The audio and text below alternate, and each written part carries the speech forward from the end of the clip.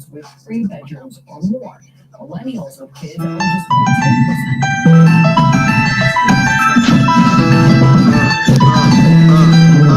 Democrats don't speak for me, speak for me, speak for me.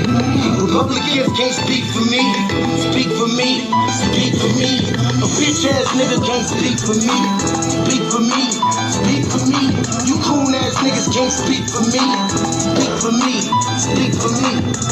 Listen here, this is a fact of life. I be rapping like Nat Turner came back to life. Grab Donald Trump by the pussy, he ain't acting right. I never run from a conflict, I be glad to fight. It's a very cold world that we live in, and somebody please tell Elizabeth you're not an Indian. You just trying to con them people to get the benefit. Just another immigrant stealing from the Indians. That's some punk ass shit, and that's too lame. Now we finna step over to Andrew Yang. And you a sucker, you could never speak for black folks. Fake ass pandit, trying to get the black vote. The Democrats don't speak for me, speak for me, speak for me. Republicans can't speak for me, speak for me, speak for me. A bitch ass nigga can't speak for me, speak for me, speak for me. You coon ass niggas can't speak for me, speak for me, speak for me. You know your boy be high off sativa. Kamala wasn't popping, so we said bye, Felicia. She ain't had a right policy, we ain't trying to meet her. Y'all can take Biden too, bye, we don't need him. We don't need Roland Martin or that coon Al Sharpton. Didn't need Cory Booker from the start, man. I don't fuck with police and no snitch. You know I'm coming with the heat when I spit. The Democrats don't speak for me, speak for me, speak for me. Republicans can't speak for me, speak for me, speak for me. A bitch ass nigga can't speak for me, speak for me, speak for me. You coon ass niggas can't speak for me, speak for me, speak for me. If you ever go to court and this is your luck, try not to get fucked by Benjamin Crump. I know it's hard, you and all go is hard. But who the fuck is Amy Cloak? Put her picture up on the bullseye and start throwing darts. People cut our organs out our bodies, that's a stolen heart. They can't save us from the flood like Noah's Ark. Black lives always matter, we finna go for ours. So then we savages, we don't need to pot the piss. Mike Bloomberg can suck dick with that stop and frisk. Bitch, you ain't speaking for us, we don't know you. Bernie Sanders, they get your funky ass on too. The Democrats don't speak for me, speak for me, speak for me. Republicans can't speak for me, speak for me, speak for me. A bitch ass nigga can't speak for me, speak for me, speak for me. You coon ass niggas can't speak for me, speak for me, speak for me.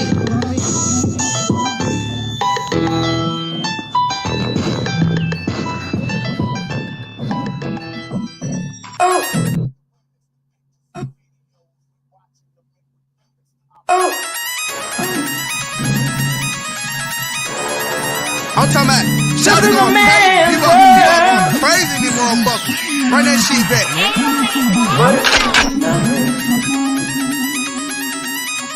Nothing. Got a woman on the side.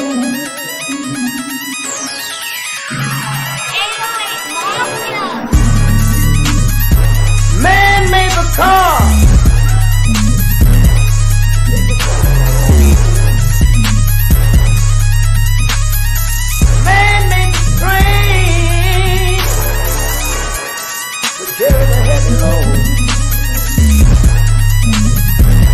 Man made the electrolyte.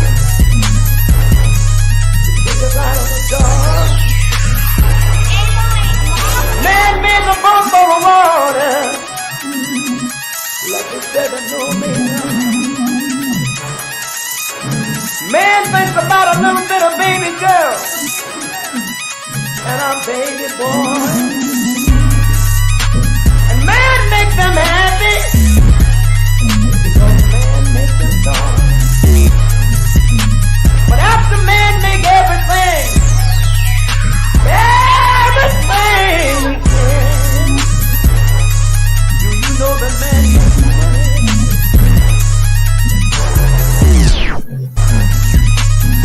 To buy from other men. This is a man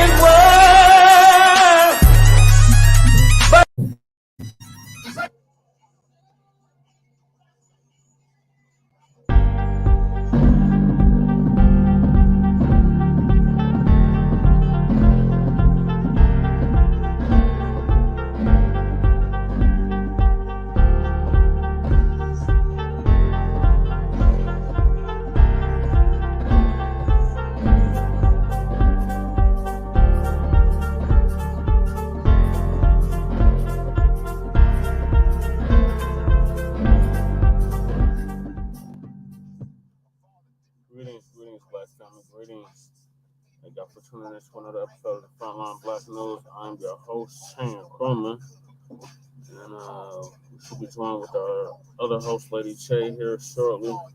And our West Coast correspondent, Shabaka St. Corey, Shabaka's Black Experience Enhancer, which I'm the co-executive producer and co-host of.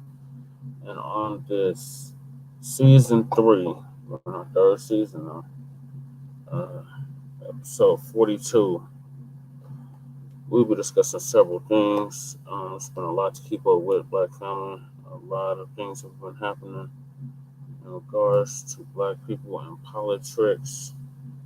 So we got an update for you. But first, we got them tangibles. So this is the year and a decade of tangibles. We're going to continue to master the tangible for our vote going into. So we got the Democrats shook.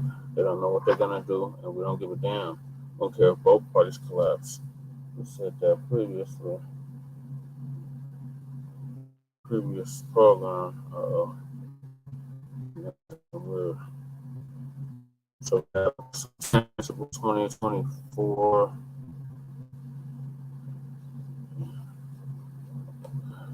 Tangibles 2024 to 2100.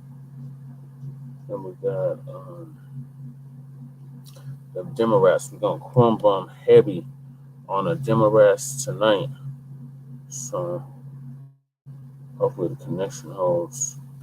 It's acting real weird already.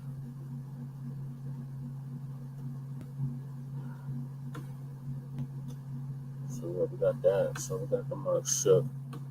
So shook that they wouldn't let our FBA brothers and sisters in a Biden-Harris Democrat rally, but they allowed the Pro-Palestinian protesters into the rally.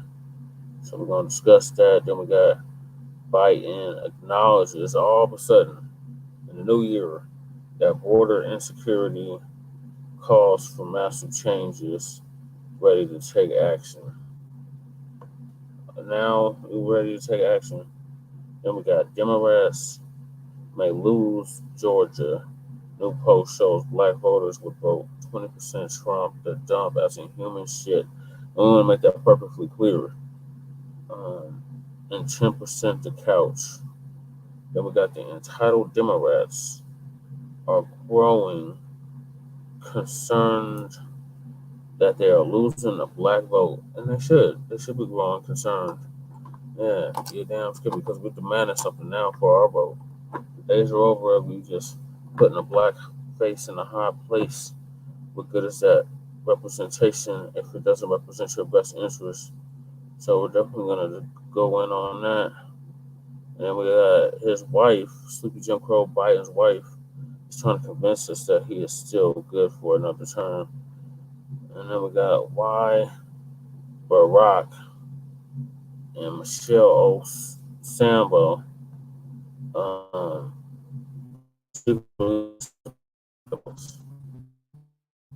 play that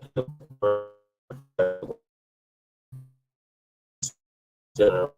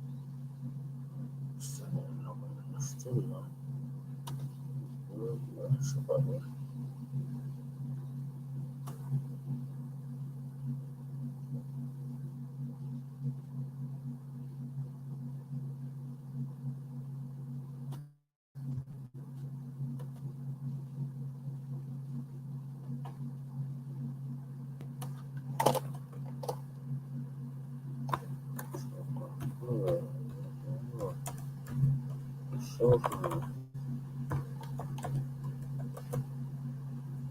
Sorry, y'all. The next one I act stupid all of a sudden. Thank you for sticking with it.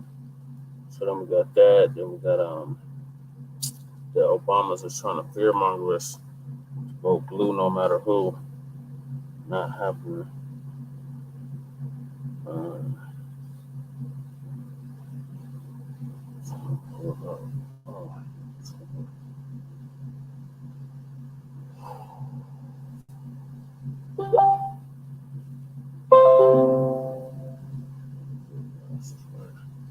Let's say Melly, you should be joining us here shortly.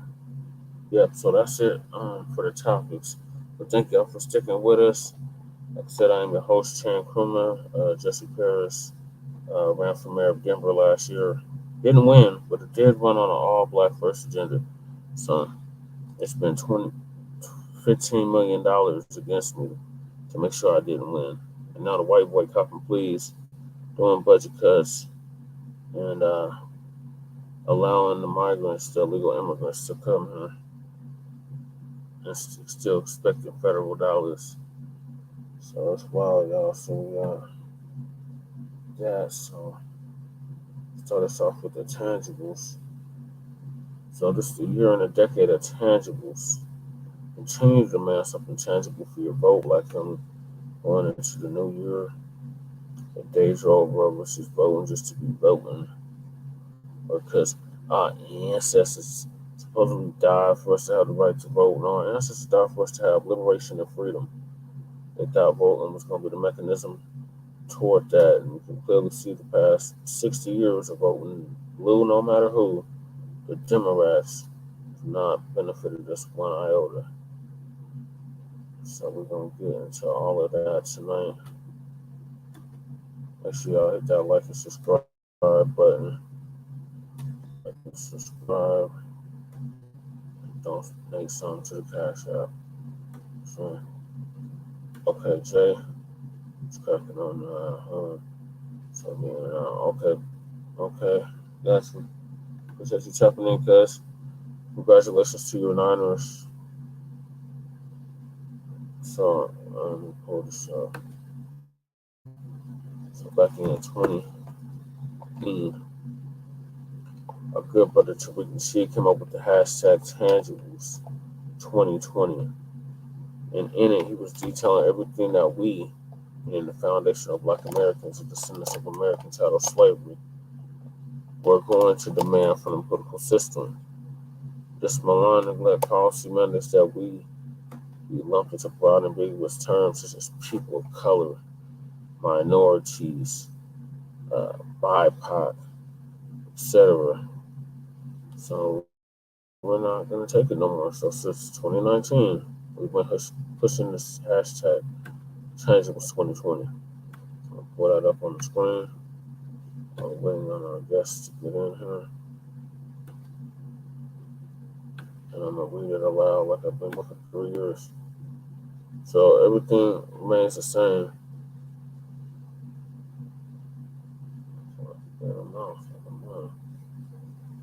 The only thing that's changed is the year. So instead of 2020, it's 2024 now.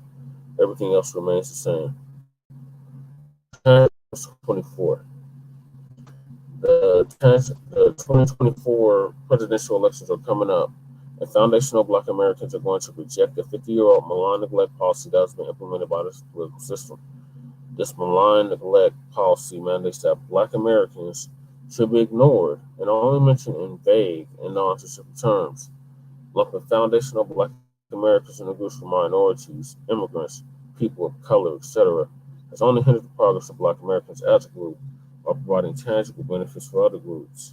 In this election cycle, meaning the 2024 election cycle, Black Americans are going to insist that our needs are specifically met by politicians who are seeking our vote. Foundational Black Americans want tangible benefits specifically for us. We do not want trickle-down secondary benefits that are provided for every group. Every group has not been systematically marginalized and disenfranchised in every area of society as foundational Black Americans. So we refuse to be lumped in with groups who often assist in the exploitation and disenfranchisement of Black Americans. So politicians must offer tangibles, specifically the foundation of Black Americans, or we simply will not vote for them. Be sure to spread this message far and wide on social media using the hashtag tangibles2020. And since it's 2024, it's 2024 tangibles all the way up to 2100. Continue to mass up intangible for your vote, Black family. Let's see if anybody else has jumped in here besides Jay. There's another person. Okay. I guess I could drop the link.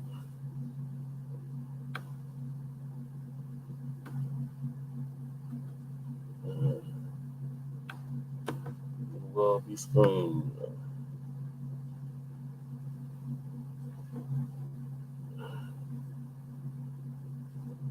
Okay.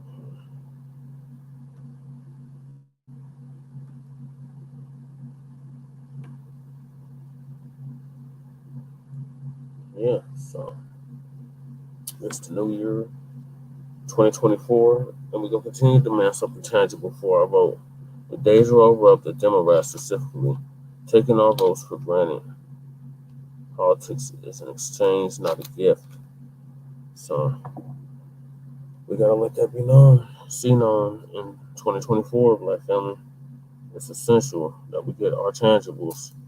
I don't care if the whole sky is falling. If it's not specifically for Black people, we don't want to hear it.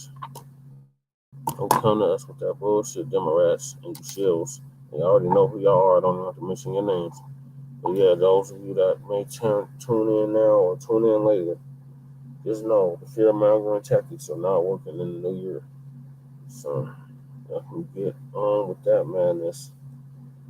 We are Black first thinkers over here. So continue to demand something tangible.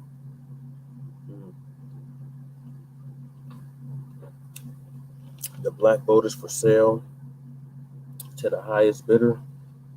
So whoever's delivering tangibles, that's who's gonna get the Black vote. The days are over, and the audacity of you fighting to say you ain't Black if you don't vote for you. No, Klansman, slave, or docile. No, we're Black, and we didn't vote for you in 2020, and we damn sure then are not gonna vote for you in 2024. So we're gonna let that see known now.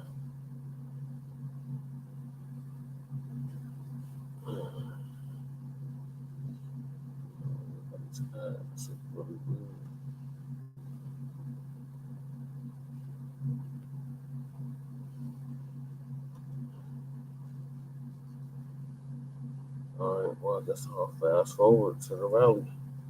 So, see anybody jumping in on the tangibles.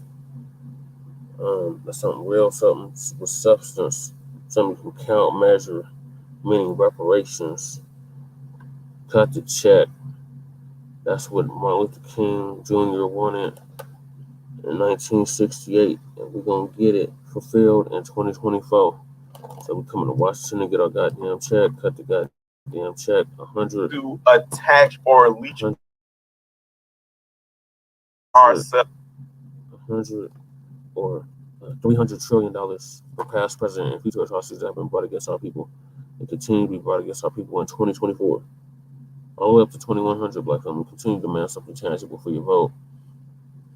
The Democrats are already running scared. They out here with their fear mongering. They won't let our people in these rallies where they're having these pop-up campaign rallies where they're trying to lower the Black vote. Not happening. You're not offering nothing tangible. You're not getting a vote. That's you Republicans too, but 80-90% of our people don't vote for you. So our main focus, especially tonight, is on the Democrats. Cut the goddamn check. You want the Black vote? You're going to cut the goddamn check. There's nothing enough to say about it. We come to collect. This is a debt that's owed. This is not a handout. So deport all the migrants and cut the goddamn check. Period. In the hate crime bill. and the tax-free exemption. Do that, then you'll get the black vote. Otherwise, y'all can both collapse, Republicans and Democrats. We've been calling for the collapse for 5 years now. So, let me get to this video. So shout out to the new black media and the signal boosters of the new black media, because we are getting the message out loud and clear, and we are controlling the narrative. And the white mainstream media just does not know how to take it. But we don't give a damn. We're gonna cut the goddamn check, or Biden's gonna lose. Period. Let's crack like a Sabo. High East salute to you.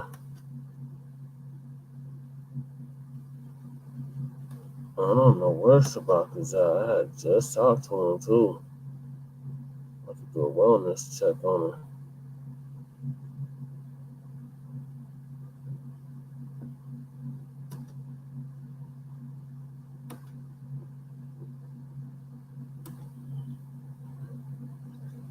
Well, while I'm doing that, let me play this video. So, the Democrats, they're out pimping and pandering, or attempting to try to pimp and pander our people to vote for them in this upcoming election.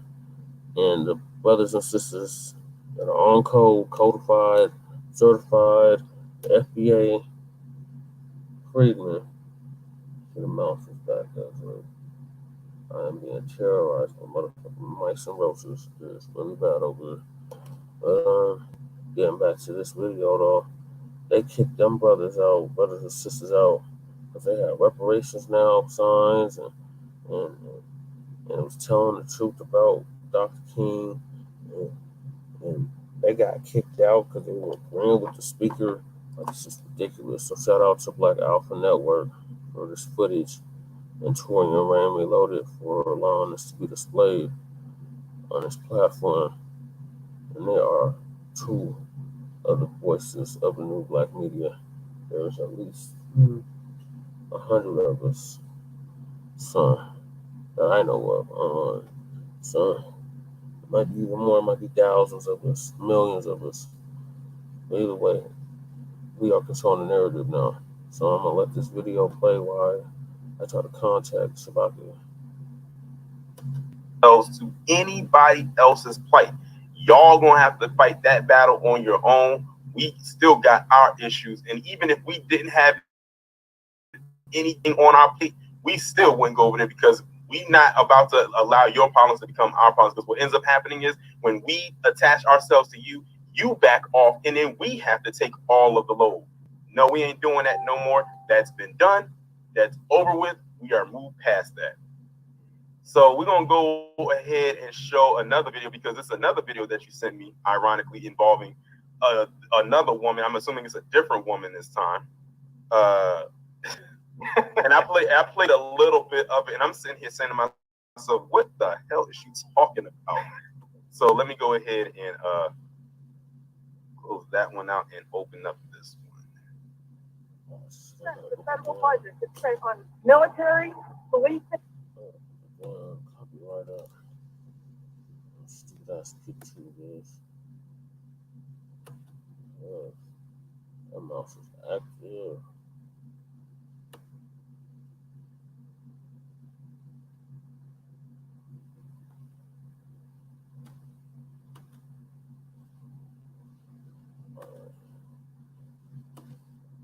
Things in prison.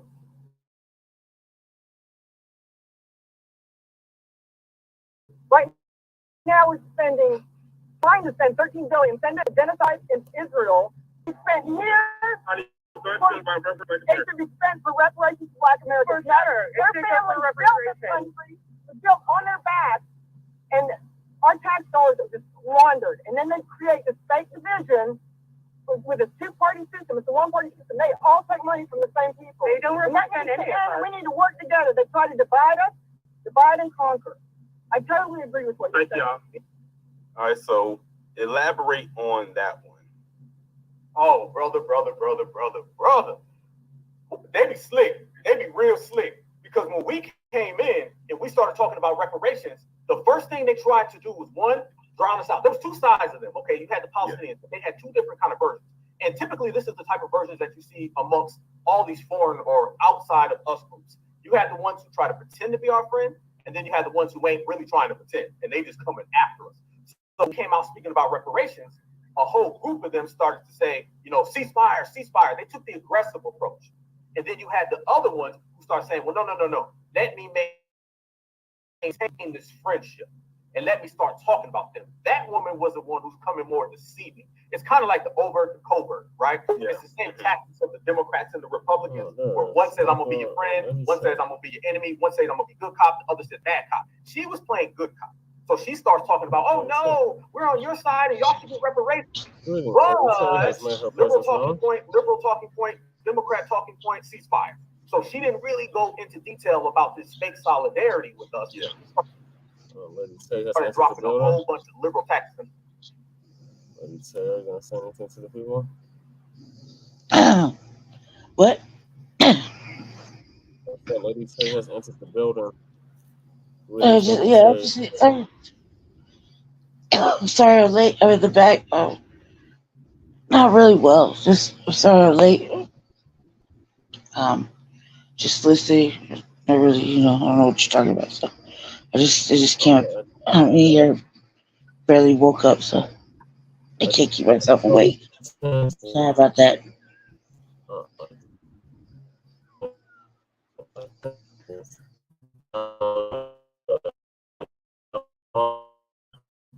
One family out of this impromptu rally for the Democrats.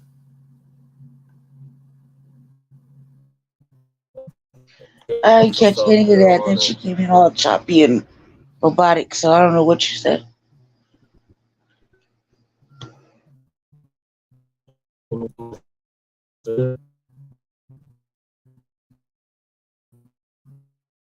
Nope. Then she comes in choppy and robotic.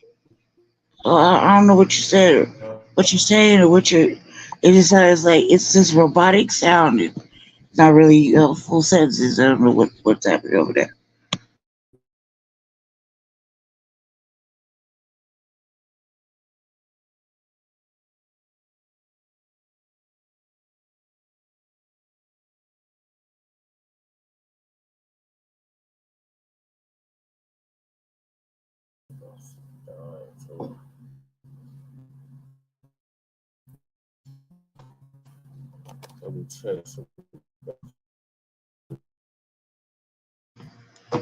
Oh, you should have came over here, but it's gonna be like, has it been like this the whole time?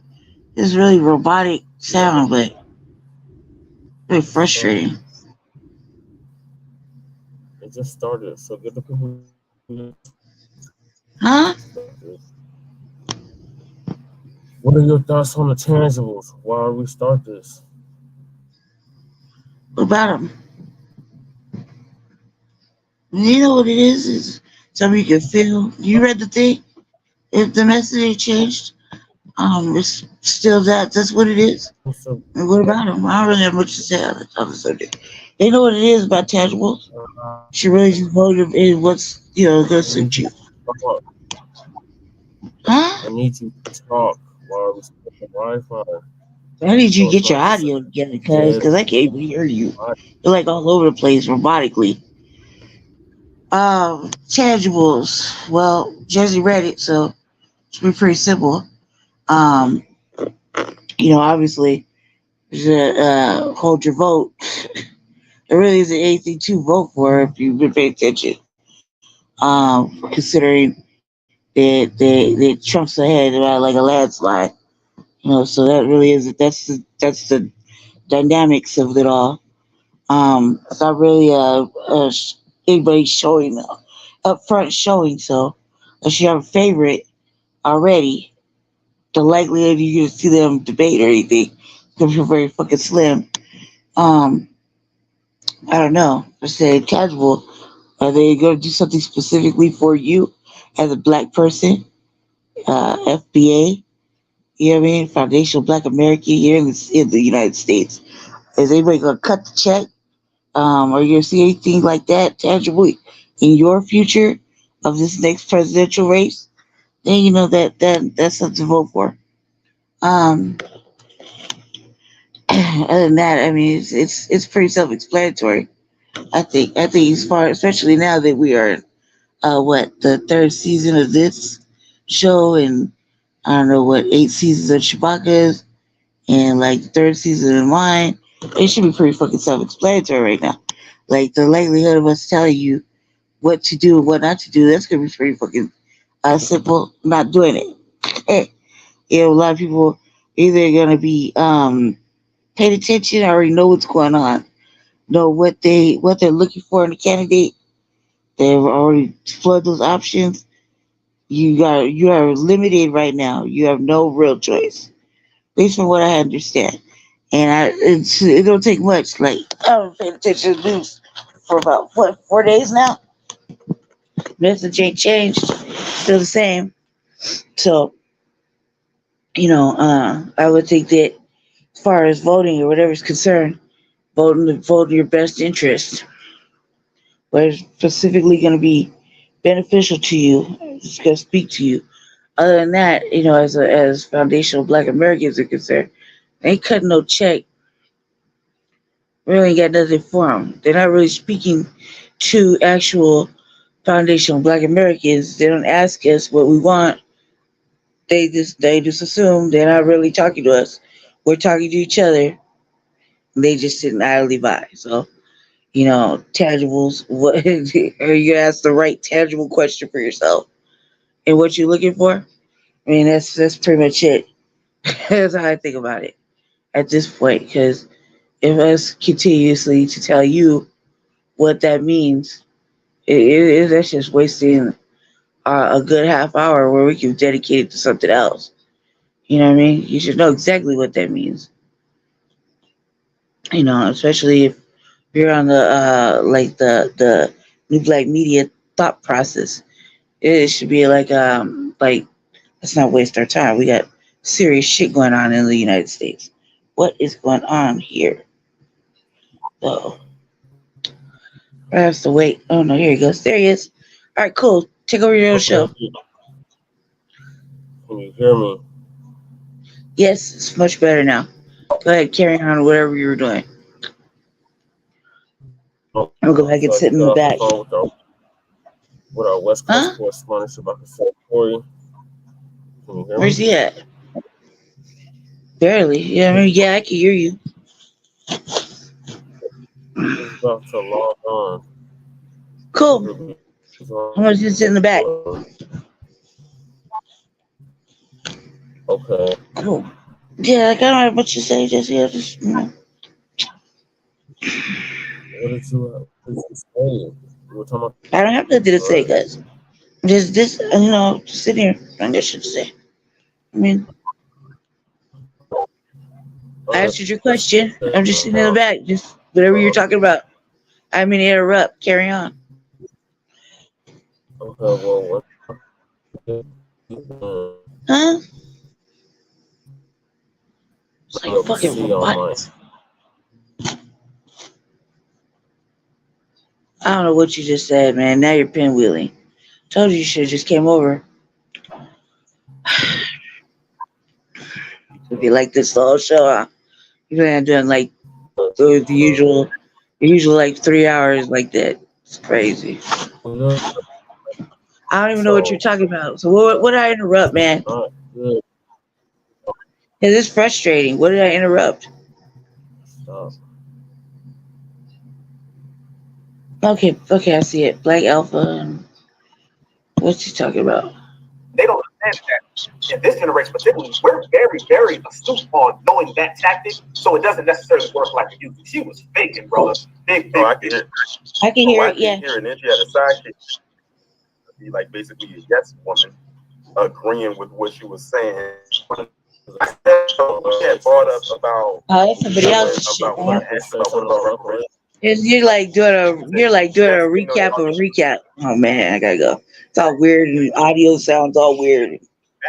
I can't do it. I can't do it. So like too much. She lost the reparations part before she went right back into talking about the ceasefire. I'm not even on the speaker, so I don't even know. That's the new tactic. You should hear it outside you. Sounds horrible. Is going to be the person who supports Of reparations. course, you're gonna act like nothing's wrong, but you gotta hear it from the outside looking in.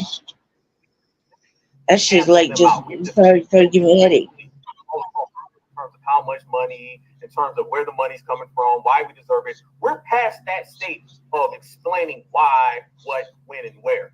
So they know that they've been defeated intellectually. So what people who are devious usually do, then they'll start trying to take your side against you. So it's a crazy thing, and that's where we're moving now. So a lot of these people who claim to be for reparations are still just as of an opponent as a person who says he's not for reparations. Yeah, so they're trying to calm you down or telling you what you want to hear. Don't tell me what I want to hear. Like, there has to be policy in place because action speaks. That's what I'm talking about, family. That's exactly what I'm talking about. But they don't actually mean it. You know, right. Like I said, they think we're so dumb when it comes to this. I said, you're dealing with a new crop of people here who pretty much knows how this thing works. I was like two people talking. It's like inventory, right? And we're not. Yeah, it's like a recap of another show, or like, because we. What are you doing? So long they put out there that we have such a low IQ that we're so politically inept, or we listen to everything that they say. Don't listen to that person. Listen to us. I didn't just say anything. I just said the same thing I just said over tangibles. I just said it like that. I thought it was like just something else, man. Like, it's somebody else's show. What are we watching? Like, oh my God, like everywhere. Makes no sense whatsoever. Hold on a second. Let me look. I gotta put it on the big screen because I'm looking at it on the tablet. I'm moving it to the big screen because this is gonna cause me a little miniature. That's messing me up all the way. Whose show is this? I can't see. So whose show is this? Is this Torian or fucking Black Alpha? And what's the title of it? Like, it's like a mess. Like, that's a mess. And you're freewheeling. Do you do this the whole show? Horrible. Let me see. Let me get over here to help you out because I obviously don't understand what's going on. So I don't know whose show that is. I got it. I'm coming in through the back. Don't worry about it. I can let myself in. Just you carry on whatever you're doing. Let me see. Choose this. This. Yeah. Go right here. I hope that says my name on it. Let's find out. This right here. Change this to this right here. Okay, maybe that's what it says. No, I can't see it.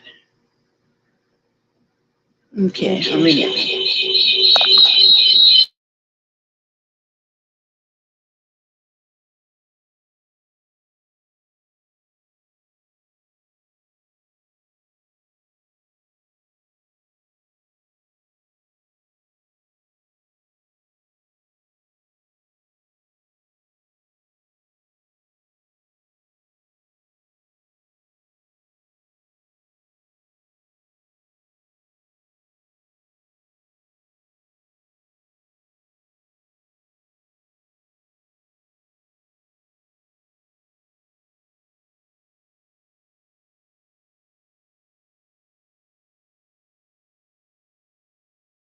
Was descending.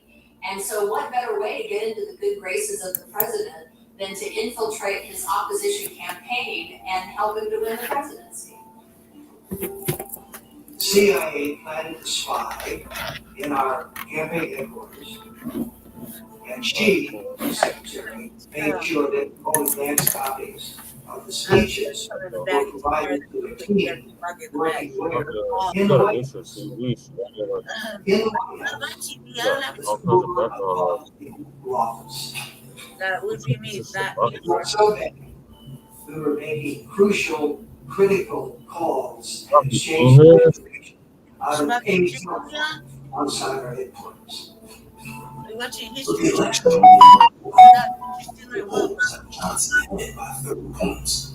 to mute the TV. Limited time for running in the home stretch. Real quick, I'm putting you on your real fast. Cool. Bam, I think you sleep. I had to come back in real quick. Sorry about that. Couldn't hear shit you said. I fixed it from this end. I don't know what you were watching before. I couldn't understand that shit. So, Hear that. All right, can you hear me? yeah, fine. Yes. Sorry. Can you mute the TV? Yeah, I'm gonna turn the TV off. It's like I was saying, is that they were showing history from the 1960s of the Democratic National Convention in 1964, and it was also showing and bringing to light the shenanigans that the Democrats, were once again paying on the black community. And also, I didn't know. And keep in mind, when that happened, I was 5 years old, that Fannie Lou Hamer had addressed the Democratic National Convention. And I believe this is where she made her infamous line, she's sick and tired of being sick and tired. And pretty much, okay, what's up, Jay Militant? Cut the check in the lane, you damn right. And also, I want to do a shout out there to the New Africa Republic efforts that are being made down there in South Carolina.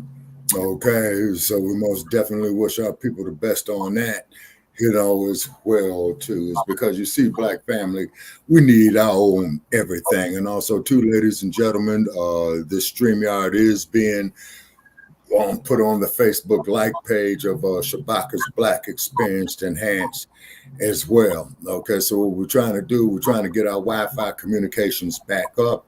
Okay, we're going through it.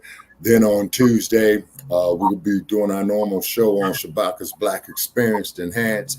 And most definitely, we're looking at this crazy-ass election as it unfolds. The dump, as in human shit. And we want to make that perfectly clear. Shabaka. Yes, sir. We're not going to talk about the dump tonight. We are going to crumble on these goddamn dumps as much as possible. So I got to restart the video because you missed it. You and Lady Che missed it. So I got to start this over. So there was a rally in South Carolina. The Democrats had.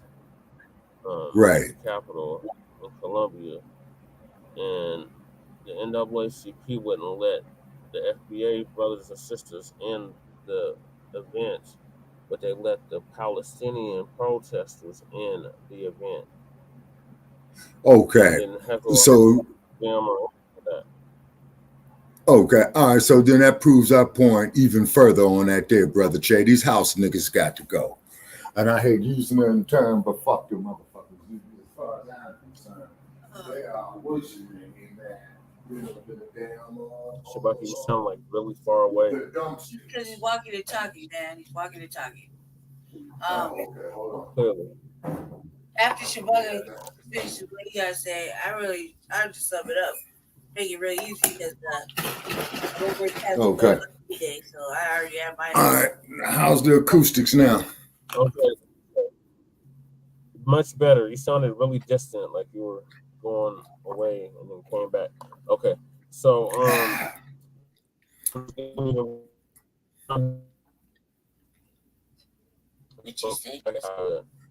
network and Torian Rain Reloaded. And Black Alpha was at the event along with several other brothers and sisters that filmed it. And this first clip is crackers admitting that reparations is due and owed to us. But it was only after the NAACP had kicked it out of the rally, out of the Democratic rally. Okay, all right, I'm gonna post that on Facebook. Okay, now let me make sure I got this here correct. It's crazy. You know, wait, before you say Okay. that was like last week, Mhm. last week when we had our fucking MLK Day. Like, were you here? Didn't we cover a show on this? Like, it's one of Okay, No, episode 2 or 3 it on just came no, we're not. to my attention. We're not doing. because it happened on No, that day. It happened on the Marine Day. no, we didn't. Yes, No, it we didn't did. do it that day. That's No, we not. didn't. That's. I don't know why you did an episode for like this. I'm just saying. We I didn't. don't understand why you didn't We do it. didn't do it though. But we didn't though because we had other things to get to. So Carry getting on. back Okay, to this, that the that's just the NAACP update, Shabaka. prevented Yes. what do you call it? I'm gonna put down here pro-black speakers from speaking at the what in South Carolina? Speaking, just being present. Damn.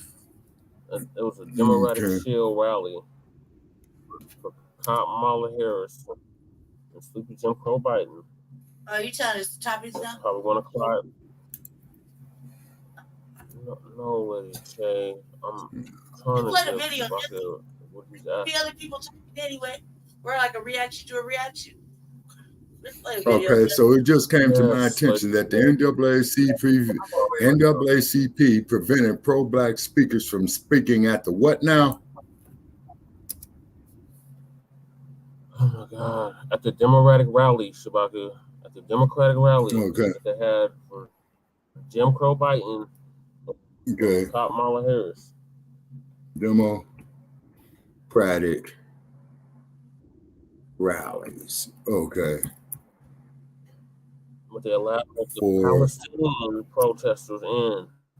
They didn't heckle them, they didn't harass them, they didn't do none of that.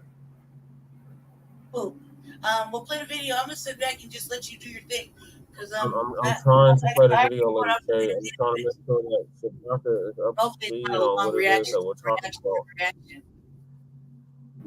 Yes, Lady Shay, you are correcting your observation. But Shabaka don't know nothing about this, so I'm bringing him up to speed and the viewers up to okay, speed on what went down with the actual footage, on the ground footage. So this is on the ground footage, Shabaka, of these crackers admitting that reparations is owed and due to us. We okay. are moved past that. We're gonna go ahead and show another video because it's another video that you sent me, ironically involving another woman. Assuming it's a different woman this time. And I played a little bit of it, and I'm sitting here saying to myself, "What the hell is she talking about?" So let me go ahead and put that one out and open up this one. The special budget is spent on military, policing, and prisons. Right now, we're trying to spend $13 billion, send it to genocide in Israel. Free healthcare and free schooling. We spend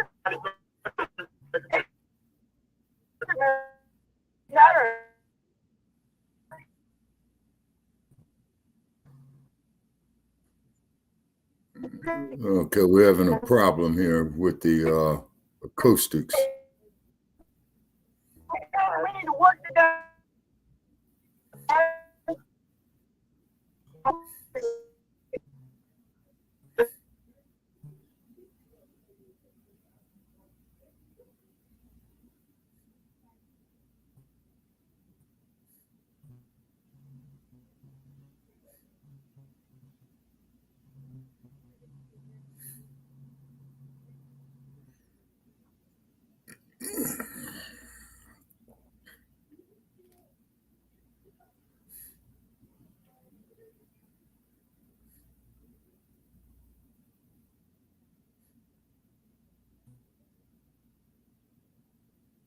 Okay, you there?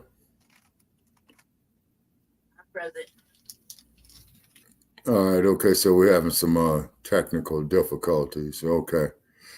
All righty. Okay, yeah. So, I just posted up there on Facebook is that these ass scratching Negroes at the Biden rallies do not want pro-Black people to speak, those who are for self-sufficiency and doing for self. Well, I think The it's Demo- that. I think it's that, and that every opportunity that Black people are doing something, like the parade, for example, or like when Biden was supposed to be speaking at the church that got shot up. That affected Black people. They took an opportunity to come in and overshadow and speak about their issue. That's what I think is happening. I know that's happening. But I think there's a reason for it. We're not really addressing the root cause of it. But there's Jesse back, so he can explain it, or he can finish playing whatever you play. I'm going back on mute. He's back in the room now. All right, so Brother Okay, Chad, well, thank let you me. for rolling it down. Shabaka, did I finish the clip? No, it never played. But what I'm trying to get some information right here because we are streaming on Shabaka's Black Experience Enhanced on the like page as well too. Okay, from what I understand, and correct me if I'm wrong. Oh, Shabaka. Yeah. So you didn't hear the clip at all? No, sir, it didn't play. It's spinning, it's pinwheeling. All right, let me try it again. How about this? Why don't you just send me the link and just let me Still know? pinwheeling? Okay, don't do it then. Because you gotta get the timestamp correct. You're just gonna have I don't to know all the timestamps for it. So and send all your shit through if you want some help. Other than that, it's gonna keep coming in all choppy like a robot. give you the correct timestamps. Hear anything? It's like 3 clips. It's like 3 clips I want to play. Hear anything, Jesse? That's what I'm saying. All right, I'm cool. I offer. All right, I'll send it.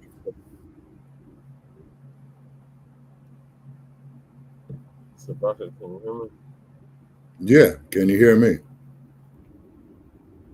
Yes.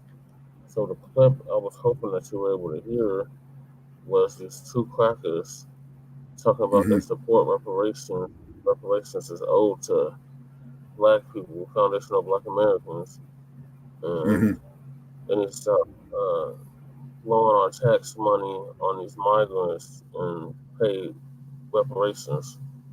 So that's what that clip was that I just played. Oh, I very much would like to see that.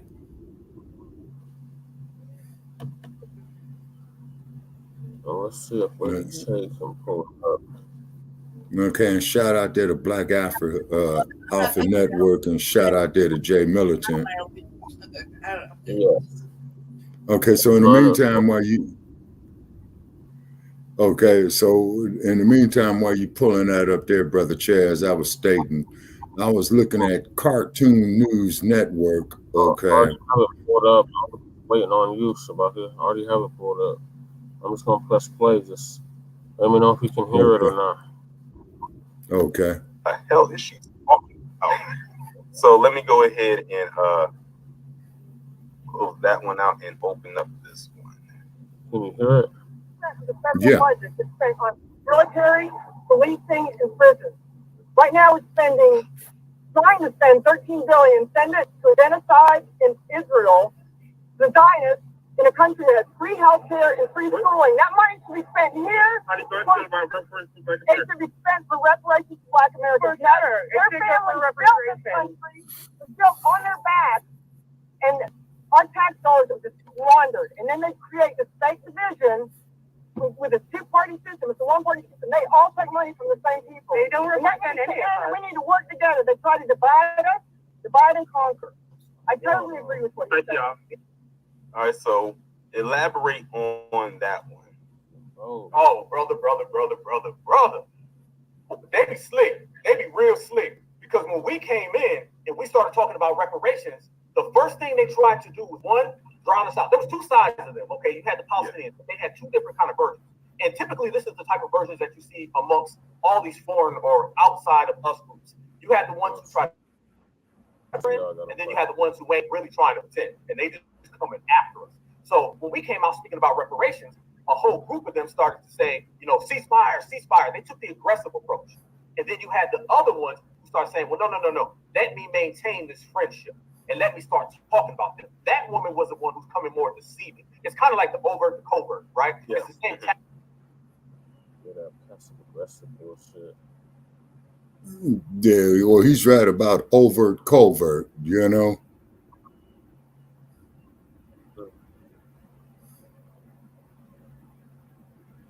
It's all white supremacy at the end of the day. Hey guys, just stop showing on your end. I'm doing it over here. We The way you're embrace doing it really leadership frustrating. and its call to Stop right action. here. Just stop and let me do it real fast. The work of creating a world without racism. Because it's like chopped and screwed, man. 1448. Hold on a sec. Just tell me what time it is. When I ask you. 1448. Oh, cuz, just give me a second, please. I can't really see. Can you just give me a second? Let me get to it. Can you take yourself off the screen? Thank you. Just give me 1 second, please. I'll be right there with you. I just got to get to the other screen. Give me 1 moment. This shit's grasshopper. Jesus. That's right, twin.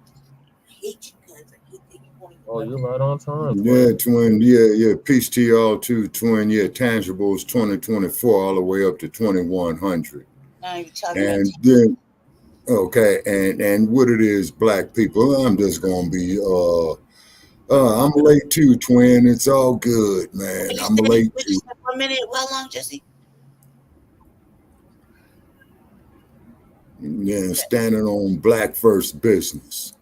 Jesse, what time do I got to start the shit at? Where can I just play it from the beginning? Because the internet's all chopped and screwed on your end, and me and Shabaka just sitting there looking at it like, oh, what the fuck is he talking about? So can I just play it? Can I just play it? Low. All right, I'm just going to take over. I'll play it real quick so we can all catch up, so we know what's going on. Because I don't know what's going on, really, except, I mean, I know, but y'all don't really know, so catch you guys up. Hold on, let me get over there. Well, bam. Right now on YouTube, and prompted you to go down there. Start right here. 1448. So y'all are going to be getting it here first. Don't you just love exclusive?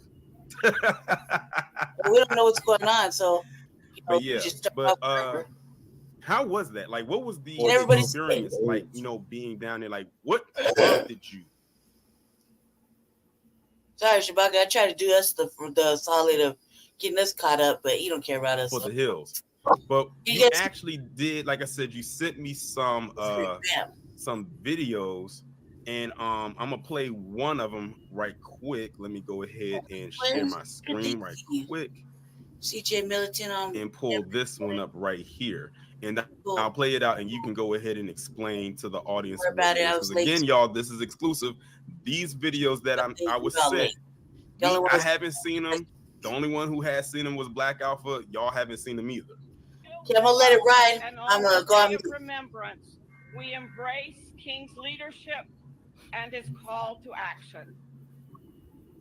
The work of creating a world without racism, without poverty, and without war challenges us today to embody King's spirit of creative change. But Dr. King admitted his mistake. And I'm always going to emphasize that. Integration is a burning house for black people, period. Dr. King said that. God of all the nations, we can overcome our tendencies to be idle. Okay, so you have that video right there. Oh man, bringing back memories from just 6 days ago, brother. I'll be damned. All right, that video right there. I want everybody to notice that they formed two walls. Okay, you had the NAACP wall, you had another NAACP wall, and then you have the police. And that came after the video that a lot of people saw where they just came up and told us to leave. Now, I literally had no sign, no sign at all. I didn't even have a piece of paper saying anything. Yeah, I'm still here. Okay. All right, I'm gonna let it ride. I'm gonna let it ride because what he's saying is all new information for people. Let it ride. No, Jesse, you put it on there for a reason, so we're gonna let it ride so we can figure it out. Just let it ride. We're gonna let it ride. What? What? So what? I need you to fast forward. But we don't know what's happening. Why is all right, man? Where you want me to go? Cause where you want me to go? Because we're trying to figure out what you want us to talk about. We don't even know what the topic is. We're trying to catch up. It's literally 3 clips, and the topic is the NAACP kicking out foundational Black Americans out of this damn political game. Yes. Okay, so in can South we let Carolina. the first part? So go to 30. No, go to 3701. We didn't even get through that first piece, man. That first piece was vital. 30 what? Just type it in the thing so I can read it. You don't really give a damn, right? You just want us to talk about whatever you want to talk about in this video? Correct. All right. Type it in real quick so I can just. Now that we got a full understanding, so we shouldn't even pay attention, right? Just go ahead, put in the number. Type in the time. I'll get there. Type in the time. 3701. 37 what? Just go to 3700. Yes, master. Whatever you say.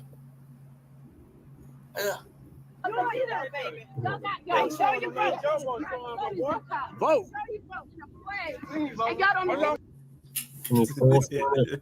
My fault. Let's get started. It's amazing. Okay, Gravity said BBC did a story about when we was when we were out there. Now, isn't that amazing? BBC video is a little bit longer than the previous 2. So I'm gonna go ahead now and share this with the audience, and then you can go ahead and explain what's going on with that.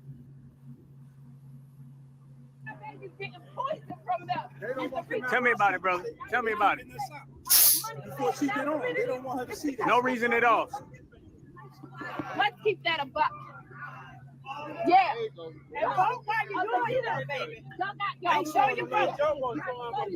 Vote. And y'all don't No tangibles, no vote. No tangibles, no vote. Damn right. No tangibles, no vote. No vote. Damn right. No tangibles, no vote. No tangibles, no vote. No tangibles, no vote. No tangibles, no vote. No tangibles, no vote. No tangibles, no vote. No tangibles, no vote. No tangibles, no vote. No tangibles, no vote. No tangibles, no vote. No tangibles, no vote. No tangibles, no vote. No tangibles, no vote. FBA. No tangibles, no vote. That's pretty catchy. There you go, Fred. No, we need to make noise on that. The whole fucking year for the election. No tangibles, no fucking vote. Yeah, somebody needs to make a song out of it. As I said, Jesse asked me my thoughts on tangibles. I'm so tired of telling you exactly what it is. Led you to the water, now drink the shit, man. Like, no tangibles, no vote. Simple as that.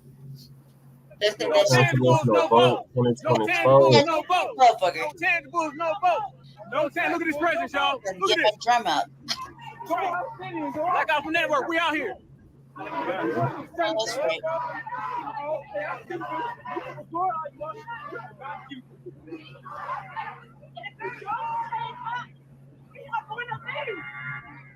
They look the Palestinian. And this goes to my previous statements. They don't even let us get close to that fucking building. So they really don't let us get that close. And let alone, look how many of us is out there. There's not even that many of us. You know, if there was more of us out there, we'd be tighter. Like tighter, grouped up tighter. We're so casually, freely just, gallivanting around. There's probably like 30, 40 of us right there. They won't let us get even remotely close to the fucking building. Like 5 deep, 10 deep. Okay, what building is that, Lady Check? Shit. Like this is the parade. The Columbia State. But this is at the Columbia State House. So okay, in Charleston, South Carolina. The parade happens in every Columbia. state. This is not the parade, ladies. Hey. But this is not the same day of the parade, Jesse. But this is not that though. Every state has a fucking parade, whether they choose to believe it or not. Everybody celebrates Martin Luther King Day. Everybody shows up at the Capitol. Everybody marches somewhere. Say I'm lying. I ain't lying. It's true. This is the same shit. Don't matter. Because this is not the parade though. Oh my god. The Democrats. It didn't matter the title. But that's what it was. It was a rally for the Democrats. It had nothing to do with Dr. King. Oh my god. The reason why Dr. King comes up is because the brothers and sisters were recording this were demanding something tax before they vote. And they got kicked out by the NAACP. So please let the video continue, ladies here. That's ridiculous, man. You missed the whole thing. Believe me, look the shit up yourself. Let me see that. Speak that. That right there is why. But they got Palestine out here. They ain't gonna no Jewish events in December. They got our events. We go into that store and put our heads. Tell the truth. It's our event. What day is it? What's the day day? Y'all remember that when you That shit. I don't want to talk. Sorry about that. I should be getting shit. I'm showing you both. Wait, I'm gonna go to mute. No tangibles, no vote. No tangibles, no vote. I was just gonna sit in the back. No tangibles, no vote. No tangibles, no vote. No tangibles, no vote. No tangibles, no vote. No tangibles, no vote. No tangibles, no vote. No tangibles, no vote. No tangibles, no vote. No tangibles, no vote. No tangibles, no vote. No tangibles, no vote. No tangibles, no vote. No tangibles, no vote. No tangibles, no vote. FBA. No tangibles, no vote. Freedman. No tangibles, no vote. No vote. No tangibles, no vote. No tangibles, no vote. No tangibles, no vote. No tangibles, no vote. No tangibles. Look at this president, y'all. Look at this. Black Alpha Network, we out here. I would call them all kind of bad names. Shameful, brothers. Okay, so this here just proves, ladies and gentlemen, as I've stated over the years, that we've done Shabaka's Black Experience and Frontline Black News, that a goddamn thing has not changed in the last goddamn 56 fucking years, is that they still going out here worrying about every other motherfucker except us. And that pisses me off. And you got our own. And I agree with it. No, and I agree with it. No tangibles, no fucking vote. Period. Like, everything else is bullshit. And you're gonna be standing against us, like that's our people over there trying to walk us off the plane, like just walk us off, like that's our own people, man. Like that's even worse. Like, well, see, Lady Che. Okay, sorry to interrupt. What that is that I've stated all along since we've been doing this. That's that house nigga syndrome. You see, exactly. Our problem is that fucking house nigga syndrome. That goddamn Uncle Tim Scott shit. That Barack Obama bullshit. That Kamala Harris bullshit. That the only way for us to progress is for all these other motherfuckers to progress, and that is bullshit. That is a counterman to our progress. We should be doing our own goddamn thing and fuck everybody else. Yeah, I said it. I stand with that. Let's play a video. We've been on there for at least 5 years. Look the shit up yourself. Let me see that. Speak that. That right there is why. Palestine out here. They ain't gonna no Jewish events in December. They got our events. We go into that store and put our heads there. And we put our money into that fucking pot. We put our money into that pot. Y'all remember that when the babies were sitting on the table having to get a diabetes shot? Heart disease. But they gonna put us up for reparations? Look at these. The repair of our people? What are we doing? Why are we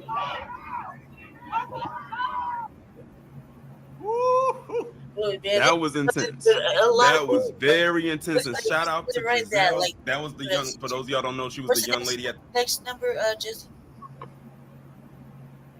What's the next number that you wanted me to go to?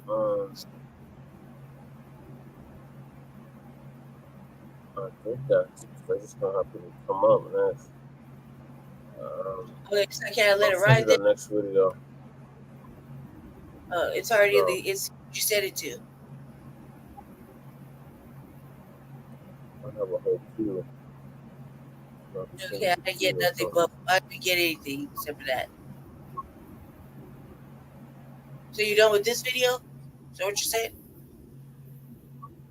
Yes. Are you sure? Yes. All right. Well, go ahead then. I'm gonna wait till you send the other ones. So go ahead and carry on with your commentary, I guess, or whatever you're doing. Well, if I may say, was that I was looking briefly up there on the Cartoon News Network, and it was showing the Democratic National Convention in 1964, 60 years ago. So what the undertone as that is happening is, ladies and gentlemen, as at these conventions that are coming up in Chicago, and I forgot what the repubs are having their convention, not that I really give a good goddamn anyway. It's the same old bullshit, and we ain't learned nothing as a people in 60 fucking years, that we keep bumping our head against a goddamn wall expecting a different result. What we got to have is the fucking tangibles. We got to have the development of the black business infrastructure. And particularly as this damn artificial intelligence is going literally at warp speed, which is the speed of light, okay, that's going to be designed and enhanced against us as well, too. So what we have to do, ladies and gentlemen, particularly in this election year, we have got to have some discussions of how we are going to counterman this diabolical shit that's getting ready to slap us in the face here in 2024. And it's going to be ugly. It's going to be bad. It's going to be destructive.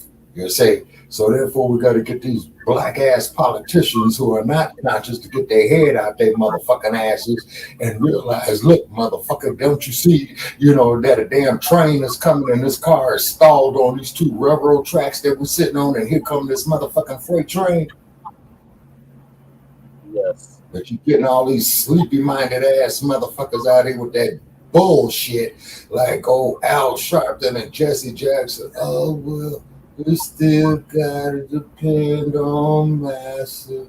Oh, he loves us so much. When are we as a people gonna wake the fuck? You got too much background noise, whoever that is. Good. Did you say Shabaka? He loves us so much.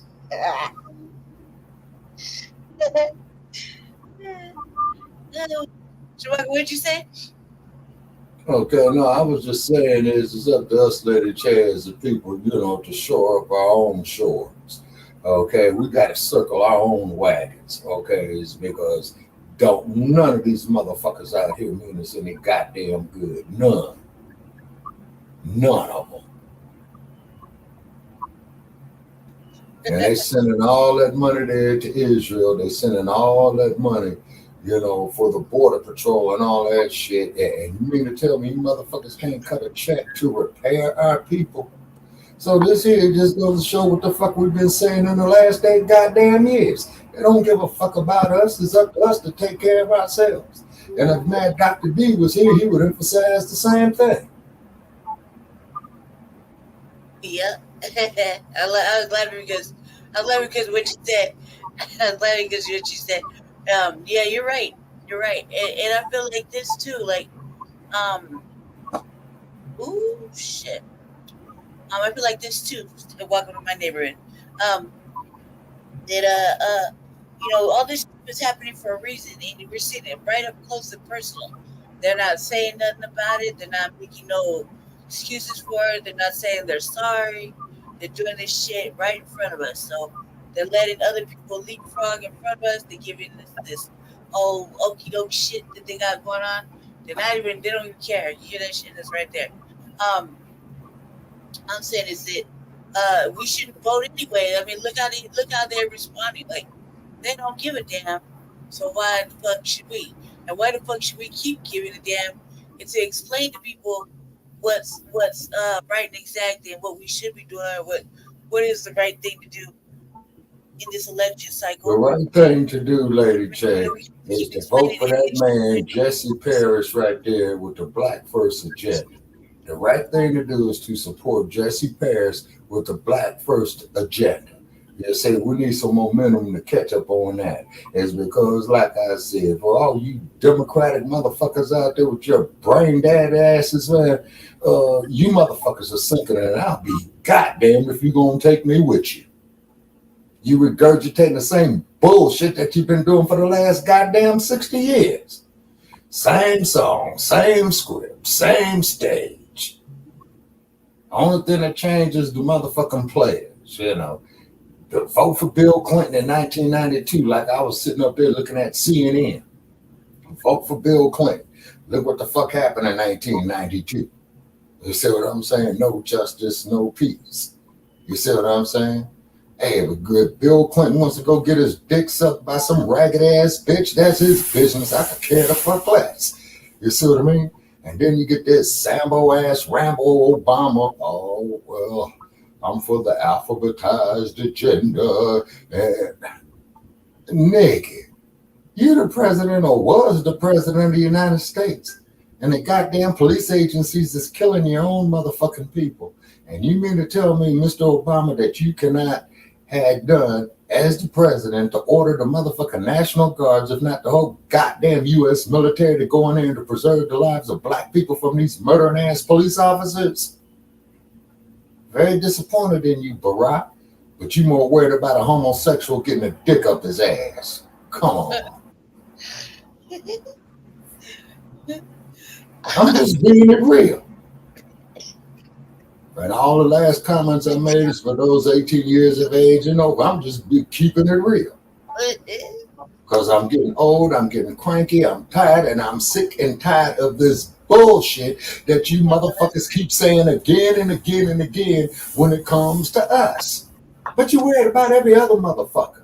Your black ass politicians, Brandon Johnson, Eric Adams, Karen Bass. Go get fucked by a donkey up your ass. Because you damn sure ain't gonna make no jackass out of me.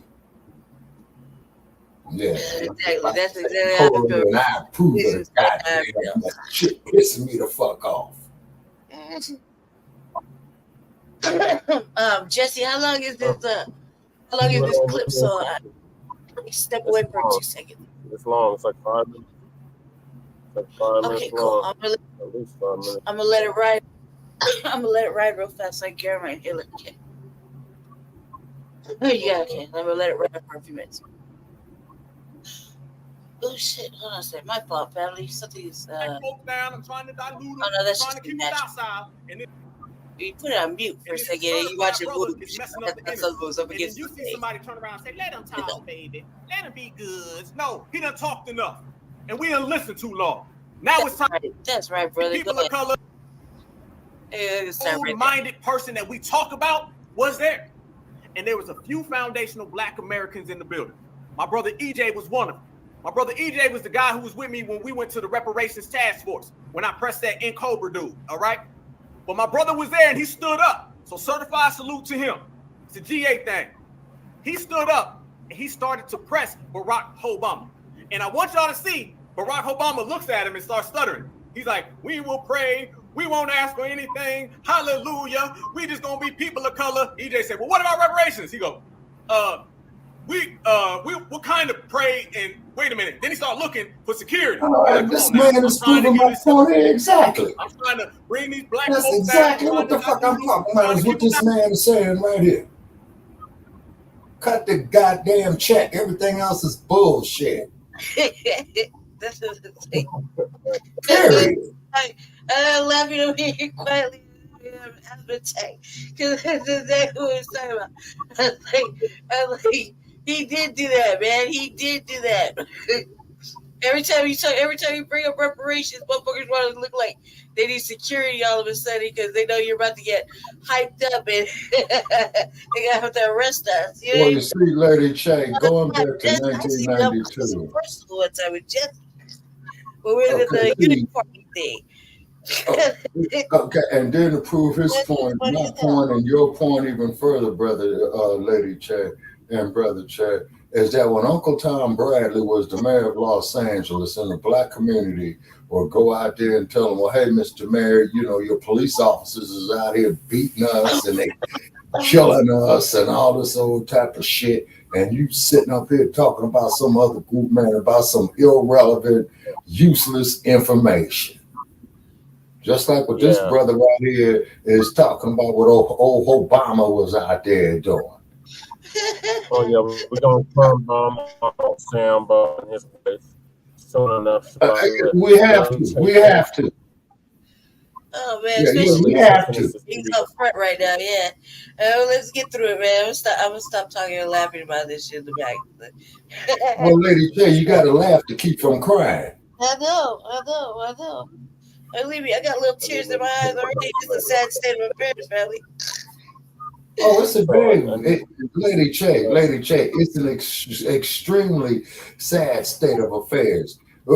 And I hate to say this, and Brother Che, I'm sure you agree with me, and please comment Jay Militant on this here as well. You know what the fuck we look like right now here in 2024?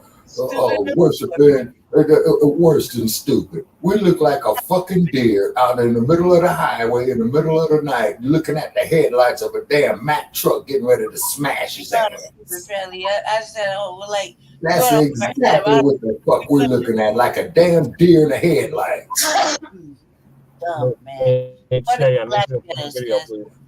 Yes, sir. I'm playing the video, sir. Don't rush me. I'm playing the video. Outside, and this certified brother is messing up the energy.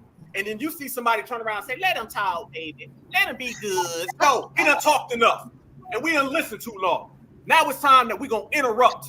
And when you interrupt, you get your money. If somebody owes you money, you don't let them say, we'll get back to you next week. You say, no, I want my money today. And we coming with that type of vibe. So I want you guys to check this out. My brother EJ, he set the tone. This was early in the morning and before they did their march. So they knew by the time the march happened, that energy that was in that church interrupting Barack Obama was coming right on down to the State House. Check this out, family. Y'all gonna love this video. If you ain't already seen it, this is what you call standing on business, and this is what you call taking no excuses. Certified all the damn time. We also believe in reparations. With some folks who want to turn back the clock. We're dealing with some folks who want to erase our struggle, erase our journey, erase our history. Here's the thing, Black history is American history. And we can never let anyone erase it.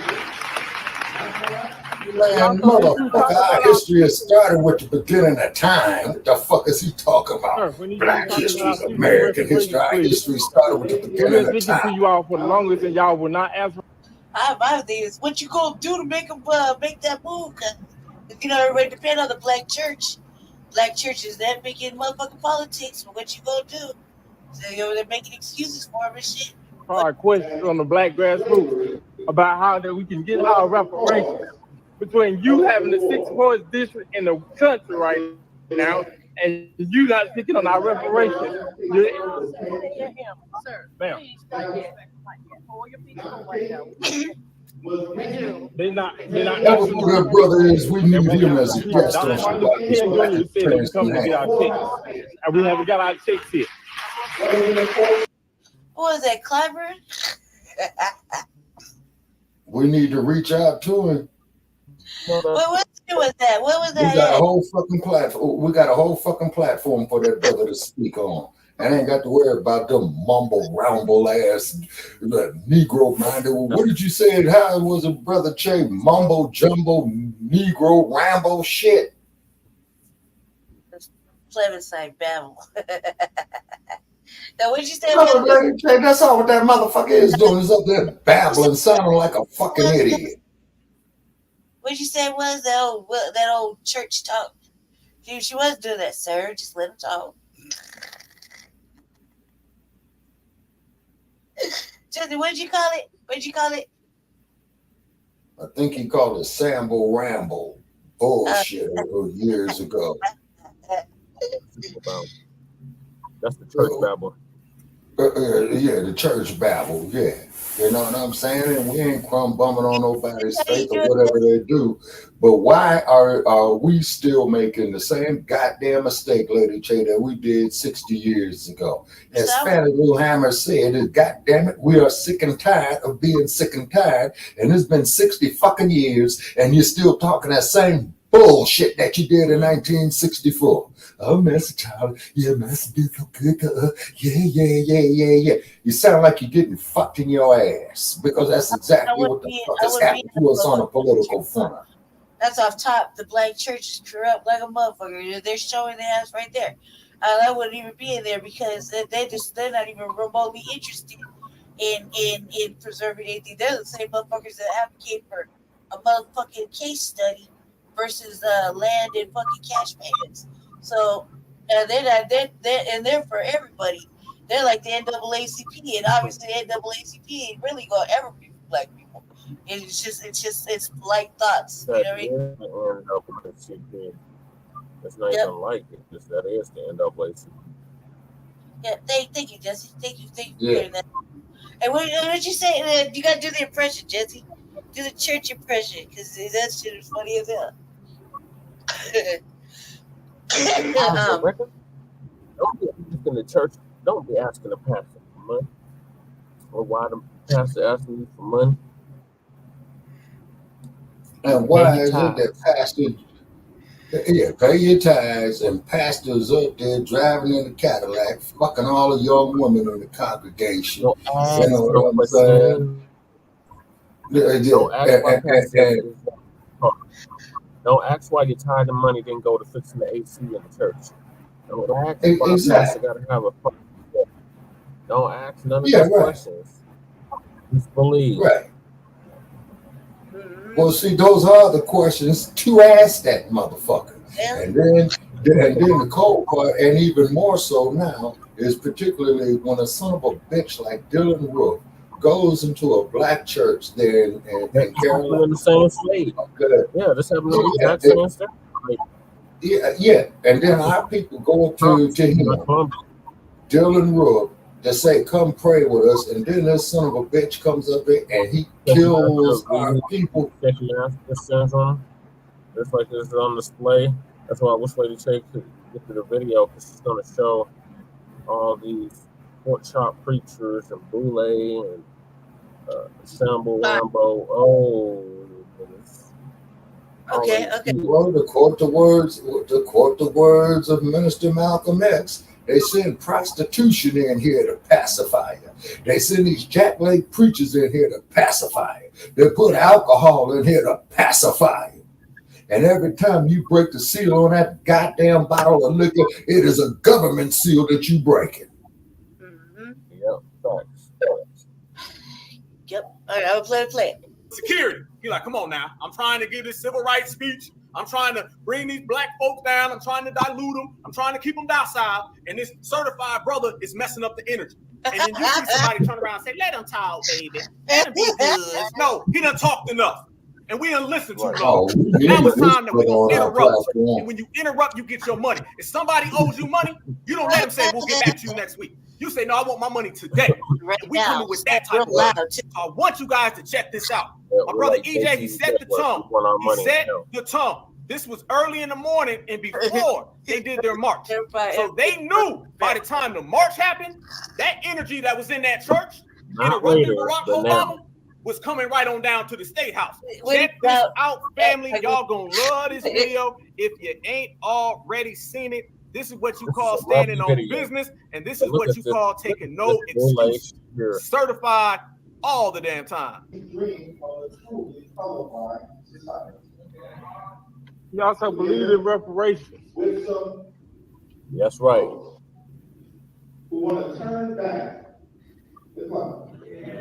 We're dealing with some folks who want to erase our struggle, erase our journey, erase our history.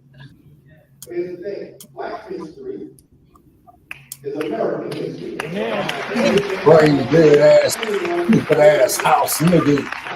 Our history started before there was even a place called America. Black history is world history. Sir, we need you to talk about our future and reparations, please. We've been speaking to you all for the longest, and y'all will not answer our questions on the Black grassroots about how that we can get our reparations. Between you having the 6th poorest district in the country right now, and you not speaking on our reparations. Sir, Ma'am. They're not answering the people. They won't answer the people. Dr. Martin Luther King Jr. said that we're coming to get our checks, and we haven't got our checks yet.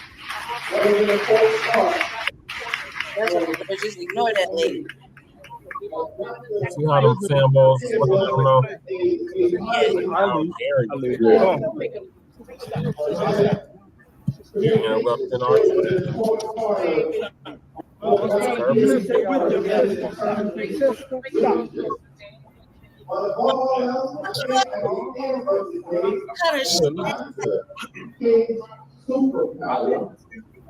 was the fact that he was a mighty man of God. Now, with that motherfucker saying that, you are disrespecting Dr. King's memory, because Dr. That King part right there, family. Check this out. Now, I want to ask y'all a question. I hate to be that guy. I really hate to, but I have to. Check this out. Check this out right here. As they escort our brother out, look at that guy right there. You think he want reparations? Fuck that. Do you think he want reparations? I'm sorry. If that's somebody's grandpa, great grandpa. Okay, cool. But do you think that man want reparations? Do you think he give a damn about coming to get your check? Do you think that he cares about what we're trying to accomplish in the Black grassroots for our future? Do you think he cares about our babies? Or is he just there to pull that lever for the Democratic Party blindly? Let's go. The guy right there behind him. This guy, Jesse Jackson the Fifth. Look at him. Do you think he want reparations? Do you think he's really here to get reparations for the future? They sold out the future a long time ago. We have to understand. Those people right there, they sold out the Black future 30 years ago. 30 years ago. Anybody who's in their 30s like me, we know that they sold us out before we got here. And they sold us out for some butter biscuits. And they sold us out for Martin Luther King had a dream. And they sold us out so they can go up in Master's house and prepare some milk and honey and get nothing. These are the type of people. And it's time we call them out. Because if we do not get them out the way, they're going to do to us the same way that they did to our children and their children's children. And the time is over. And we don't have that time. Because when they were selling us out in the 80s, there were a billion different immigrant groups coming here to replace us. This is a different time. When it was white Americans, Black Americans, and they were selling us out, we had some time, okay, to correct that. Now, when you're dealing with, we're the 3rd, 4th, 5th minority group, like Dr. Claude Anderson says, how much time do we have to wait for this guy to wake up? Family, if you ain't woke up and you 730 years old, you gonna go to sleep before you ever wake back up. And you know what people are talking about. No, he's it's right time about to remove that, that because type of I'm energy from our 650 community. years There's old, old brothers and that and man sisters is who are absolutely certified. right. But there's also old brothers and sisters who are counterfeit. And there's always been a war between the counterfeits and the certifieds. And right now, the certifieds are winning. So that counterfeit energy has to go. And that's what that person has. That's what he's got. Point blank, period. Watch as our brother leaves. Do you see anybody standing up and saying, let that brother talk? The lady said it kind of, well, no, just let him talk later. You know, ain't no later. How much longer are we going to sit back and wait? We ain't got to. You should have been really disrupted right there on the way out. And notice, I look around for the police and be like, still it ain't none. Talking about Dr. Martin Luther King Jr. had a dream. He's still talking about a speech that Martin Luther King Jr. gave in the 1960s. But yet he ain't talking about nothing. I said this a long time ago. You go to them civil rights era folks, the ones who sold out, you say, what about Trayvon Martin? They say, I was on Edmund Pettus Bridge. What about Sandra Bland? I was on Edmund Pettus Bridge. What about Atiana Jefferson? I was on Edmund Pettus Bridge. Jordan Davis, Londo Castillo, Alta Sterling, Corinne Gaines. Where we want to go with this? In South Carolina, at those same churches where 9 brothers and sisters were harmed by Dylan Roof because somebody like the people in that audience let him walk in the door and thought they was a friend. And Joe Biden goes there and starts talking about what he gonna do for the Palestinians on our day. Yep. They were talking about Edmund Pettus Bridge, while we in this generation have been losing our mothers, our fathers, our grandparents, losing our kids, losing our aunts, losing our uncles, and they talking about the 1960s. The time is over. The time is now. This is the certified foundational Black American Freedman generation, and it should have been this way for a long time ago, but we ain't waiting for that. We are in the building right here today. So with that said, family, in the building, I told y'all we got some guests. And I told y'all that the foundational Black American Freedman was going to stand on business. I told y'all we was going to regulate. I've been saying that we raise. Okay, now how far do you want me to go? Because I don't want to listen to none of that shit. Right here? 30. Yeah, 34. Well, first, everything that this young man is stating is 100% facts. Okay, now, in 1992, when Los Angeles presented the worst riot in U.S. urban history, we were still saying the same message. You know, them goddamn cops had got off of beating that man damn near to death. They send these black-ass politicians out here to pacify you. They send these ass-scratching house Negroes like Barack Obama to pacify you. They come sitting up here coming to you with this alphabetized agenda to pacify you and sit there and want us to believe that a damn man can menstruate out the crack of his ass. Then they want us to sit up there and tell us that we are wrong is because we want the damn reparations because we built this goddamn country and made it the economical powerhouse that it is. Then they want us to sit up here and to be silent and to scratch ass while our native continent is being exploited by the Belgians, the Germans, the French. Now the Chinese are there. And then we got to reestablish the link of Pan-Africanism. East Indians were there too. The East Indians were where? Our continent. Oh, you talking about the East Indians were in Africa? Yep. Okay, all right, okay, you kind of lost me there. Okay, how were the East Indians in Africa? Now, I do know is that the British did colonize India, and they did take some of the Indians from India, like they did Gandhi, to Azania, okay? And then when Gandhi started his thing, okay, and then when Gandhi started his things, he says, you know, it wasn't even meant for the Kafirs, just for the Indians.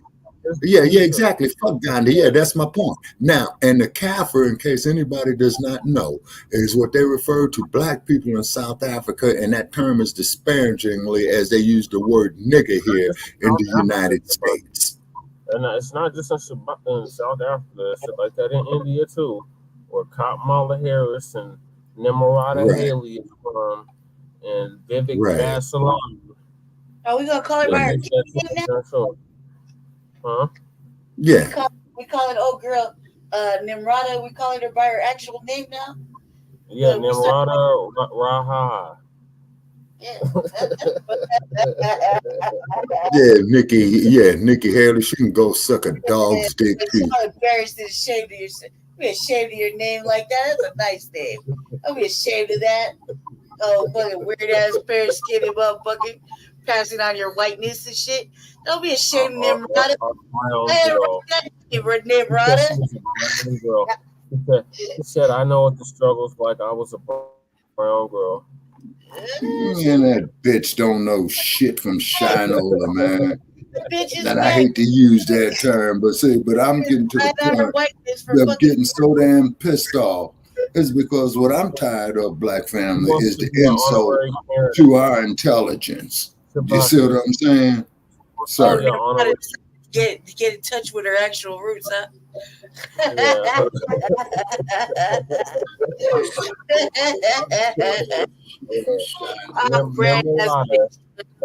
child of Nimrod. For those that didn't know, that means child of Nimrod. So she's God in India. What's the etymology of the word? Was it Babylon? Nimrod was the god in Babylon. Yeah, so she's a child of him. She goes by Nikki. because she wants to be an honorary Boyd, an honorary Karen. But her real name. She's been gliding on that shit for decades. She's been in the office gliding on that shit for decades, riding that whiteness out to the no limits. Oh, Top Ramen got up there and said her name out loud, and the look on her face was. The governor of South Carolina about 15 years ago, Shabaki. Hey man, her name. And then also to our listeners out there, please share this live stream that we're doing right now. Shabaki, the dump is in human shit, and we want to make that perfect. And we want to make that perfectly clear. Picked her up and made her the ambassador of the UN. And he still didn't say her name then. It wasn't until Top Ramen said her name and that RNC and the look on her face was motherfucking serious. I was like, hey man, you been sitting on Nimrata this whole time? Like, what's wrong with you? You need to be rocking that name. That's a much beautiful name, man. Nimrata. Oh, Nimrata. What's wrong with you? You're gonna skip on that and go for Nikki. Who turns down Nimrata? I would like to be called Nimrata. Not Nikki. Little motherfucking cat is just grazing on her fair skin fucking richness. You know what I mean? Okay, cool. If it wasn't for old Top Ramen, I didn't even know she had another name. If it wasn't for Top Ramen over there fucking spewing it out like the Holy Gospel, he let that secret out the bag. I was like, what? Nimrata been gliding on her whiteness. Gliding on her whiteness. I didn't even know she had another name until fucking Top Ramen beans. How long was she in the office? I didn't even know. She'd been in there for a minute, fucking around in different positions. Come on now. Yeah. Consider it shit. Come on. I didn't even know she had another name. Nimrata, stop. Don't be ashamed. That's a pretty name, Nimrata. Jesus, how you gonna be ashamed of you're ashamed of what your mother and father called Nimrata. They're gonna vote for Nimrata. They'll vote for Nikki, but they're not gonna vote for Nimrata. Damn right, I'm not gonna vote for Nimrata. That sounds dangerous and corrupt. A child of Nimrod, I don't know, whatever else the bullshit. Of course, you're named after a god. Is it that kind of customary? Like, oh, this bitch is just. I'm just gonna forget about where I come from. We see this bullshit is ridiculous, Black family, and also too, we live here on Facebook as well too, is because this shit is pissing me off so bad is that they insulting our intelligence. You see what I'm saying? And and what it is, Black family, on a collective basis, we don't know how to respond. I hate to say, the way how we respond is building up our own communities. The way that we respond is building up Black business and hiring Black folks first. The way how that we respond is that we got to have our political power together with a Black first agenda. And the only person who I'm voting for president of the United States is Jesse Paris. I'm not voting on none of that other bullshit. You see what I'm saying? Is because this old senile bastard that you see right there in the middle of the screen right there, he's senile. Oh man, the fact that this happened. That motherfucker is senile. I need you to start it with a timestamp is though. I did. I started right here exactly where I was going to start. That's 54. We need 34. For what? I don't want to hear nobody talk. I don't want to hear none of these people talk. I already heard him talk. I don't want to hear the guest talk. I don't want to hear what he's talking about. I don't know. And then the sad part about it is, is that this dude, man, is just sitting up there rambling, some prepackaged bullshit. I don't know who's that. That's not something we listen to. Cheering is a one thing. Some other broad at the fucking the FBA thing at the protest is another situation. 46. Which is one of the videos, and we held it down for sure. Definitely. No, sister, wasn't that what? Jesus Christ, that's where it was. No, you're at 54. Well, yeah, you gotta open it up, cuz. They gotta open it up. I don't know what's happening. They gotta let them introduce it. Jesus. Down. I was glad I was able to capture this right here. Soon as we get kicked out, by the way, we get kicked out or disinvited or whatever the hell they said.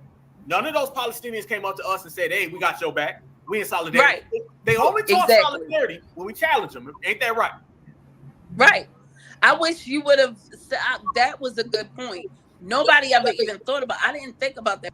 On lineage, speaking on reparations, the Palestinians been out there waving flags, showing those signs. The cops didn't say anything. It's when we switch from the inside to the outside as they escort us out. This is immediately after we're leaving. You're seeing that type of police presence and build up. This is immediately when we walked out. Now, when we walk out, the Palestinians been out there. None of them cops were there. The Palestinians been out there waving flags, showing those signs. The cops didn't say anything.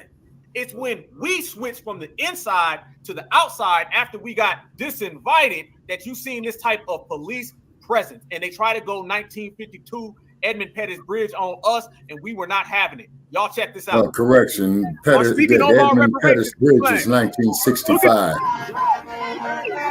Look at this right here. Palestinians, family, are speaking over our reparations claim. Look at this right now. Next time they try to tell you about solidarity, next time they try to tell you we got a friend and a buddy, brothers and sisters are standing on lineage, speaking on reparations, coming forward, speaking that real. And Palestinians are out here trying to out-drown us. Look at this. And nobody came to get them out. Nobody. Nobody said nothing. No. When it comes to us, look at that. Yeah, we're on the United States soil. We're not anywhere across broad talking shit. We're over here. They had a Palestinian flag and South African. Yeah, look, that's what I was talking about on a day, on Murray Day or MLK Day. That's what I was talking about. Oh man, I gotta play the video. This is what we're talking about. This is why it's a new time. No tangibles, no vote. If you ain't Freedman first, and you ain't the flag of South Africa right there. It's all about ours. Or Zambia. That's the Palestinian flag. You cannot have my ancestors' day.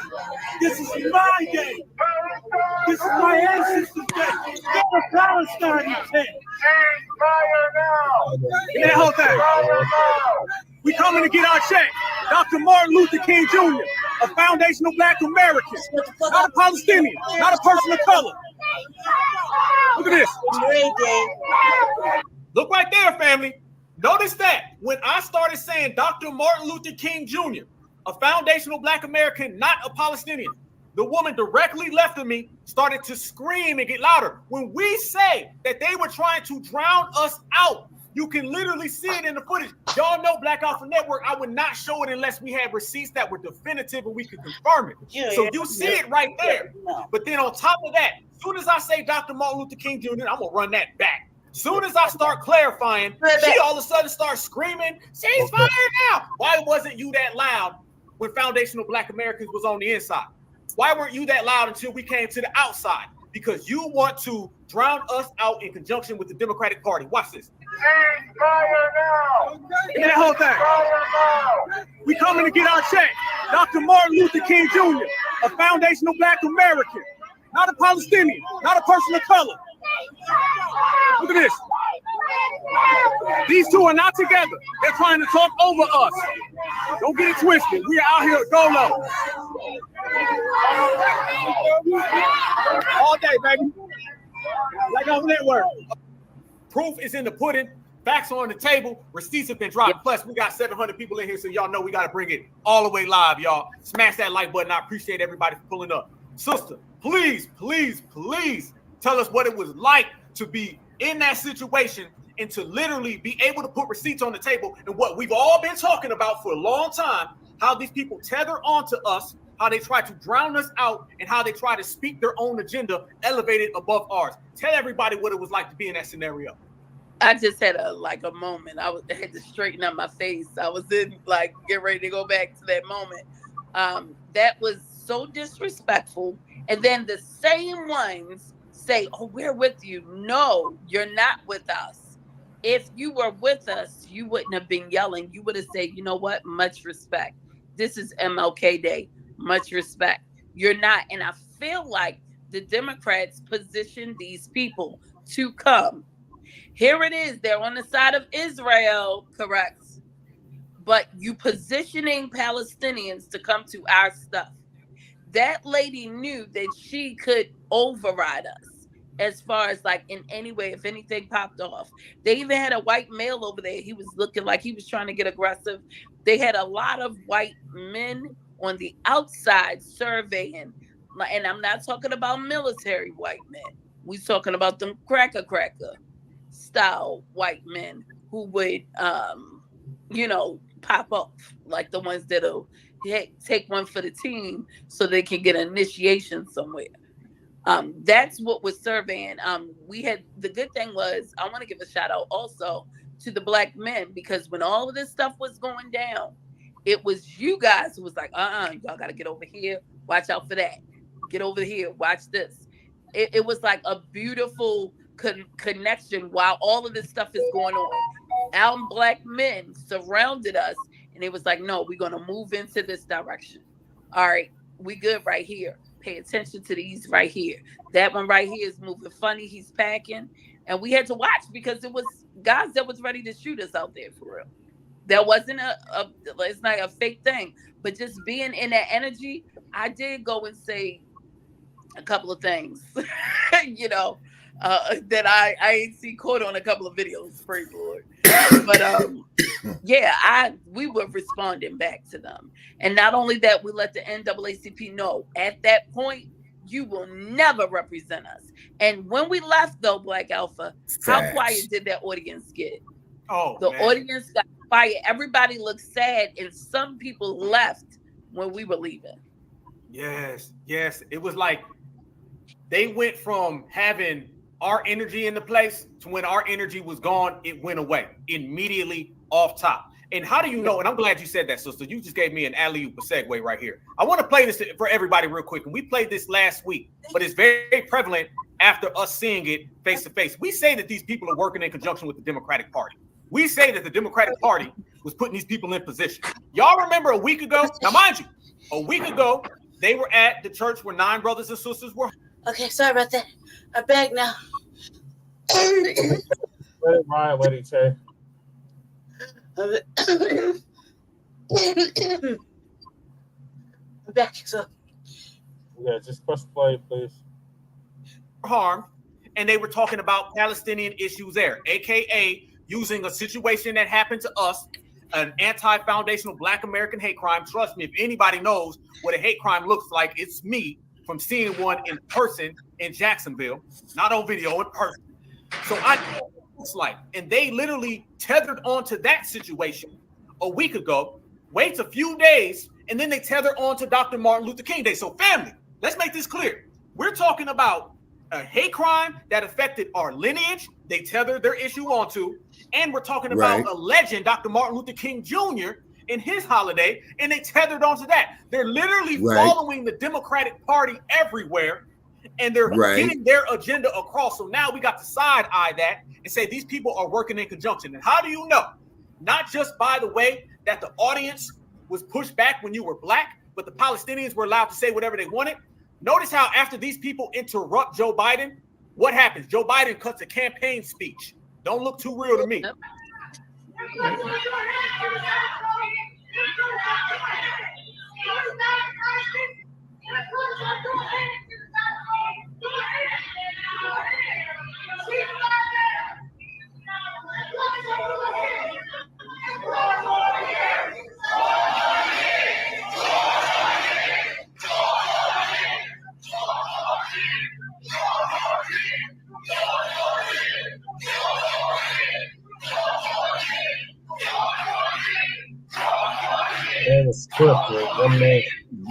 This is pitiful.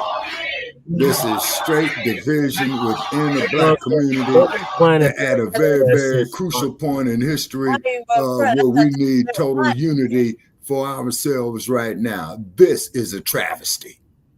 Yep, I thought this was made up. If I was watching it live, as it happened, you could convince me. I was watching it live, and I was waiting for him to get to the motherfucking to the actual reason he was there, and that happened. Then it was like 4 more years.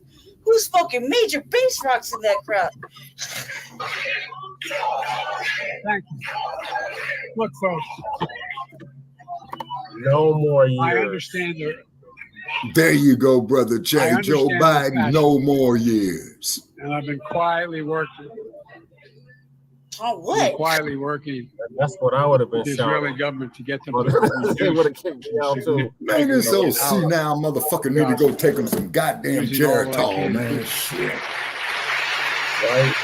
Stop. What does that have to do with us? Crack rocks. What does that have to do with us? That ain't got nothing to do with us. And he cuts a whole campaign speech to the protesters. It's funny though, when we protested or just spoke our voices, nobody said, I acknowledge system. People, right you there. had all supremacy. Everyone else is an enemy. This He would address really. See him. He said, now you tell us where you at. This is what we do. So if you just got here, I want to see what city, what town, what state. This is the time. This is the most significant era ever. It's time for us to rep. This is protest. No, that's not. Reparations. No. Read the whole thing. Okay, sure. Let me give you a word. Are we lying? I don't know if you're lying or not for the protest. I promise you I'm not. This is reparations. We're saying, where you from? Far from here, but it don't matter. It don't matter. What I'm saying is, But I'm saying, no, you but you said it before. everybody got money. We're saying we want it too. That's what we're saying. How are you saying? We're saying trillions for illegal immigrants, Ukraine and Israel, but zero for reparations. That's a true statement. And you said no signs before you even saw the sign. You didn't see the sign. You said no signs before you saw it now. No, you just said that. I'm listening.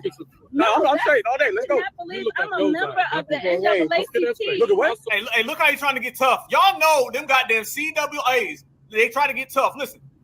And we had, but zero for reparations. That's a true statement. And you said no signs before you even saw the sign. You didn't see the sign. You said no signs before you saw it now. No, you just said that. I'm listening. No, I'm straight all day. Let's go. I'm a member of the NAACP. Look at what? And we had. But he had the signs all the way. They were stacked on each other. You saw a sign through the sign. You got X-ray vision. Are y'all getting this? The NAACP has said that at a Democratic event, we cannot post posters about reparations. Talking about reparations when they said that our people are facing. Hey, that's he's making a statement. They're reading it wrong. He made that looks like a statement. Like, so you like he should have said, so you go give, as that should start out with some sort of intro. It said trillions for them and zero for reparations. He's making a statement, but they're looking at it as something else. That's that he's making an actual statement right there. He should just open it up with like, so the government go give. That's how it should have opened up. That way they wouldn't have been lost in the game right there, because it looked like they was majorly lost. Let me just see. Let me just make sure I'm right. Because that's why if you see any of the other videos just floating around, I'm like, okay, so exactly what is it that you want us to do? Because we're not disruptive. We're not going to do this, that, and the other. We wouldn't have been effective on the outside. But we were after they put us out, because everyone turned their backs against the front and they looked at us when they escorted us out. But going back to that first guy, we ended up he ended up saying, all right, y'all just got to be quiet. You can't come in here being disruptive, because you being disruptive. He thought by telling me I was being disruptive, I was going to go off on him. I was like, no, we're good, sir. But isn't that the point of the NAACP? Isn't that the point, though? Yeah. Okay, Lady Che, the minister told us back in 1964, they send these house niggas down here to pacify you. They put dope in the community to pacify you. They bring prostitution down here to pacify you. Then you get these brain dead ass, jackleg ass motherfuckers out here today to pacify you. And then up on my damn Facebook wall, Brother Che. Hold on, Lady Che. I got to say this here, new development, not getting off topic. Brother Chat, I recently tagged you in a video, man, within the last 15 minutes, and it's about this black ass motherfucker going out there, man, talking about a gay survey, asking this brother, does he suck dicks and does he think the crack of his nasty, funky ass is a woman's womb? Very, very disgusting. Okay, so you see, black family, what it is they don't want us to mention reparations. Yeah. Check my wall on it, lady. Check. Yeah, check my wall on it today. Okay, and I shared it. You know, which is very disgusting. A black man is going out here to another black man talking about taking his gay survey, asking this black man if he's a homosexual. The black man says, yeah. Ask the black man, does he suck dicks? He says, yeah. I mean, it was disgusting, and that there offends, in my opinion, a whole lot of black women. Yeah, say just like these brain dead ass pulpit pimps up here with their bullshit. Oh, elect hiding Biden. You know what I'm saying? Elect hiding Biden. You know what I'm saying? He ain't doing a goddamn thing for us. The son of a bitch who was the one who put that damn federal crime bill in there, giving black people up to 30 years in prison on some bullshit. Okay, then, and the sad part is, which is the most insulting part, is that this bastard is up there in that church where that racist ass, sorry ass, faggot ass motherfucking Dylan Roof is gonna go in there and kill 9 of our people. You just supposed to be there, y'all Sebastian, you yeah, we got plenty of nothing and nothing plenty is for us. Bullshit is what I say. Yep. Yeah. Jesse, what would you say? Real quick, I'm about to go back into it. Okay, did I get the news on? I can't see. Jesse.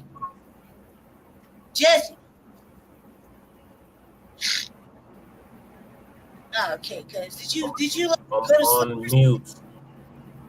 All right, cool. What was your thoughts, Professor, about the video game? No, I didn't go. Sound like it. But the video player. All right, man. You better answer quickly, cause I'll end the shit.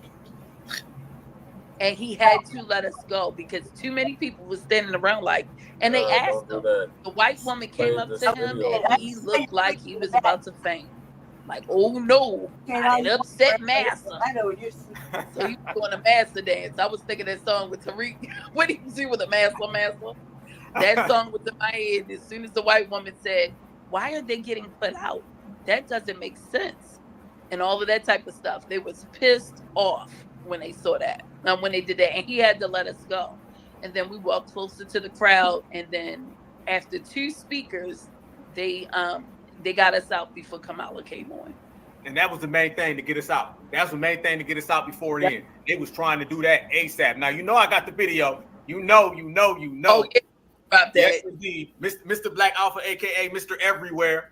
Okay, here we go. I'm going to show y'all. This is right here when as soon as we got there, how he started trying to press us. Watch how we press back. The problem is, y'all, they think they dealing with the African-American.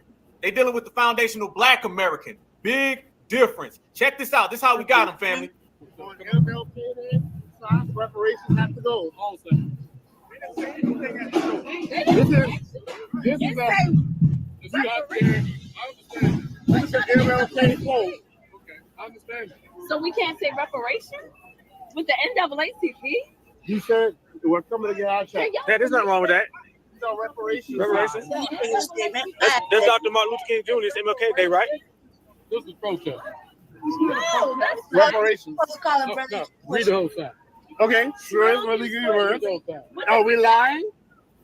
I don't know if you're lying or not for the protest. I promise you I'm not. Oh my God. This is reparations. We're saying, where you from? Far from here, but it don't matter. It don't matter. What I'm saying is, it do matter. But I'm saying, no, you but you said it before. Everybody got money. We're saying we want it too. That's what we're saying. How are you saying? We're saying trillions for illegal immigrants. Ukraine and Israel, but zero for reparations. That's a true statement. And you said no signs before you even saw the sign. You didn't see the sign. You said no signs before you saw it. Now. No, you just said that. I'm listening. No, I'm straight all day. Let's go.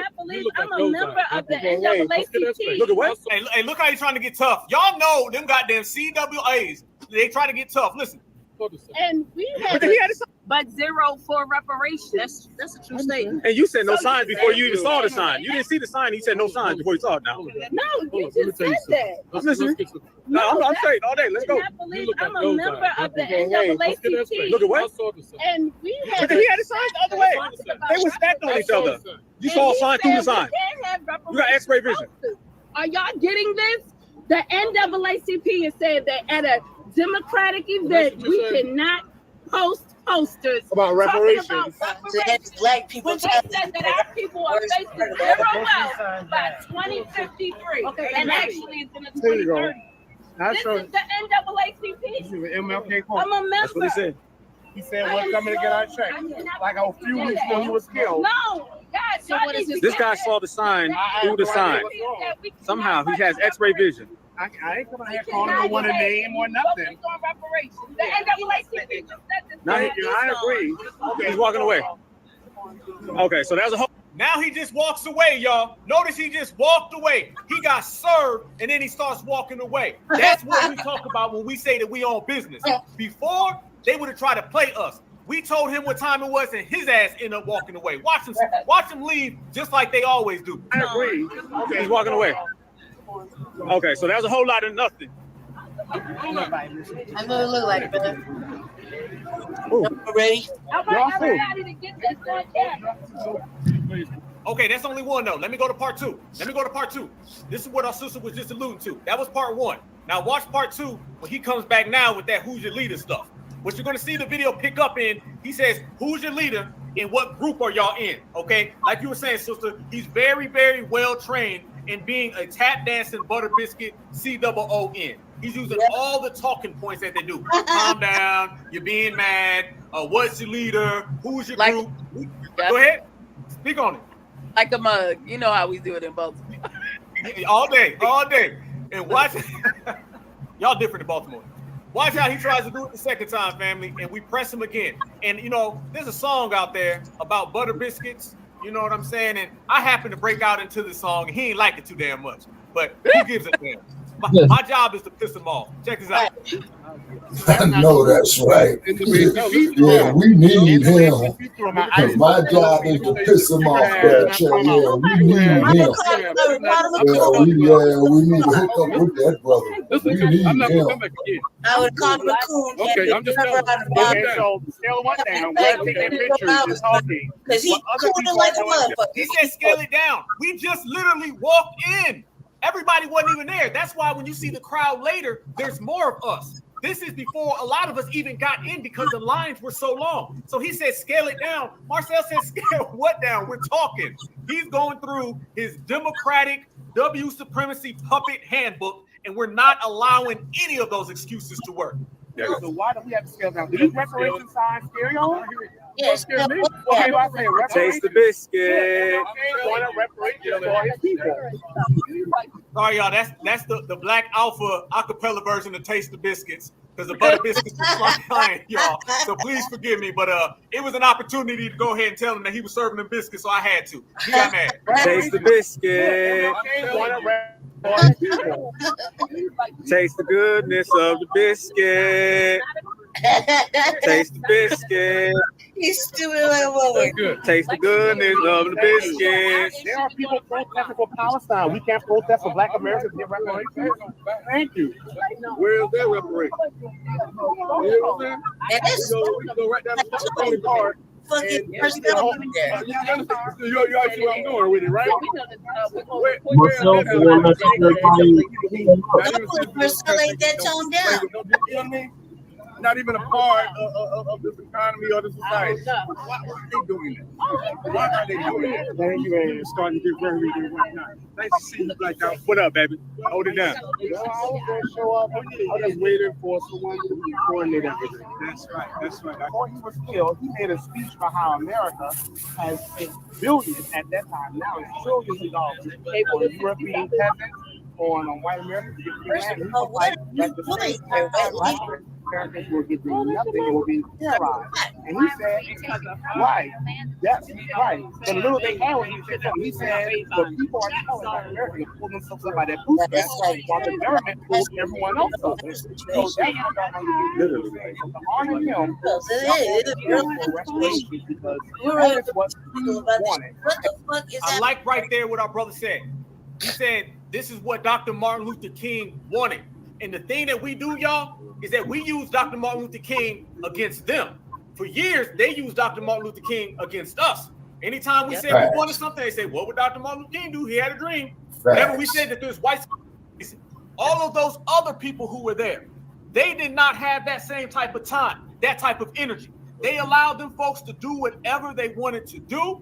But when it came to us, this is the type of treatment that we received, family. They gave us that type of energy. They're literally behind us with weaponry. They literally pulled out a fire truck. They were literally threatening us just for holding up signs. This is why we have to stay true to ourselves. This is the type of issues that we're dealing with. This is the type of adversary that faces us. And this is why this is foundational Black American, Black grassroots, the regulating era. Only G-checking and regulating is going to handle something like that. Yep. Only G-checking and regulating is going to be able to fend off something like that. So if somebody's coming with some can't we all get along energy, they going to lose. If somebody's coming with some all life matter energy, they going to lose. If somebody... And it's just very, very interesting is that when we get on key points here at Frontline Black News, all of a sudden our signal gets jammed. Okay, so we took goals to prove the censorship. What happened, Jesse?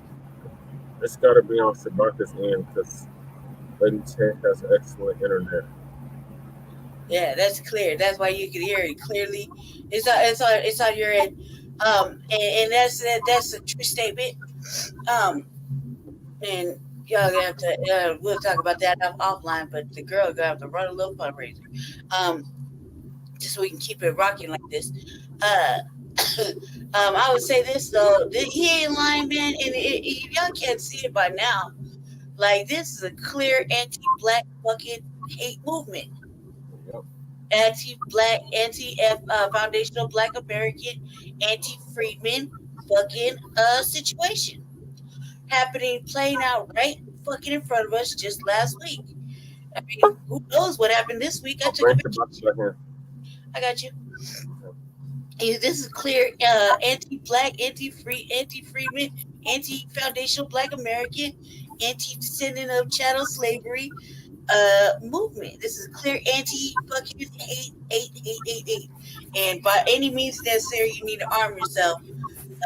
Foundational Black Americans are in the vicinity. That's how they treat it as usual. Business as usual. This is nothing new. It's just like I'm like, I don't understand how anybody could be sitting in Black church knowing this is really happening. Well, you see, Lady Che, if I may say so. Are you at the 1:30 mark? What, Jesse? Or what? 1 hour and 30 minutes. That's where I need to go? On this video? Yeah. All right, go. That's the time. That's the timestamp. 1 hour and 30 minutes. Okay, go ahead. Am I noticing it? Yeah, that's where I stopped it at. I stopped it to play this next little section. Go ahead, Shabaka, what were you saying? Okay, you see, it's very, very interesting. It's like I said, you know, when I make my statements, I'm talking about shit that I've lived through. I'm not talking about nothing that I read. Okay, but it is quite evident, as the brother was saying on this presentation right here, what is it, Black Alpha Network, is that they are going through a huge point, to stamp out reparations. And then the cold part about it is they're going to sit up there and say that they can't carry certain signs. They're going to sit up there and say that they can't say certain things. I thought you had what they call the First Amendment right of free speech in this country.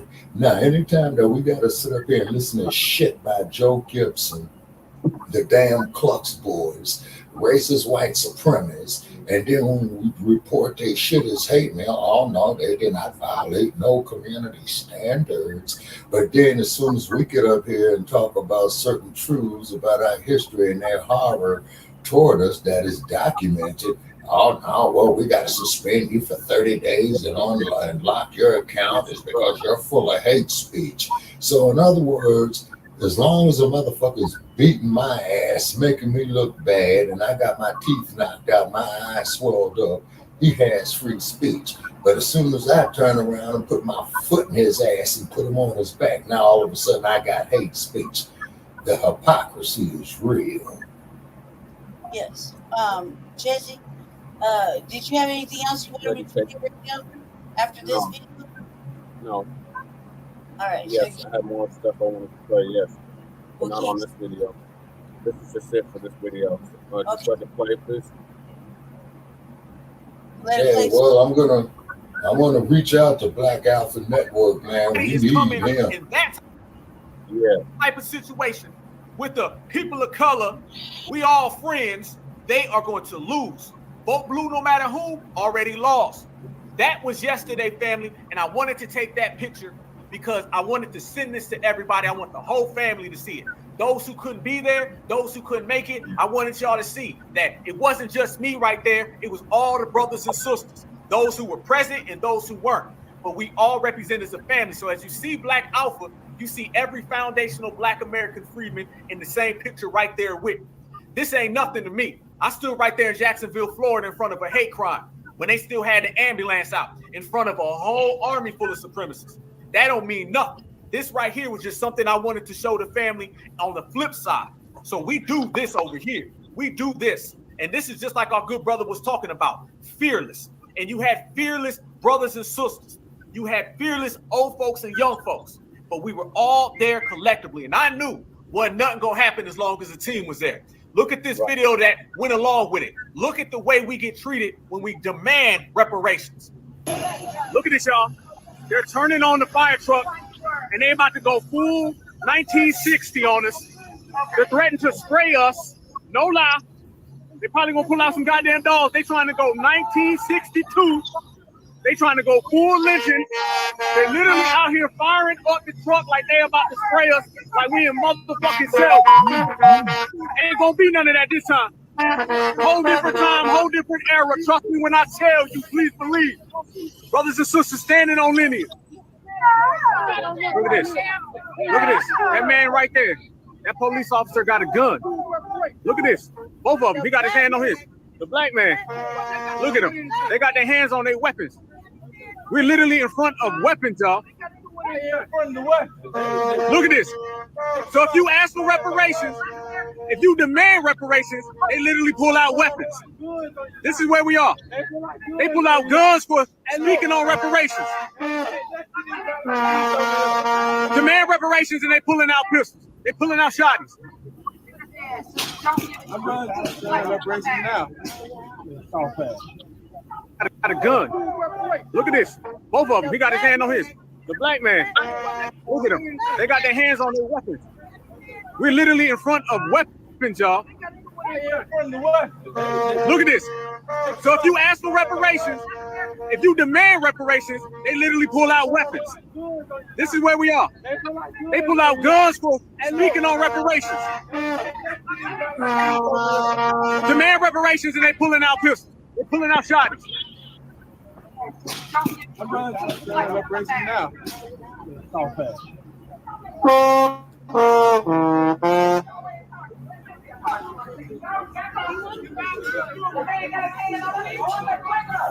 playing. It's so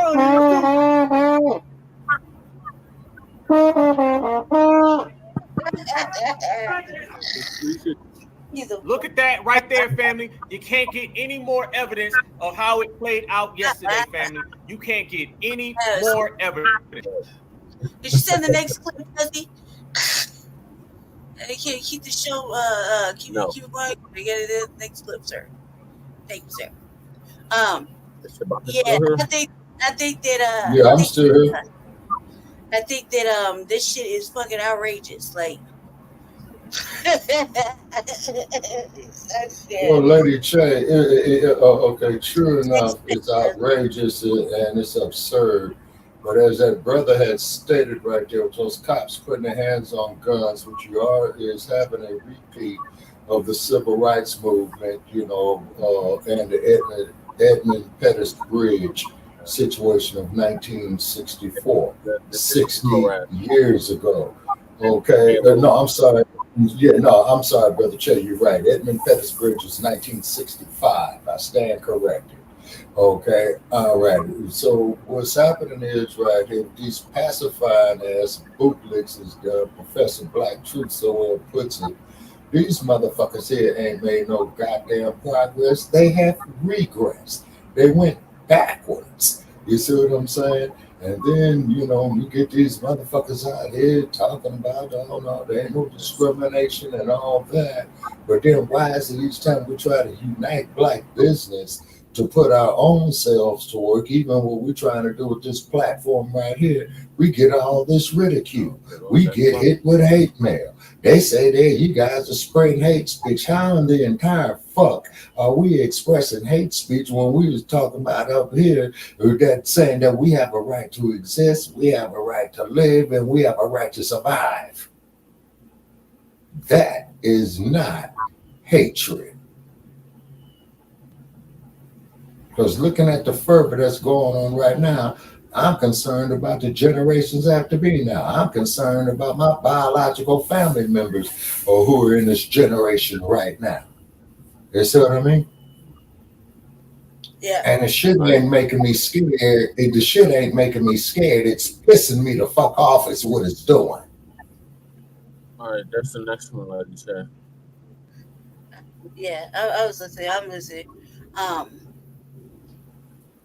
I was at on the Facebook side looking at shit, and that shit was mad disturbing.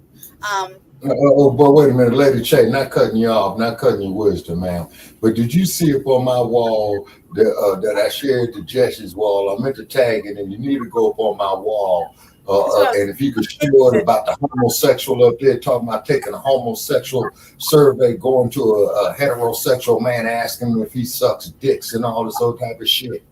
I was heading there until I got caught up on my first page, on our actual personal page, with a personal friend, you know, whatever the personal friend is going through, and she came through on the you know, on their what is that status, you know, like when they're just venting, whatever. And so I was like looking at that, trying to figure it out, you know. So we can't talk about it online right now, but we are, you know, we know about. Okay. Yeah, but I was just hoping that you and Brother Che got to see up there on my wall about that fool going out there taking that gay survey up there insulting that man who was obviously heterosexual, you know, that kind of shit. Let's get to that right now. As I was about to look into while you're talking, so I got sidetracked with that. Lisa Cabrera. Yeah, I'm gonna let this play while I go over there and peruse what you're talking about on the backside. We'll let this All play. right. Just open this up, Jesse. Yes, let it play. Oh, Did you open it up? So, yeah, if y'all don't have nothing else to say about the other clip. No. But do you want to open this one up so we know where this goes into your timeline on the show? Yeah, but I wanted to hear your commentary on the last thing. Oh, well, shit, I represent my statements. Okay, that's about the rhetoric, man. This is like, doesn't matter what you do.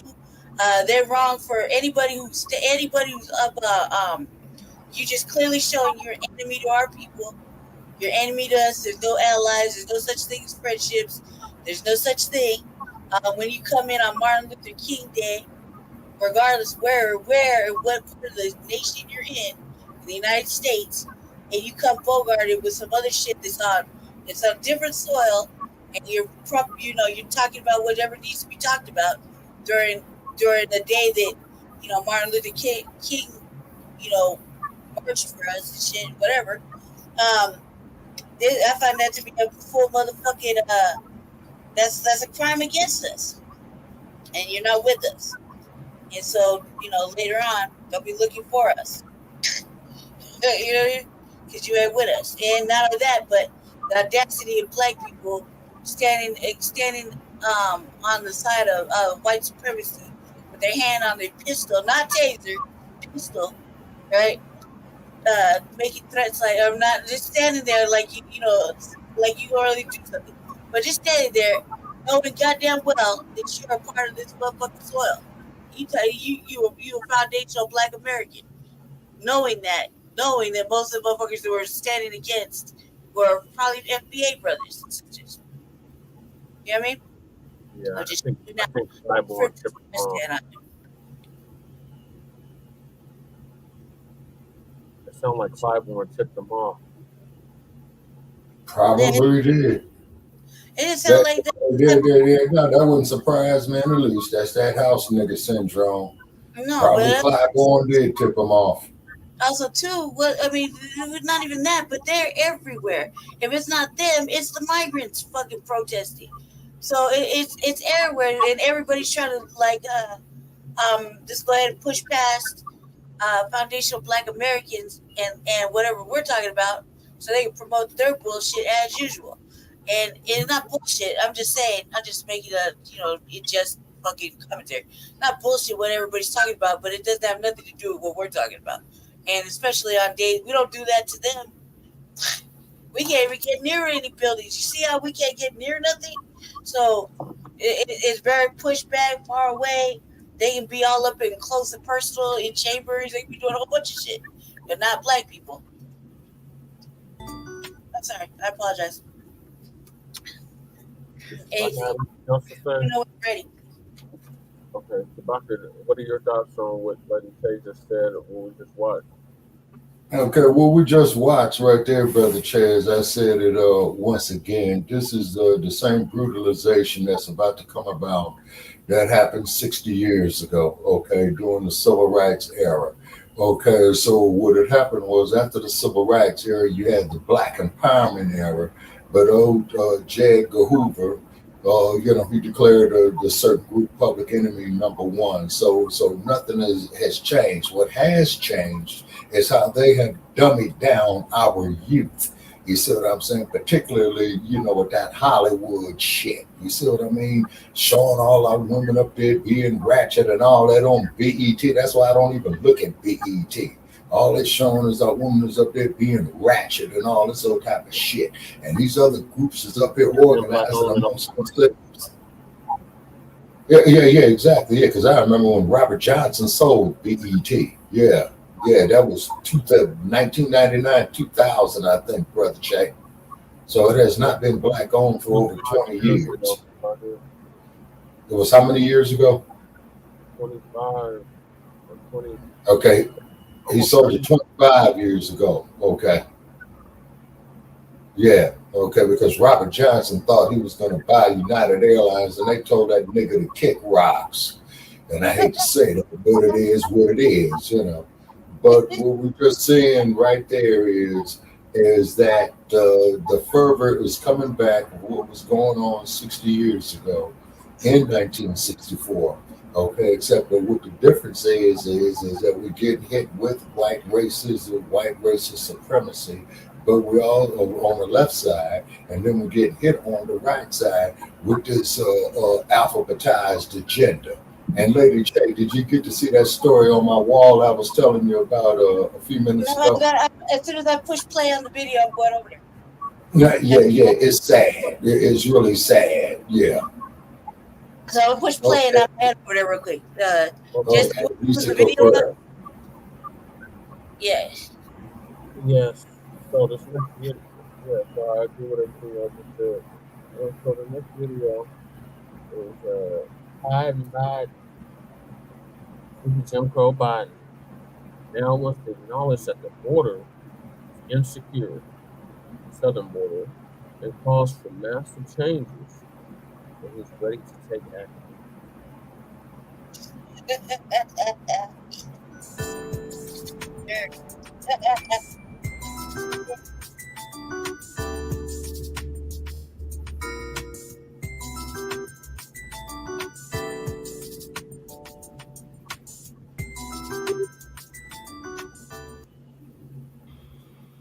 Ladies and gentlemen, you know, Joe Biden, this dude is really ready for the nursing home for real. Biden finally admits the border isn't secure, believes massive changes needed. I'm ready to act. Okay, so you're going to sit there for nearly your whole first term of your presidency. These people have been piling in like roaches the entire time. And now that this is the election year, he's ready to act. He's ready to do something about the border. Wow. Tell us something we don't know, Joe. President Biden told reporters on Friday that the U.S.-Mexico border is not secure, contradicting Homeland Security Secretary Alejandro Mayorkas after endorsing massive changes in immigration policy. No, it's not, Biden said when he was asked whether the frontier was secure following remarks to a bipartisan group of mayors in Washington, D.C., and they were in the White House East Room. During his speech, the 81-year-old Biden said he hoped for the Senate negotiators to announce a compromise next week on border policy as part of a broader 106 billion supplemental spending request that would also finance military aid for Ukraine, Israel, and Taiwan. So now they're financing Taiwan. Unbelievable. I believe we need significant policy change for the border, including changes in our asylum system to ensure that we have the authority we need to control the border. I am ready to act, the president said. All of this complaining from citizens went ignored. So I guess we had to wait for his lethargic behind to get ready. Now the questions for the House Speaker, Mike Johnson, and the House Republicans. Are they ready to act? Biden added. They have to choose whether they want to solve a problem or keep weaponizing the issue to score political points against the president. I'm ready to solve the problem. I really am, he added. Massive changes, and I mean it sincerely. Yeah, well, both sides have not been trying real hard. Don't we know the Democrats haven't done squat, but don't believe one moment these Republicans are working hard. All they're doing is saber rattling. They're not really putting their foot down about this whole thing. Just take notice of that. It's unclear what asylum policy changes could be, good for all three of the White House, Senate, Democrats, and House of Representatives. So current administration policy allow nearly all migrants who are illegal to cross the border and enter the U.S. to an awaited backlog of asylum proceedings, entitling them to work permits after an initial waiting period. Soon after taking office in 2021, Biden ended former President Donald Trump's Remain in Mexico policy, which required most asylum seekers to await their case rulings while remaining south of the border. Mayorkas, whose Department of Security administrators border policy outraged Republicans in the spring of last year by repeating claims the border is secure, as record numbers came across illegally. And they still are. They still are. There are constantly large caravans coming across the border. As soon as one makes it across, there's another one behind them, and then there's a new one forming behind them. Okay. So, despite apparently disavowing Mayorka's claim, Biden defended his DHS chief when, they were inquiring about House Republicans' efforts to impeach and remove him, telling reporters Friday that, I don't get it. Biden expressed willingness to get tough on illegal immigration, as polls show a dismal approval rating for his handling of the migrant crisis after December saw an all-time high illegal crossings, capping a record-breaking calendar year. So that's it, y'all. He's concerned about what may happen to him politically if he don't do anything about the border.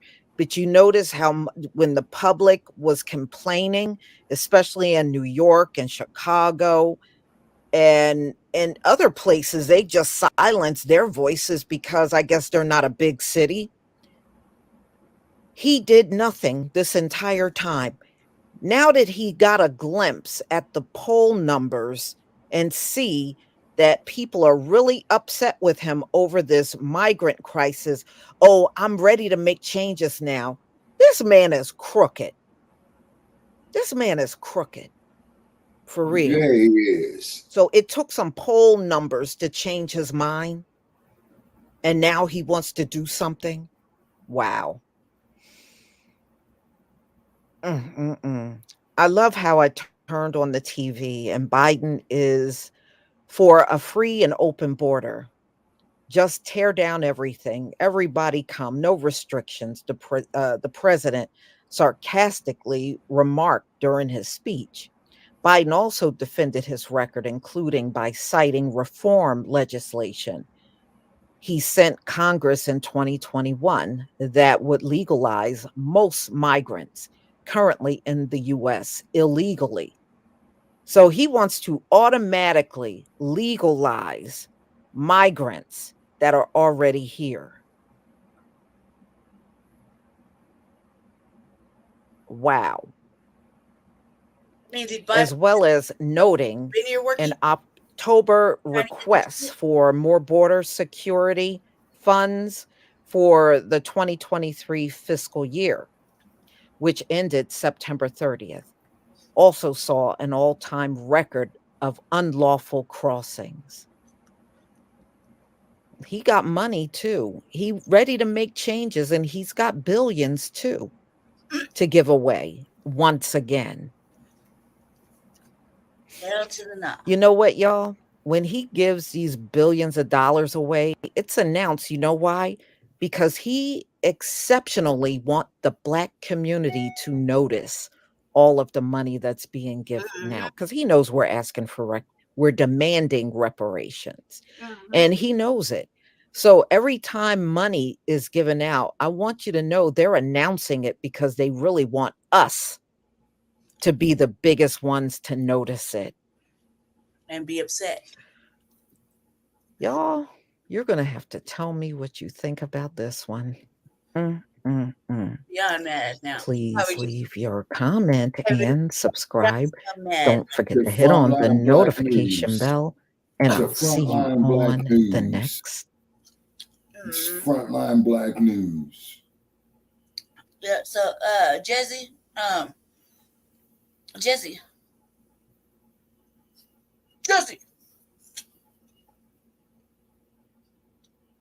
Yes, Lady J. Clip, cuz. You still see the Cuz. Can I get a clip so I can load it up? I move faster than you.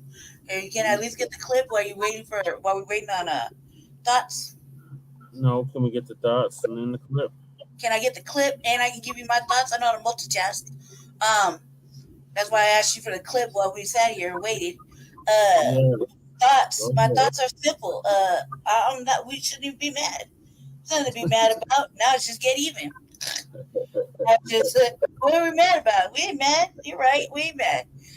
Go ahead and keep giving this money away. You're gonna need us before we really need you. Okay, Lady Chair, I think what they did was they tore that article story down that I was telling you about up there. Yeah, you know what I'm saying? Yeah, and that shit was redundant. Hopefully somebody reported the motherfucker and they took that bullshit off. You know what I'm saying? I wouldn't have a problem with it, but it was just downright absolutely disgusting. How in the hell is a grown-ass man gonna go up there to another grown-ass man asking if he sucks dicks? I mean, I was on the right. It's the one. I was on the right page. The actual Corey page, right?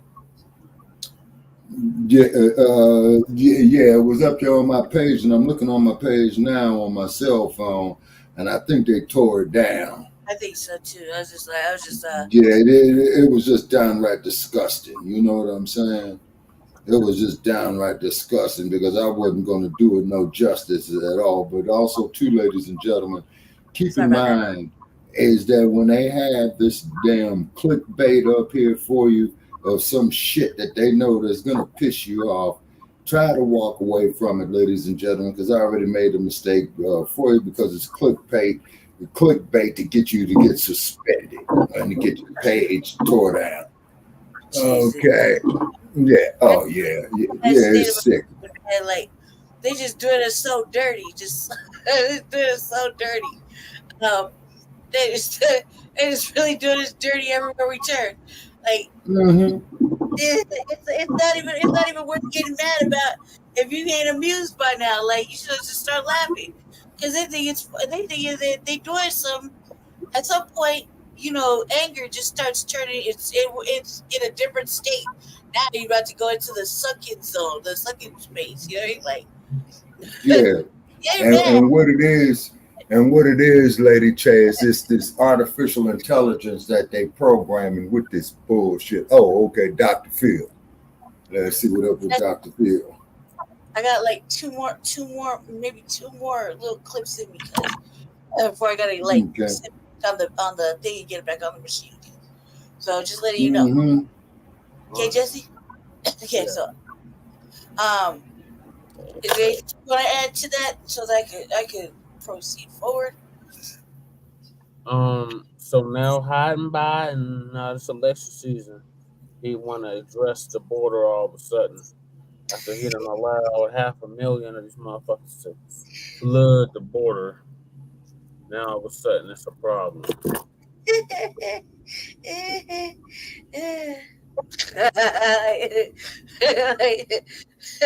Man, like where the fuck? Like they just showed up. You keep that in mind.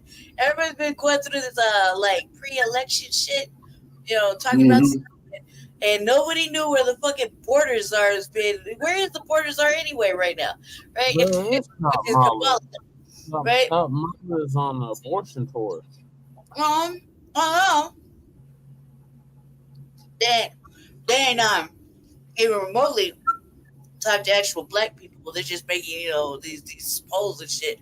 And they're upset that black men don't want to vote for the Democrats and whatnot.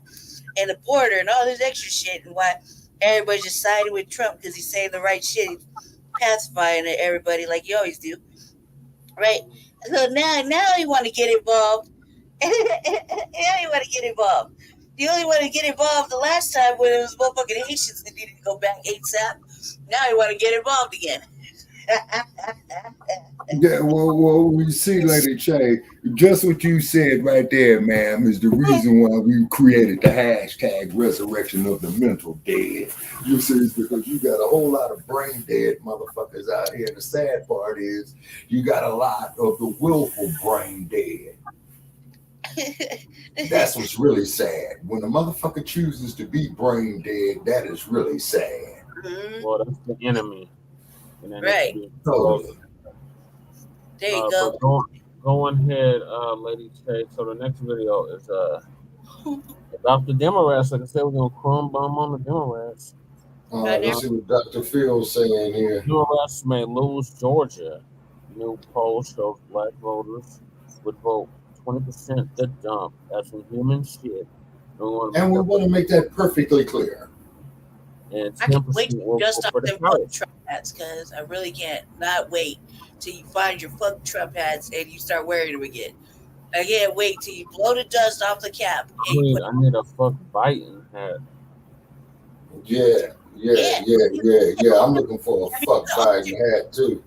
And actually, I saw a flag one time. Now you all gonna love this. I saw a flag one time that said "fuck Biden" and "fuck you for voting for him." Yeah, I remember that. So I can tag the Senate. Oh, I did. Yeah. I couldn't believe I saw that bullshit. That shit was funny as hell. Yeah, they said "fuck Biden" and "fuck you for voting for him." Wow, that person there was pissed off. We'll play Cool Keezy song and then while you rock the fuck Trump hat. That would be equal opportunity. They can both get it. Yeah. No, when you put the MAGA hat or put up there, my ass got arrested for the MAGA. That motherfucker buku banked up, man, when he took that fucking mugshot. Oh, yeah, wasn't that a sinister looking motherfucker? That son of a bitch looked more sinister than Charles Manson. That motherfucker looked more sinister than Sirhan. That motherfucker looked more sinister, man, than all them motherfuckers. Jeffrey Dahmer and all them sick ass bastards. That motherfucker was looking sinister. You know what, Brother Che? That is the proper term to call that motherfucker. The way he looked off in that bug shot, he looked just like a barbarian. A straight barbarian. Yes, sir. Yes, sir. Oh, Joe Biden and the Democrats are in trouble in Georgia. Now, if you would listen to the Democrat shields and the Boulay media, they would tell you, yeah, we flipped Georgia blue. It is a blue state now. You know, they was all doing all that bragging about Georgia when Georgia was originally a red state. And the only reason that Georgia flipped blue was because of what was going on with George Floyd, and Biden withered his way in like a snake during that time period and convinced our people that he would do something about the police and qualified immunity and all of that. And he was riding a wave about Trump, and a lot of black folks came out to vote for him in 2020. Well, fast forward to today, and Joe Biden didn't do nothing about the police at all. He said he was going to fund them. That's what he said he was going to do, not defund them. So a lot of black folks nationwide are very upset with the Democrat Party, and rightfully so. Rightfully so. Now, Kamala said she wasn't worried about y'all. You right? She wasn't worried about y'all at all. And the reason why she ain't worried about y'all is because she made a promise long time ago about y'all, which was... So I'm not going to sit here and say I'm going to do something that's only going to benefit black people. No. When a person says that, they're not worried about you. Because if they're really worried about you, they wouldn't say those sort of things. They also wouldn't say things like this. You have a problem figuring out whether you're for me or Trump, and you ain't black. The dumbest things ever these people have said to black folks, and y'all still went out there and vote for them. Get your dignity and self-respect back. But it may happen. It may happen in 2024. Now, let's check this out. So President Joe Biden trails former President Donald Trump in a head-to-head rematch in Georgia, according to the Atlanta Journal-Constitution poll of registered voters that shows the Republican with a solid 45% to 37% lead over the Democratic incumbent. Now, if you look at that on the screen here, as we have it here, Donald Trump beat Biden wholeheartedly. They say other candidates 7%, 6% say they just will not vote, and 6% say they don't know. Now, I say the polls showed nearly 20% of Georgians, they say, weren't ready to support either candidate. They say as the presidential race shifts from Iowa after Trump's dominant victory Monday. It's in the first nominating contest of the 2024 election cycle.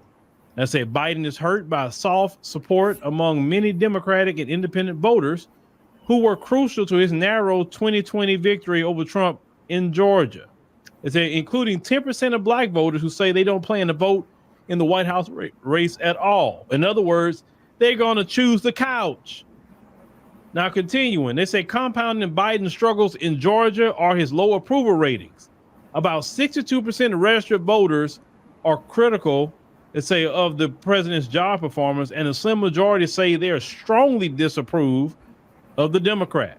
They say the president's backing among independents is dismal, with only 37% giving him favorable reviews compared with 54% who disapprove of his performance.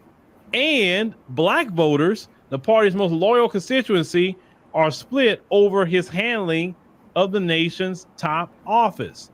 But I'm going to show you something that actually came out of this poll about black folks, and that's what really got me to make this particular podcast. Question 24, and you see how they broke it down. So they said that now I'd like you to think about the 2024 general election being held next November. If the election was held today and the candidates for president were for whom would you vote? Now, of course, you got Biden, Trump, other candidate not voting for president, etc. So let's look at black folk. Black folks right here, as you're looking, 58.6% for Biden. That is trouble. Trump, 20.4%. So in Georgia, you having 20.4% of black people say, I will vote for Donald Trump. Those numbers right there spells defeat for the Democrats. Remember, the Democrats need 80% of the black vote to win anything. And right here, 20% Trump, 58% Biden, they lost. Other candidate, 2.6%, not voting. In other words, the couch, 10.2%, 8.2%, they don't even know at all. I wish they would. Of course, you see how white people will vote. You know, they vote most of Trump. You would see they break it down by age. That's kind of like everybody. You know, I kind of wish they broke it down by race. But that's what really got me to do the particular podcast today is the 20.4% for Trump and the 58.6% for Biden. So the way it's looking right now, Biden will lose Georgia. And 20% of black folks saying, I'm going to go vote for Trump. And the other 10% say, I'm going to vote for the couch. Right. So you look at that between the couch and people that say they're going to vote for Trump, that's about 30 or some more percent. Biden will not win that state whatsoever. Democrats. Listen to me, Democrats. You better stop listening to the boule media and listen to the grassroots black media. We telling you, you're going to lose. You're going to lose. You could sit up there and say we in our feelings, Jasmine Crockett. You could say that we don't know what we're talking about. You could cuss us out. You have flooded our neighborhoods full of migrants. Mm-hmm. You giving all our tax dollars to Ukraine so much so that Zelensky didn't buy 2 yachts. Ooh. Their people and their government been taking all these trips to Italy, luxury vacations, all the American dime. That is straight. Listen, if anybody else is doing that, we consider money laundering. But they doing all this mess on American taxpayers, but Americans is sleeping right now in the cold winter night with no place. But Zelensky didn't buy 2 yachts, but supposedly his country being attacked by the Russians, right? And we sent all these billions of dollars. Shoot, made me think that he probably said, okay, I seen the billions, but put some on the side for me. When I get out of office, I'll come over there and go get it. Because you know our politicians, are all of them are corrupt with something. And they got dirt going on in a lot of these countries. Man, I wish my brother was. The American people, especially the black community, we fed up and tired. And think about it. Georgia's not even dealing with the migrant crisis like we're dealing with it here in Texas, or they dealing with it in Chicago or New York. We got some black people in Denver, not a lot, but you got some black people in Denver dealing with it, right? Yep. But definitely Chicago and New York. Y'all think that black folks are playing with y'all. I'm telling you, Democrats, it's going to be the couch and Trump that's going to get the votes in the 2024 election. You can't come up there and try to democracy. We got to save democracy. That don't work. Because what democracy do black folks have? Right. We don't have nothing equal in this country. We don't have equal anything. So what democracy? What voice do we have as black people unless we scream and shout to get our voice out? Now, of course, our voice carries all over the world. And that's why all these different groups want us to be saying something. On top of that, ladies and gentlemen, there's another reason black folks are tired of y'all. You Democrats and your pandering, y'all can't even get a new speech. I want y'all to watch this pandering, and it's despicable what Biden did. Watch this video. Nobody told me the road would be easy. I don't believe he brought me this far to leave me. Nobody told me that the road would be easy. I don't believe he brought me this far to leave me. Yeah. And whoever put that together, shout out to you. Shout out to you for putting that together, because that was ridiculous right there. See, that's what we get. Recycled speeches at a church house. This is why people are not voting for y'all. This is why people voting for the couch, or they'll vote for Trump. Either or. Because we sick and tired of the pandering. We need freaking resources. Once again, y'all kept going. Y'all went up there and you first got in office, gave the Asian community a hate crime bill, but the people that deserve a hate crime bill, because they got 400 some odd years of proof of why they need a hate crime bill, not 1 year, 400 some odd years, and you don't do nothing for the Black American community. Nothing. You take resources from the Black American community, you flood our community full of migrants, and I'm so glad that our brothers and sisters in Chicago and said, you're not going to turn this city into Los Angeles, California. Thank Los you. Angeles, California is the case study for Black America to show what happens if you sit there, be quiet, and go along with that and don't say nothing. You'll be run out of your city. They'll get the numbers up over you. They'll get hostile and be attacking you. We only wish. And there, it's sad sometimes how I see black folks respond over there in LA. They got to kind of cower to them a little bit because they so outnumbered. Right. But see, the only reason they got outnumbered is because they was on that, well, you know, they are minorities like us. But then when they got in there and they got their numbers up, they say, forget y'all. They didn't say, well, we all work together. We minorities. We run this city, you know, the black community, the Hispanic community. We're going to run this city in LA. No, you start getting hostile toward black folk. Not hostile to the folks. Not hostile to the people that took their land from them and got their land in the situation is in. Not those people. You hostile toward the black folk. So that's why I say, okay, we look at Los Angeles, California as a case study, and that's why black folks got to fight like hell in Chicago. Fight like hell in New York. Do not let those cities turn into Los Angeles. And that's what these Democrats want. Remember, California is a Democrat state, Democrat policies. Listen, homelessness is so bad in California that Gavin Newsom trying to come up with laws to remove them from public. At any given time. That's how bad it is in California. They're horrible policies. Instead of trying to get a law to remove them out of public and shoot them away somewhere where nobody can see them, no, get some policies where then people can actually have a home, have a job, and do everything else. Democrat. Listen, I could visit California, but you couldn't pay me. You know, the truth. The truth of the matter is that they really don't give a fuck about black people anywhere in the United States. When you look at the homeless population, especially in California, right? We know about that's the biggest fucking predominantly black homeless situation right there. Yeah, it is, Lady Check. You're right. And Los Angeles and Oakland. You know, we make up the least amount of the population there in both those cities, but we're making up the majority of the homeless population in both those cities. You see, so it don't add up. So Dr. Phil is right on that right there. You see, it don't add up. So you got some fuckery going on there. You see? You look at our state. You look at our state where we're at, and the shit that we that was, you know, like I follow Jesse, so I was Jesse was doing before, way before I was. But like, shit, we talking about now with the our black people, living outside, homeless, and still getting pushed around, leapfrogged over, for resources, whatever. But you know, we go on all day about that shit. We only get 3 minutes on Monday, so you know we have to let them know in that 3 minutes. But that shit is really, really fucking disparaging, mentally disparaging for motherfuckers looking at it.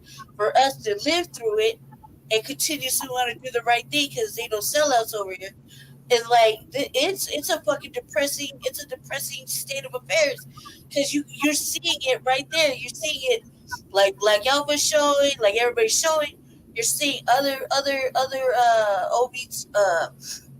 OTBs, and their situations get put on in front of the actual fucking core issue, which is what we're talking about right here: reparations, fucking evening out, doing the right shit. You know, just basics. That's really the core issue. United States is foundational Black Americans. You gotta look at that. You know, that's the core that's a core thing that needs to be fucking fixed. Needs to be not just repaired, fixed, corrected, full fucking change dynamics to for everything else to balance out. You know, you're gonna have this dysfunction. They don't care. They're obviously showing they haven't gave a fuck. They're not gonna give a fuck. They won't handle the crime and shit from OTBs. They'll do the most to us. You know what I mean? So it's clear. We can't even. You can't even say you won't know no more. You should be way beyond numb. You're in a second state of fucking it's activity. You know what I mean? Of just any time now. The revolution will be televised. It's happening right now as we speak. You know what I mean? And yet we're still at all this. Everybody thought it was a good idea to have all these motherfucking cameras and shit. But look how it just isn't really even helping Black folk anymore now. And it sure will help everybody else though.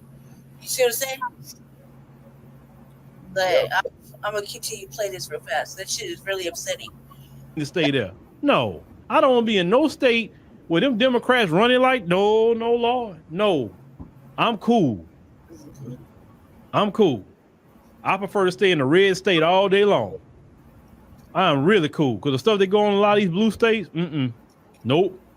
I could visit, but I go my happy self right back to Texas. They should be really concerned. Or wherever I choose to be, it's definitely be a red state. You better believe that. But playing around with Black folks, nobody else get pandered to like that. Nobody get those games. That's game playing. They think we're stupid. They think we're clowns. Oh, I'm gonna go up here and just pander to these people. You know, Sheila Jackson Lee tried that. She tried to do all that, and she didn't win the election. See, Democrats, it's a new day. It's a new day. You can't do that no more. Because to be honest with you, the younger people not in the church house. They not. Because we see the pimps and all that, the pimping in the church house. We see that. That's why we don't waste our time there. TD Jakes and all that kind of crowd. Right. No, we don't waste our time with that. We know the game. I don't know why y'all go in there. And isn't that violating a 501c3? 501c3 says engage in politics. Well, how is it these Democrat politicians always up in a Black church, but they say that churches are, exempt, so they can't be involved with politics? Right. I wonder if some of these churches need to be, looked at by the IRS about revoking their nonprofit status because they don't supposed to be promoting Democrats or no Republicans or nothing. No church supposed to be doing that if they're 501c3. But the Democrats, they think we playing. They think that we they've been fucking us up. Gonna just get over it. They think we're gonna fall back to the same habits. All that church going, Big Mama and all them. Big Mama and them not here no more like they used to be. So Big Mama can't lean on us about Democrat. Big Mama can't lean on us about our ancestors died. Big Mama not here. So since Big Mama not here, I don't know why y'all trying to go to the last of the people that's of that generation. They're not the ones you got to deal with. Right. That generation just want to make sure, you know, they retire in peace. They get their checks, all that. That's it. The young generation is what you're going to have to deal with. Y'all so much in trouble. Y'all can't even get young people to join the military. That's how much in trouble y'all are. And if y'all think y'all going to do a draft on them young people, whew, I want to see that. I want to see how that works, because I already know how these young people going to react. They ain't for it. They ain't for it. So emotional. Trust me. Because they look at how y'all even treat the veterans in this country. We got veterans right now that fought for this country on the streets. It's no reason a veteran should be on the streets. A veteran should always have a home. 30s, young 40s. Yes, I know they get VA loans, but you shouldn't give them a VA loan. You should give them a VA house. You fight for this country, doggone, America should buy you a house. You risk your life for this country. Yeah, come correct. Free, you know, and listen, the VA system is trash. You should just let them say, look, this is here's Medicare right here, free Medicare, rest of your life. Get rid of the VA system, free Medicare, go your own private doctor, all on the government. That's what you should be doing for the veterans. No veteran of this country should be on the freaking streets. Especially if you're black. And you wonder why people don't want to join the military. They say the pay too low. But yeah, y'all got money for war, but you can't pay the soldiers? If you want people to go fight, make an incentive for them to go fight. Say, hey, man, I'm going to get broke off over here in the military. I mean, that's what people not going to be risking their life for pennies no more, man. You need, in that defense budget that you get, you need to go on and raise the pay for the soldiers. For real, for real. But I know y'all already got an idea. All the military age men that these migrants, y'all gonna come to them and say, hey, you come join the military, we give you citizenship. And y'all rather give them the low pay. No, they've been doing y'all that. see in the end what that's gonna happen. They've been doing them people not loyal to their homeland. Why would they be loyal to America? The IRS. But we're gonna continue to look at this, ladies and gentlemen, because the Democrats think Black America is playing. They think we playing. They think we playing. They gotta be shown about we either get our reparations in the form of cash payments, we get our anti-Black hate crime bill, and when I talk about reparations, I'm talking about to, you know, people that's the foundation of this country, Black Americans who could trace their lineage all the way back to the 1870 census, not for people of African descent, not for Black people, but for people who are true descendants of slaves in this country. Yep. If y'all don't do that, Black y'all trust me, y'all will continue to crater and you'll never get elected back. I'm telling you. You dealing with a new group of Black people right now. And it ain't just the and we're tired of disrespect. We're tired of seeing you just throwing money around to everybody and you don't get none of Black folk. But then let them back from all the way to lineage based all the way to chattel slavery. That is included, you know, with that. You mean from chattel slavery and on, you know, chattel slavery this way.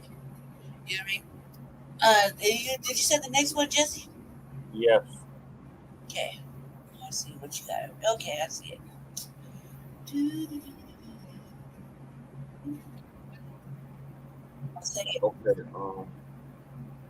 Okay. But what are your thoughts on the Democrats that might lose Georgia? Okay, well, just like what Uncle Phil said right there, I agree with everything that he said. The Democratic Party, it's trash. It's a bunch of bullshit. You know, they're taking us for granted. You know, they bumping us upside the head, man. You know what I'm saying? Selling us a bill of goods. You see what I'm saying? They straight bullshitting us. You see what I'm saying? And then on top of it as well, right there too, then you get these old single-fan ass-scratching house niggas like your Uncle Tim Scotts and Cop Maulers and whatnot, man. Them niggas is disgusting, man. Them motherfuckers make me want to vomit. Yeah, so getting back to these Democrats. They full of shit. And like Dr. Phil said right there, you know, that we got to show it to them, man. We got to flex our economical muscle. We got to flex our political muscle, man. And also, too, we got to flex our intellectual muscle as well, too, man. We do for ourselves. Black first, period. Every other motherfucker go kiss our ass. We can't be doing for these tricks anymore, man. The day of Rochester and Aunt your mama and Uncle Tom is over. Oh yeah, Yes, Bo. No, that's over with. That's a thing in the past. That's right. Well, the Democrats tend to think they're entitled to our vote. Yeah, man. See, and this is what I mean, brother Jesse, is that they taking us for granted. You see what I'm saying? They taking us for granted, but they ain't gonna do nothing about these goddamn murdering ass cops that's killing us. You see what I'm saying? They ain't did shit for Mr. Castillo's family. They ain't did shit for George Floyd's family. And then you're gonna put this punk ass motherfucker Derek Chauvin up there in Punk City. Let that motherfucker walk the concrete like the rest of us. Well, fuck Derek Chauvin. In the federal and got stabbed up about 20 times. Mm-hmm. He pled not guilty. Yeah. I don't know. Yeah, well, then we need to take up a defense fund for him. Shit. I got $20 to pay for his defense for stabbing Derek Chauvin. Yeah. Yeah. So, Lady Che, did you have anything else to say about the Democrats losing or might be losing Georgia? No, they should expect it to get worse, if anything. And you know, there's nothing been wrong with FBA saying that they were gonna hold their vote. I mean, that's been like the fucking theme, the theme of the movement we're on. You know what I mean?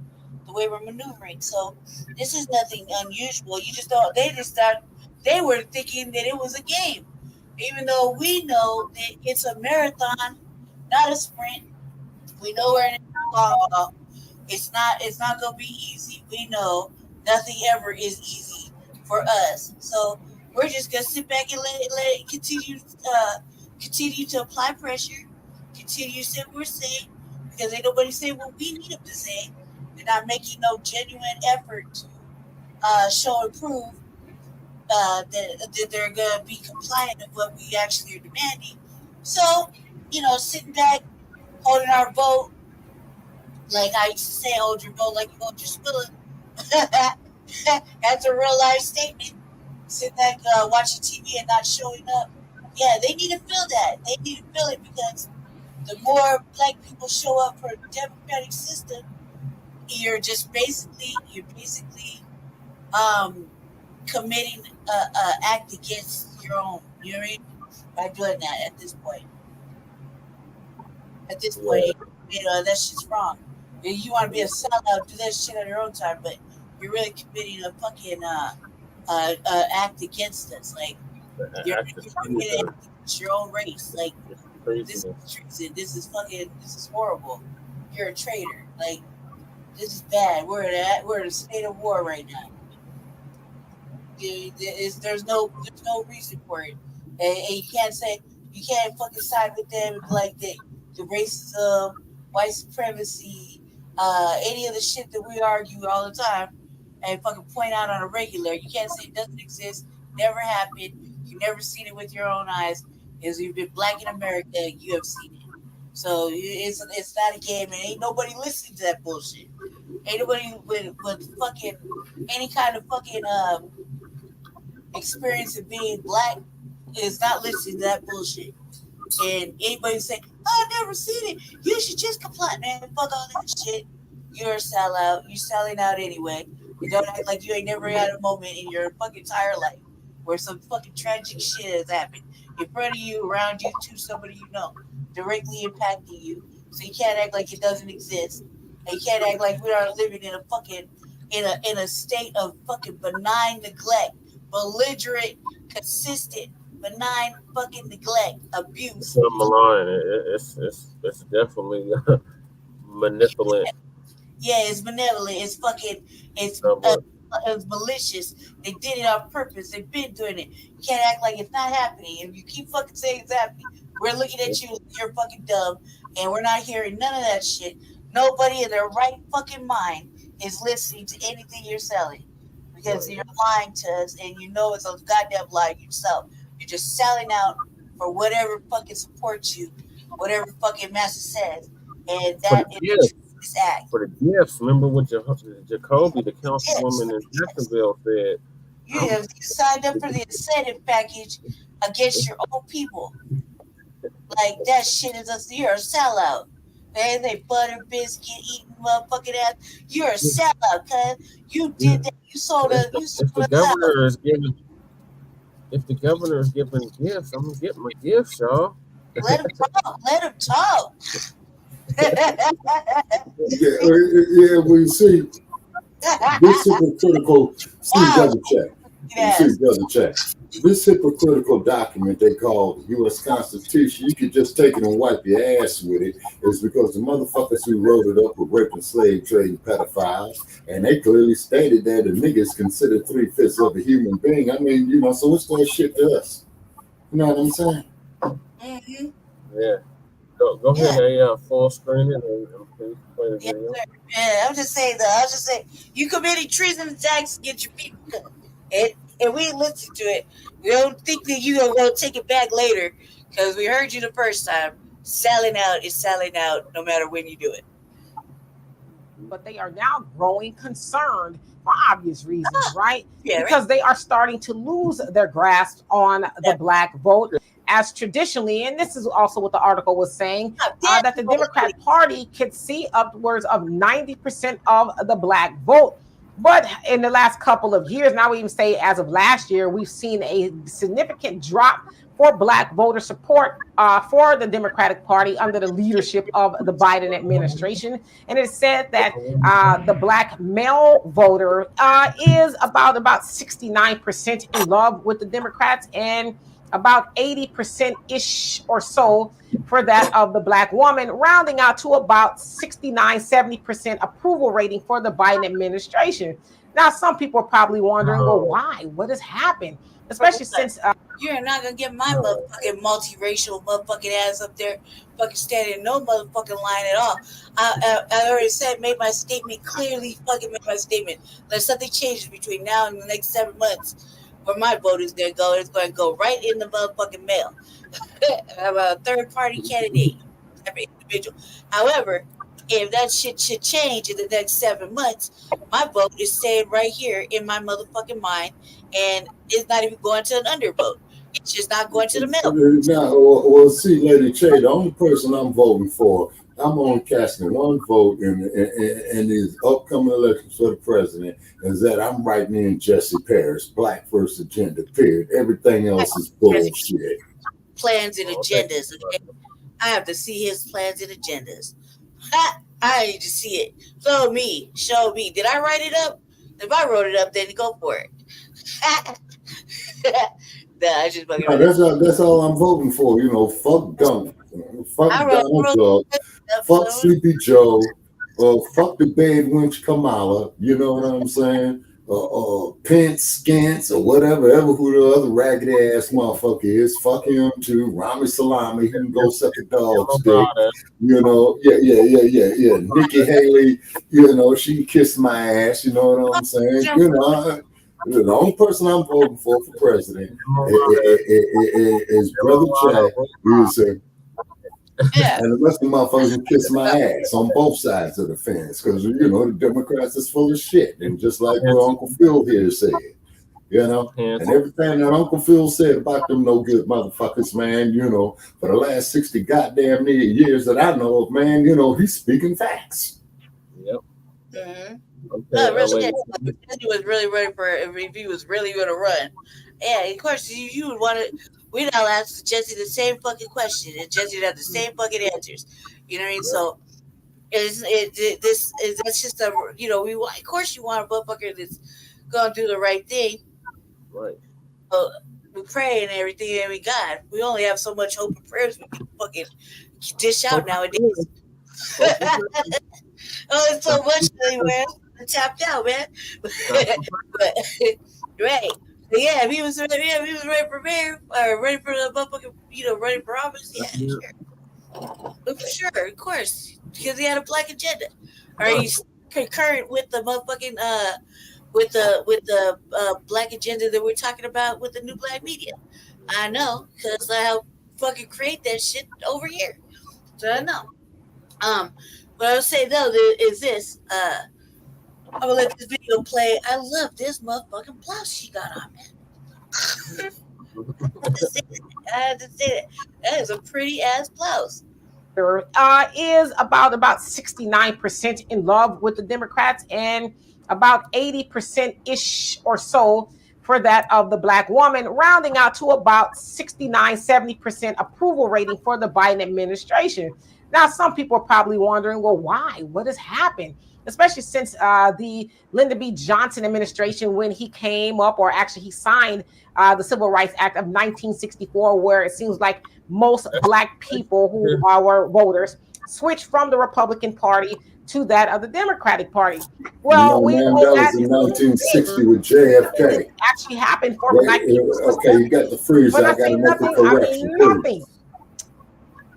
Okay, that there is the major black voters switched to the Democratic Party with the election of John F. Kennedy, because that there was at the birth of the Civil Rights Movement.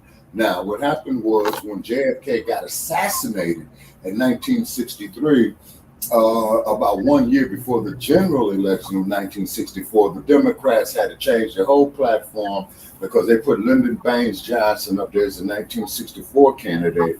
And then Lyndon Johnson was going back and forth with Kennedy's brother, RFK. Yeah. So they reelected, well, they didn't reelect Lyndon Johnson. They elected Lyndon Johnson in 1964. And then in less than 4 years, from 1964 to 1968, Lyndon Johnson fucked the whole goddamn country up with the situation in Vietnam, with the Black Empowerment era. And that's why Lyndon Johnson got up there in 1968 and said, ladies and gentlemen, I will not seek, nor will I accept the nomination of my party to be the president of the United States in 1968. Now, who the fuck comes along there in 1968, folks, with his Law and Order campaign? Tricky! Yep. So then Tricky, he gets reelected in 1972 with the Democratic hotel break-in and all that. And old Tricky Dick gets up there and says, it's not illegal if the president does it. And I am not a crook. And I want to make that perfectly clear. But one thing I know about Tricky, he ended the war in Vietnam. Okay, he started the process. Him and Henry Kissinger had started the process with the 1972 peace talks in Paris. But still, fuck Tricky, because Tricky was full of shit anyway. Yeah, and Henry Kissinger, fuck both of them, fuck the whole goddamn Nixon administration. The only motherfucker, man, that I respected out of Tricky's administration was this old decrepit bastard you see up here on CNN News by the name of John Dean. Because John Dean, when he was a young man 50 years ago, is the one who got up there. And you could pull it up on YouTube, the Watergate hearings with Senator Sam Ervin, who presided over it. So that's another name to search in your search bar for it. And then Judge John J. Sirica, who had presided over some of the people who were prosecuted in the Watergate case.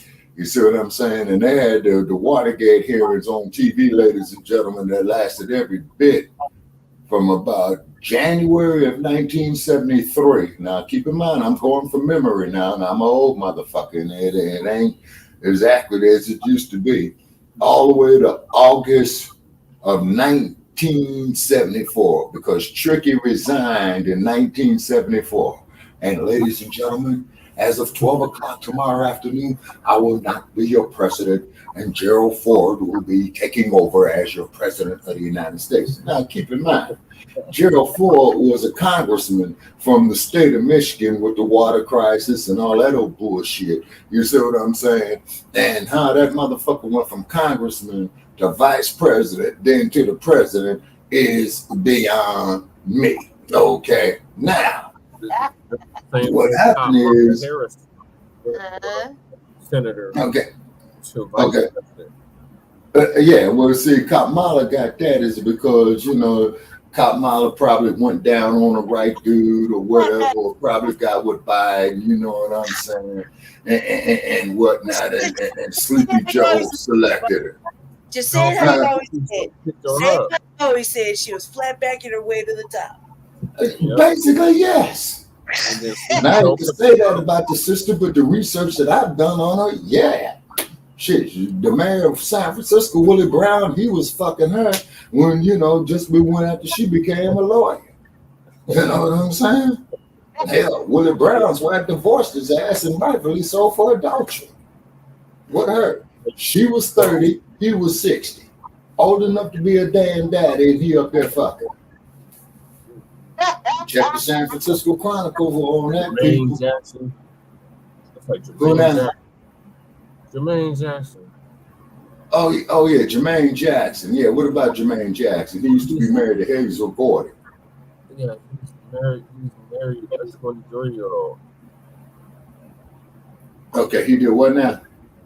He married a 23-year-old. Jermaine Jackson, recently or when he married Hazel Gordon? Recently. He married a 23-year-old. Yeah. That motherfucker is older than me, and he married a 23. He's out of his goddamn mind, man. No, hell no. That motherfucker older than me, and he married a woman, you know, that could be his damn near his granddaughter. Yep. Now let me do some math right here. Old ass bastard. He's 40 years older than her. 40. So he not only is he old enough to be her daddy, that motherfucker is damn near old enough to be her granddaddy. Mm-hmm. Well, that's Hollywood, folks. You know what I'm saying? Let's just talk about him. Who did that? You nasty broad. Wow, in the hell would you go that low? Like, I mean, he ain't got no money. Who, Jermaine Jackson? Jermaine Jackson, come on, man. What did Jermaine Jackson put out? The last thing Jermaine Jackson did was like, what, 30, 40 years ago? It don't matter, the lady changed, because he still gets his residuals from the time that when he was with the Jackson 5 and then off his own work. You see what I'm saying? And then I'm quite sure that the Jackson family. Oh, bro, you really think there's something now with the residuals and royalties that actually go to sustain you a life cut? Man, you are so stupid. Who did that? Who did that? No. That's just it, though, Lady Che. No. They get those residuals indefinitely, even after they check out. You know what I'm saying? Their estate gets the residuals. You see what I'm saying? And guess who's paying them the residuals? It ain't Motown. It's Universal Music Group that's paying them, because Universal Music Group bought out Motown. Barry Gordy sold Motown to Universal Music Group. That's Jimmy Iovine. That's who owns Universal. Mm-hmm. Yeah, so they're kicking the Jackson family out there residuals. Oh, hell yeah. And as far as I know, that they're still up there and their original pension that they had up there in Encino. Quickly on the pathway to fucking success, you got to be taking them motherfucking like multitude of Viagra's and I don't know what else. 40 years older, this is a 23-year-old bride. Man, this is ridiculous. This what kind of conspiracy is this? Boy, he's probably hooked up with that Epstein shit too. Oh, but you know. And Harvey Weinstein, hold on. And then that sick motherfucker Harvey Weinstein, you know, who was fucking Lupita, who played in Black Panther, General Okoye, you know, she was up there ghetto gagging, you know, just like a lot of those black actresses do out there. They go out there, ghetto gag, make the movies out there that they're making a San Fernando Valley. Shabaka, remember when Cat Williams said that Harvey Weinstein tried to suck him off? Yeah. And then look what they tried to do to Mr. Terry Crews. You know what I'm saying? Yeah, look what they tried to do to Mr. Terry Crews. You know what I'm saying? And Terry Crews, yeah, you know, Terry Crews didn't have out there coming, man. Yeah, Terry Yeah. Crews. It's hard to be a black man in America. Since at least 95. Okay. Yeah, see, and then keep in mind, ladies and gentlemen, that the majority of the members of the Screen Actors Guild, right, only 10% of them motherfuckers is working on a regular basis. 90% of them other motherfuckers is out there waiting tables, out there at Venice Beach, shining shoes and all that shit, waiting for their big break. Hey, more power to them. I'm just talking about what the fuck I went through and grew up in Los Angeles, you know, over the years where I grew up at. You know what I'm saying? Every other motherfucker that I came across in my youth talking about they some kind of goddamn actor or something like that. Guess what's on right now? What's that? Probably nice. Y'all want to hear something funny? I was walking down. Okay, that was 1990. They made it. I was walking down the street, you know, in LA, you know, when things were all that good for me. And I packed.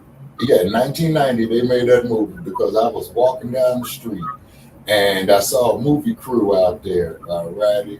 And keep in mind, when they have the movie crews out doing what they call exterior shots or when they're on location, right? They have their security out there and the police department out there to back the security. And when you walk past, they might tell you that, hey, go this way, go that way. Then you see all the movie trucks out there and shit. And you ask them, well, man, what's the name of the movie? And they'll tell you. Then you say, well, who's the star in it? Then they'll tell you, and that's all they can tell you. No, I'm dead serious. That is funny. Yeah, and they tell you, and then if you like who the actor is in the motherfucker, or if you like the plot or whatever, they can't tell you the plot, but the name of it. Okay, man, I keep an eye out for it. You know what I'm saying? Yeah. And of course, in my lifetime living there, hell, I've walked across shit. Every bit of 15, 20 movie sets, you know? Okay. Oh, yeah. Because I gotta go after this one. I can finish playing it. I gotta go after this one, though. Uh-oh. I can't do it from over there. I can't. I gotta move around. All right, and then after that, lady chair, I'm gonna sign off too, so I can say the data on this damn phone. You know what I mean? All right, cool. Let's get cracking.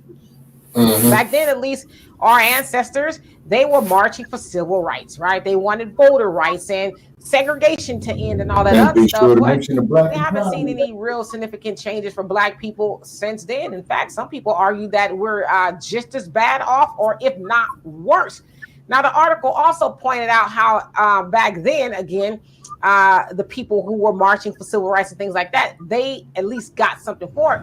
But the newer generation or the younger generation, they really feel disenfranchised because they haven't seen any movement at all. All they know is that we as Black people have been going to the booth, voting for one party predominantly, and that's the Democrats, and have nothing to show for it. And so, of course, we know that kingmakers like that of Representative James Clyburn from South Carolina, he has been very instrumental in helping the Democrats, specifically that of Joe Biden and Kamala Harris, get into the White House. Because we know that in 2020, or even before then, when Joe Biden was campaigning to be the president, his campaign wasn't doing well. But again, James Clyburn, he did his magic and told Black people, hey, y'all need to get in the booth and get this good man up in office. You know, the Democrats are for Black people. But they said even James Clyburn is concerned now. And they said, in fact, when Joe Biden went to South Carolina to Mother Emanuel AME Church, with the same church that the 9 Black people who were gunned down by Dylann Roof were, they said that James Clyburn blamed Trump for, you know, the inception, if you will, of Dylann Roof. Now, Trump didn't enter into the campaign or the presidential race until 2015. And so they said that actually it was a day or so before the shooting actually took place that Trump entered into the campaign or the election season. So it's like, how is that Trump's fault? But again, they're the Democrats not willing to take any blame for anything. Now, mind you, when Trump was running, who was president? That was Obama. So it's like, how did Obama not get any blame? But you blame Trump, who had just entered into the race. And so, yeah, that's partially why y'all are seeing the dwindling of the Black vote, because for one, y'all don't take any accountability for your role and what you've done to Black people. Now, listen, I know the Republicans are complicit in harming Black people as well. But again, let's get this straight. Republicans, they don't pander to Black people like the Democrats do, right? They just don't. And so they're the Democrats. And this is the word that I took exception to, was the entitlement.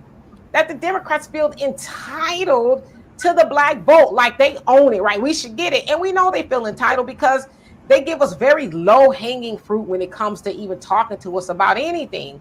Again, and we're going to keep saying this until the election is over. We get stuff like no voting, no walking. We get the twerking. We get the fish fries. We get the, the guilt trips. Oh, if you don't vote, Trump is going to come back into office. Like, they put that on our plate. Again, Trump is not our boogeyman. We didn't create Trump. That's them folks' creation. But yet they want to put it on our backs. Oh, Black people, it's up to you to save the soul of the country. Well, Black people ain't even able to save ourselves, but we now are in charge to save the soul of the country. I think that's a very big task that you're putting on Black people, who have been the most disenfranchised people in the history of the United States. But all of a sudden, it's up to us to save to do your job. Stop it. Democracy, to save the soul of the country. You don't care about Black people. When I say you, I mean Democrats. And I know Republicans don't either, but I'm talking to the Democrats because they're the ones that need Black votes. You don't care about Black people. You just care about Black votes. And when election season is over, you'll go on forgetting about us. Only reason why they're paying attention to us now is because, they like to go into the churches and the highways and the byways where Black people are to say, hey, don't forget to show up to vote. But after that, we won't hear from them again. We won't hear about reparations is what we've been asking for. We won't hear about a hate crime bill. We won't hear about a real police reform. We won't hear about any of those things. But we'll hear about how dare you all allow Trump to come back in office. And then we see all these talking heads that they're dusting off, like an Angela Rye. And now they got Andrew Gillum. He going to speak to us. I'm assuming about showing up the vote and all the other talking heads to show up the vote for more nothing, right? So the fact that they feel entitled, that ain't even really on them at this point. That's on us, because we allow them to believe that you can have our vote no matter what you do. We're going to vote blue no matter who. We're going to show up for you no matter what you do or you don't do. So we need to continue to change the narrative and say, Democrats, y'all need to work for our vote. You cannot just assume we going to vote for y'all. Check this out. No, we not going to just show up and vote for anybody. No. That was Kamala. Remember when she told us, I'm not going to do anything just for Black people? No, so we need to take the same attitude. I ain't going to show up and vote for just anybody. I need a good reason to do that. What's in it for me? In business, there's this term, with them. What's in it for me? That's the attitude we need to take as Black people. What's in it for me if I show up to vote for you? Oh, nothing? All right, then I'm going to do other things. You don't get to be entitled to anything I got. See? So anyway, everybody thought I was an ass Right. like vacation. No, I wasn't. I'm just not showing. Well, like I said that there, Lady Che, that's why I say flush all the motherfuckers down the toilet right now. I had to go take a piss. You know what I'm saying? And so, I just went on and flushed all the motherfuckers down the toilet. Oh. Like, look, man, I'm on vacation now. They ignored us. They don't give a fuck, so I don't give a fuck. Right. Stop giving a fuck when they stop giving a fuck. So. Okay, Yeah, this is the last one. So this is the last one, Jesse. Yeah, okay, cool. 7 minutes. I got 7 minutes more. I can't do it because really, I can't see the. This is going to be my last round. Sandman getting to me, y'all. Yeah, so the rundown is sleeping Jim Crow Biden's wife is now running interference for her husband. Joe Biden declares husband Joe's age is an advantage. Okay, so which means is what happened? Joe Biden shit on himself again, or what? Or did he forget his dentures, or did he lose his goddamn mind, or what? So Jill Biden, with her old decrepit ass, is out there, got one foot in the damn grave herself and got the other one on a banana peel. So now she's going around pushing the senile bastard around in a wheelchair or something. Damn near, Shabaki. Damn. Well, Stop it. Joe Biden addressed the speculation about husband's health and offers defense for 2024 election. We can only be so lucky, man, that some. okay, now in the event that Biden gets incapacitated, okay, and I don't wish that he gets incapacitated, let me say that, then that means that Kamala would be running the country. Am I correct in that, sir? Yes, you are correct. Okay, we all are doomed to hell, you know what I'm saying, with that Democrat party. Okay, black family, so this here just go up here and proves our point, it proved Lisa Cabrera's point, it proved Dr. Phil Scott's point right there, black family. We the fuckers, all we got and we got to do for ourselves, and we got to go out there and get us some economical power, because hell, we could buy political power, because all these crooked motherfuckers is up for sale anyway, except for Jesse Paris. Exactly. You see? And Jesse Paris, he's the only one that I'm voting for. So what it is, black family, we got to get us some damn economical power going on, and we can still do it because of the large buying power that we have. Yep. So I'm appealing to all you brothers out there, you know, in the street crews, you know, please make a truce, y'all, man. You know what I'm saying? You brothers got to come together, man. It's because, see, you all are going to be the vanguard for our defense of us as a people. You see what I'm saying? You're said and done, Shabaki. It's possible. I know it's easier than said than done, but the seed got to be planted somewhere, Brother Chad. I know it's easier said than done. I know that. I know that. But a seed has got to be planted somewhere, because, you know, I don't want to be up there, man, with the ancestors, man, and then you all come up there with me after the ancestors, man, and y'all tell me in the afterlife, well, bro, we all went feminized, man, and men is wearing high heels now and all this shit. And the only thing that I'm gonna ask, is, okay, now tell me women are still giving birth to babies, right?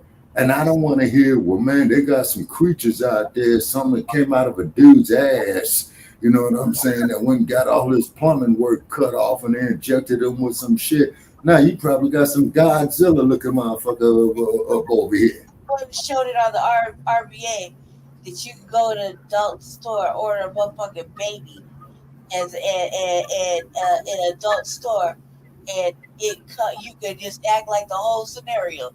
You can put it in there and you push it right out. Cause I'm the one that showed it on the RBA. I swear to God, I wrote that beautiful footage back. Oh my God. Years ago. Oh, Lord. What was it? Lord. Did that. Yeah. I don't want to show it. I remember. So I would go ahead and play this video real quick. I remember. It's just go. Have you noticed though, real quick, since we're talking about it? Have you noticed how the LGBTQ kind of been sitting quiet for the last 3 minutes or last 3 months, 4 months? They ain't really been making no headway, no real movement. You know what I mean? No, they regroup. Yeah, they're real quiet. We take academics. Remember that? No, but we're not talking about that. But they regrouping though, Lady Chase, because like I said, I see they tore down that video that I tried to share, you know, and hopefully all our listeners over the age of 18, what I'm about to say, because in this video, they got this dude. Now, the sad part about it is, black families, 2 black men that's in this video. And so they got this one dude interviewing another brother. And the dude doing the interview is for LGBT, asking the dude if he sucks dicks and gets fucked in his ass. And it was just downright disgusting. I hope somebody reported that motherfucker. You know what I mean? And then there was one sister who did another video, and that she was talking about of how they doing this sexual change surgery where they're trying to perfect it. You know what I mean? But regardless of what they do, a dude ain't got no ovaries. He does not have no birth canal. You know what I'm saying? Life only happens between a union of man and woman. Okay? And so that's how life begins, you know? And it's some sickening ass times, boy, that they're going to be having here in the next 40, 50 years. And I'll be so damn glad I won't be here to see that bullshit. But I just feel sorry for the generations after me, though, man, because you all got a mission ahead of you. What'd you say, Jesse? I said, well, we will. Play it or not? Can you finish the video, please? Yeah, I'm gonna do this last one right here because I can't see it from where I'm about to go. This is the last one because I'm sitting right by the computer. I go across the way. I can't see I can't read this. My heart hurts. Ladies and gentlemen, Jim Crow Jill just made an announcement. She said Jim Crow Joe's age is an advantage. Well, maybe to her. So she declares Joe's age an asset as voters worry about his health ahead of the 2024 election. Joe Biden is aware of all the chatter about her husband's health, but defended him ahead of the 2024 election as his life partner of 46 years. Is there a part of you that worry about his age and health? Can you do it? So she got interviewed recently by Mika Brzezinski, MSNBC. So Jill herself is 72 years old. During the interview said he can do it. And I see Joe every day. I see him out traveling around the country. I see his vigor. I see his... I'm sure you do. I see it. Oh, man. That old wrinkled up, raggedy ass motherfucker need to go on and resign, man. Do you see him getting off the Air Force One looking for you? Can he still get down with the get down? Now, how does a motherfucker fall going up the stairs? Whether you right the mind or not. And then here's something else. Hold on, people. You're going to love this one. Now, you're going to love this one, y'all. Now, this motherfucker's down there in your neck of the woods, brother. Stay down there by the Air Force Academy. Ain't that there in Colorado Springs? Yes. Okay, so he down there handing out promotions to these commissioned officers, right? And then he turn around and walk away and fall down, man. Do you know what kind of fucking image that's set around the world? Here you are, the goddamn head of state. No, but just dig it, y'all. Okay, you stand there in front of the goddamn military. Officers at that.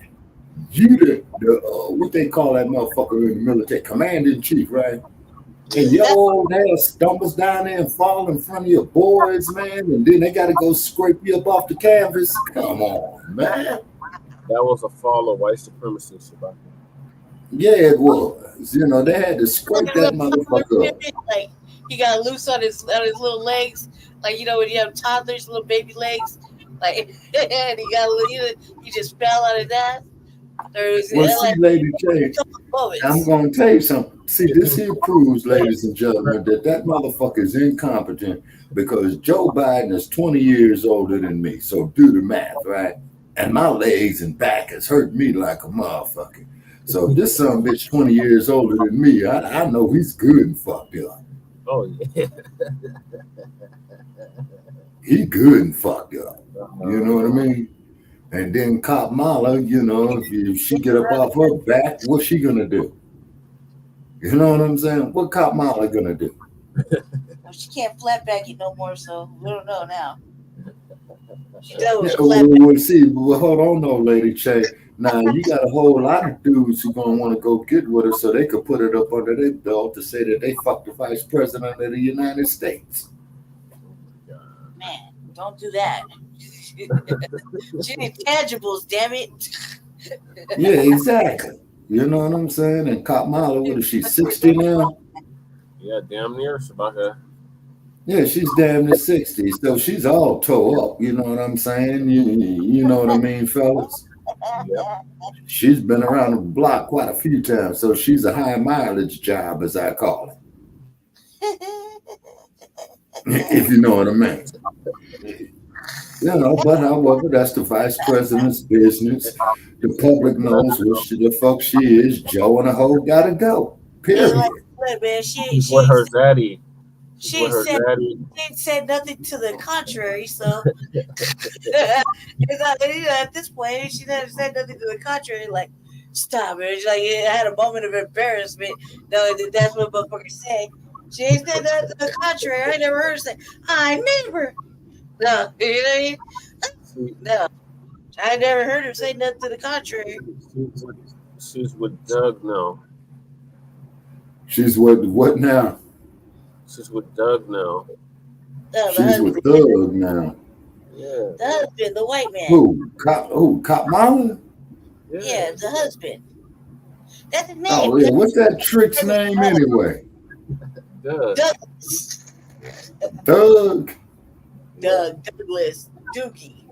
Oh, Douglas, not Thug. For a minute there, I thought she was repeating her lines, talking about that she was smoking weed, listening to Tupac in the 80s. Oh, my God. No, this is her husband's name. Oh, it's Doug, not Thug, but Doug. Yeah, like. Okay, I got you. And speaking of Thug, you know, just an update there on Keefe D. You know, he's trying to get a house arrest, you know, until his trial. And you know, in June. Then of course the dude who went and jumped on the judge in Las Vegas 10 days ago, you know, they beat his ass, you know what I'm saying? So they put some work in on him, you know, because they had him on that court floor, and I think they smashed him about 10 times. So then when they got him up to public light and back off there into the damn cells, you know, they whooped his ass some more. You know what I mean? Yeah. And then he went before another judge, and the judge had I forgot what they called it, Brother Che. Now you the legal man. Now you tell me, where's the part where the judge has got to disclose to you that the judge does not know or does know the previous judge that you had? Yeah, I put that on the RVA. Shabaka. Yeah. I think you did, Lady Che. Yeah, because they showed him there in court. You know what I'm saying? So he's probably fucked off over there in Clark County Detention Center. You know what I mean? And you know, yeah. I thought that was weird too. Until she was after it was done. I forgot what it was called. It says that like I said, I showed it on RVA. Yeah. Because like he was facing like 15 or 20 on that one. So with him attacking a judge, you know, so he'll probably be on about 35 years. Oh my God. That man ain't never coming out. Probably not. You know, probably not. I mean, the second judge manhandled him, he done.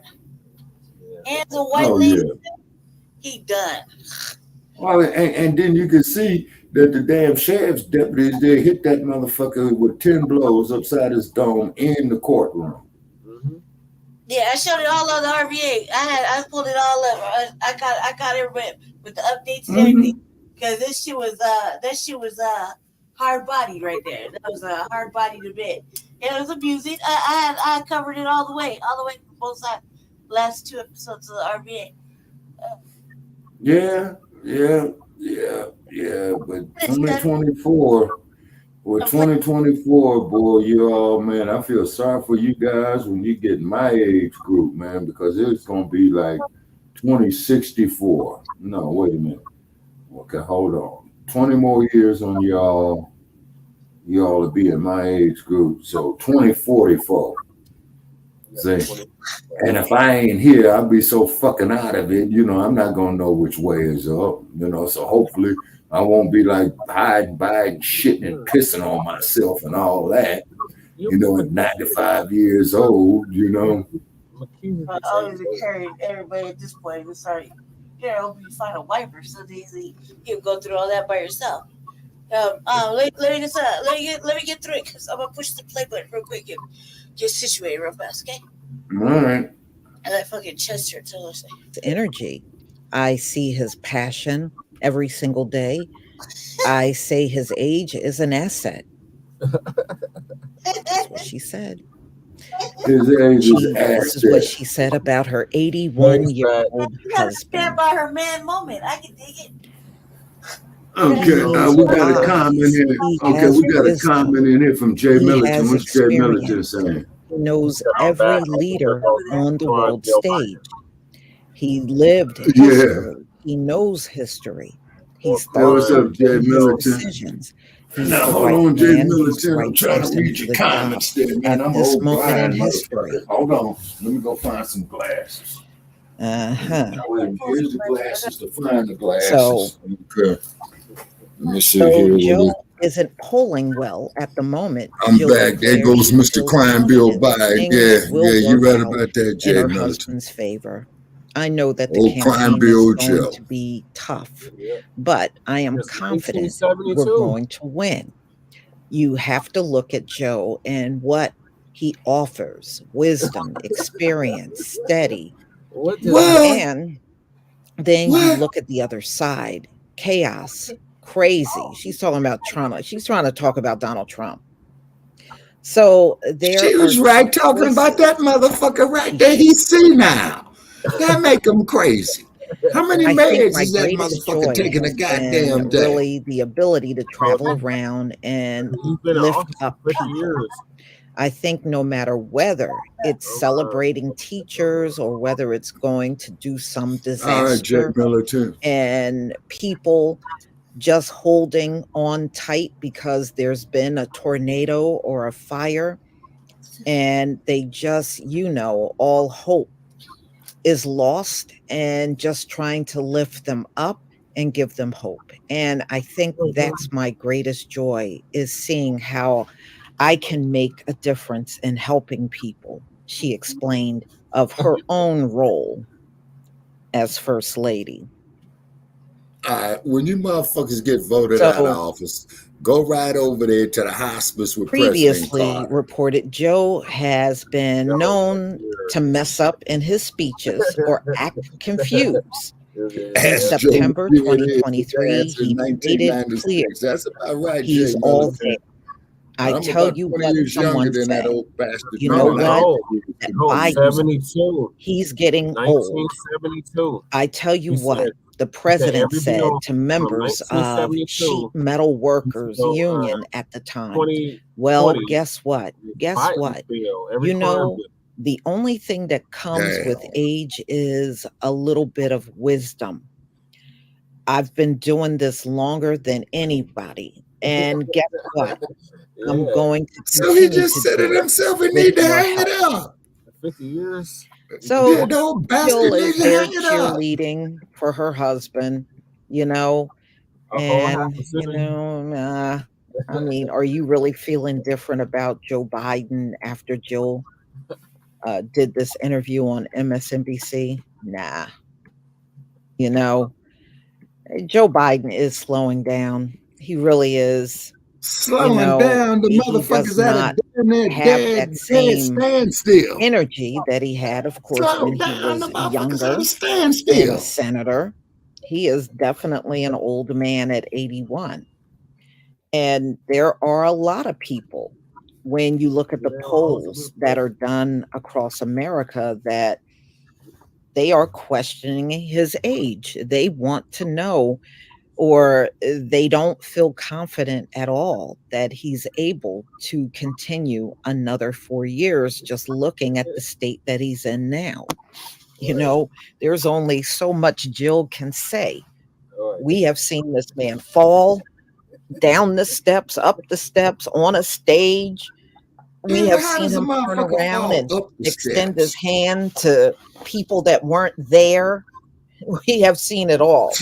Or he seems to go incoherent halfway through speeches, or he's just talking out in left field, and that's been something that's been heavily noted over these last few years that he's been in office.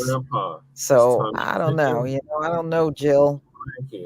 I don't think you can clean up Jim Crow Joe at this stage in the game. Like Jimmy Carter. And we already know he doesn't keep his promises. Well, at least one thing remember, about Jimmy he said Carter. he was going to have the Black communities back, and we haven't seen any of that 99 years old. over the last 4 years. So good luck. Maybe you have convinced some people that Joe is okay. Joe brainwave but I know all are definitely not convinced. You're going to have to tell me what you think about this video. Please leave your comment. And since I leave you a comment right now, he's an old decrepit motherfucker that belongs in a goddamn nursing home. The son bitch got one foot in the goddamn grave and got the other one on a banana peel.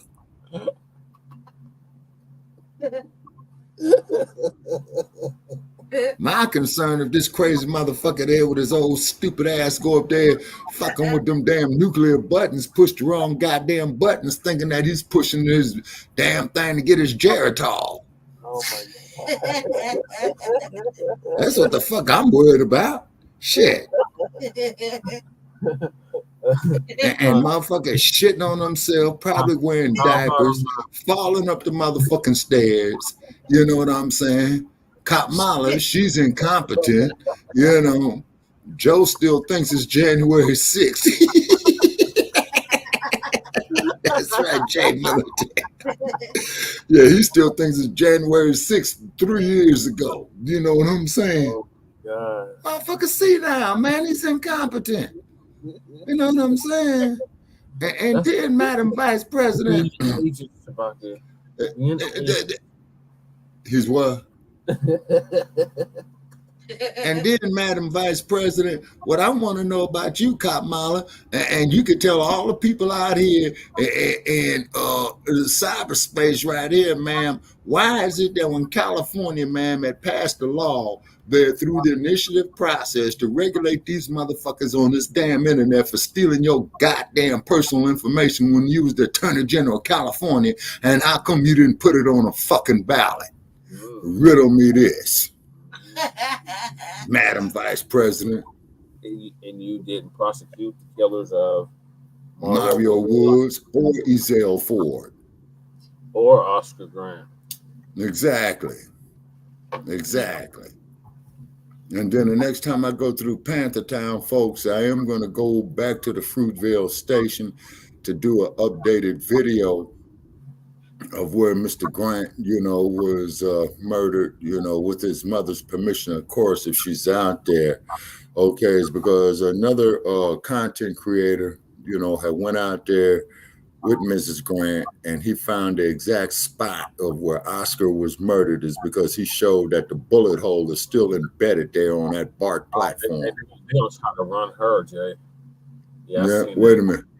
Why Michelle Obama name keep popping up as a replacement just in case Willie D did a live on it. Yeah. Okay.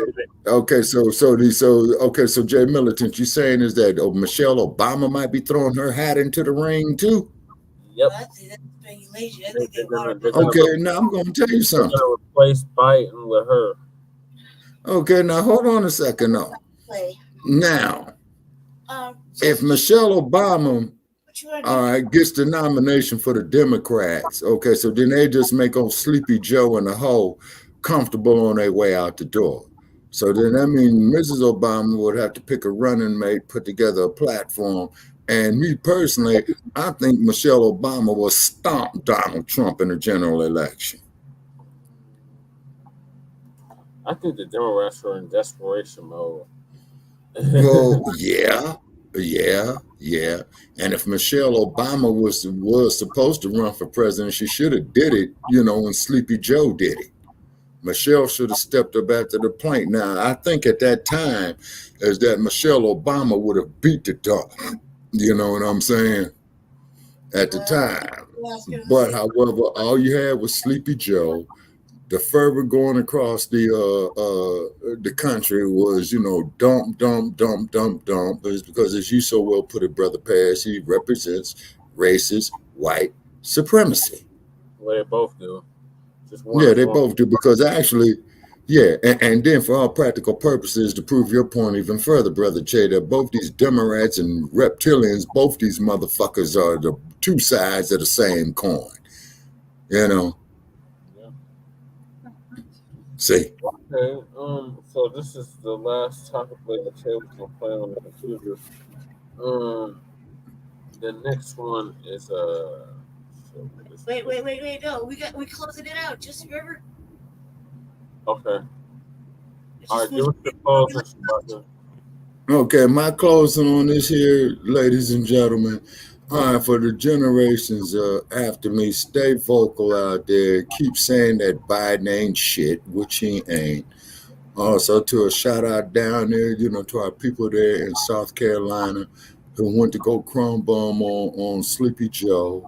And then the house niggas, you know, they went up there, oh, you can't say that, you can't be in here. So once again, you know, the house Negroes have still got that damn slave-minded syndrome. Rest in peace, Oscar Grant. Yes, sir, Jay Militant. Okay, and they is desperately, their actions are showing, they is desperate. You see what I'm saying?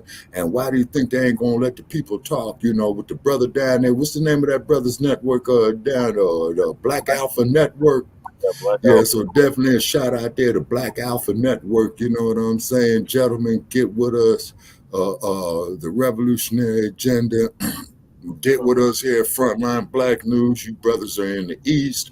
We out here in the West, man. So let's get together and interact, man. Let's do some co-productions and what have you. So definitely Google all the past episodes for Shabaka's Black Experience Enhanced, and please share them. Please share all of them. We need to build that listening base up here as part of the Frontline Black News campaign. Is because when they start bringing this shit out here to the West, mainly Nevada, let me see, what states I have access to? Nevada and California, okay, and maybe Arizona. So we'll try to get out there, you know, to shoot some lives on it. That is, if we don't get knocked upside the head or get accidentally shot, you know, for driving while black and all that bullshit, you know, because the license plates and registration and insurance is up on the vehicle, you know what I'm saying? So if I die out here, y'all, remember that I did not commit suicide. Right. Tear this motherfucker down. Yeah, see, because it's full of shit. The people now, and we've been fed up as a people, as black folk, you know what I'm saying? But what it is, though, is that when you see in these motherfuckers' houses start to erode from within, that's the part I really like. You know what I mean? Yeah, I mean, when they own people see through the hypocrisy of that bullshit, man, oh, that's a good thing. You know what I'm saying? So hopefully, you know, this time tomorrow, Joe Biden can still wipe his ass, you know what I'm saying? Or what have you, take his Geritol and whatnot. Kamala, you owe something to your people, Kamala. That's all what I'm just going to say, okay? Because your black ass is still considered black in this motherfucker, is because, as you know, Kamala, anybody can get shot and killed by the California Highway Patrol up there in California where you was born at, up there by Berkeley, and now Tupac and Snoop Dogg was not doing their thing in the 1980s. Who knows? There's probably too much dope you've been smoking. You're off by a decade, Madam Vice President. You know what I'm saying? So therefore, fuck the Democratic Party, fuck the Republican Party. Only person I'm voting for is a Black First agenda, and that there is Brother Jesse Paris. So all you other Politicians out there, you motherfuckers might as well save the paper. Don't send me no shit to my address. Do not call me fucking up my data on my goddamn telephone. Take me off your motherfucking list on my damn Google and all that shit. I'm tired of you motherfuckers burning up my goddamn data with bullshit. All you gotta do is cut the goddamn check. Reparations, motherfuckers. Yeah, reparations. You know, that's what it is. Cut the goddamn check. The day of the ass scratching the Yasa boss is over. Yep. And then all you confused ass dudes out there, you know, they got the crack of your ass confused with a woman's womb. No disrespect, ladies. Tell them dudes to go get some pussy. They might find out they might like you. And excuse my language. Yeah. And them there's my closing comments right there, y'all. All right, well, thank you, Sabaki. And thank you for having me. And inbox me, Jesse, you know, so we could produce the episode for Tuesday. And I got to shut this computer off so I don't burn up all the data. And that's another thing. T-Mobile and all you cyber providers, you motherfuckers full of bullshit. You know what I'm saying? And all the goddamn money you charge us and didn't want to give us limited time. Sons of bitches belong sued in fucking jail. You know what I mean? You know. And China, get your ass out of Africa. Okay? Get your stinking asses out of Africa. And every last one of them goddamn cargo containers. They want the darker the berry, the sweeter the juice, and they don't have enough women in China. So they want to go fuck our women. Okay. Just like on the plantation system. Okay. Well, this is why Black family is that we got to bring the fist together. The minister told us 60 years ago, you see these 5 digits on your hands, when you got them separated, you slap somebody, they'll sting you. But what it is, Black family, put these motherfuckers in their place and simply bring these digits together through education, science, technology, economics, owning our own fucking resources and growing our own food. All right, y'all. I'm Shabaka Sankoy for Frontline Black News. Okay, Brother Paris, I'll give you a call tomorrow, man. I'm laying it down. Okay, good night, Shabaka. All right, Lady Check. All right, see y'all tomorrow. Okay. All right, ladies. Stay black, stay dangerous, stay favored. That was quite amusing. I'm trying to get around like a little tiny fundraiser here the next year, so that we can keep our StreamYard going and the internet going good. I'm really fucking sick, so I really need help to keep going for at least for everybody. Since I'm the only one with a working legitimate network, you know, so that's gonna be kind of hard, but it's like a little under a note little fundraiser, just so I can get it handled. So if you just know that that's gonna happen, whether you help or not is another thing. It don't even matter really. The university take care of it. I'm just saying that's what I gotta do. Probably just see us again tomorrow for part 2. So sure, there's more topics Jesse got going on. So we'll work that out. So it'll be easy flowing. And I'm trying to pull it together so that do the RBA. But it's been very hard because I can't. I'm having a hard time right now. So anyway, stay black, stay dangerous, stay favored, stay disruptive. And see you guys tomorrow for Frontline Black News Part 2. It's tomorrow Sunday. Yeah. And anything else, just stay tuned. I thank you for tuning in, thank you for chatting, thank you for staying engaged, and we appreciate you immensely. Everybody that showed up. So, go ahead, Jesse. Yeah, so thank you for that closing, Lady Shay. So we had 2 topics we didn't get to, and and that was the Bricc lady. No, the Sambo and his wife Michelle secretly despised Black America. Then we had the Bricc lady, Roda Osman, charged in Houston for allegedly fabricating story, raising $42,000 on GoFundMe. So make sure y'all check us out later on today. It's just now Sunday. It's almost food bank time. On part 2 of season 3, episode 42.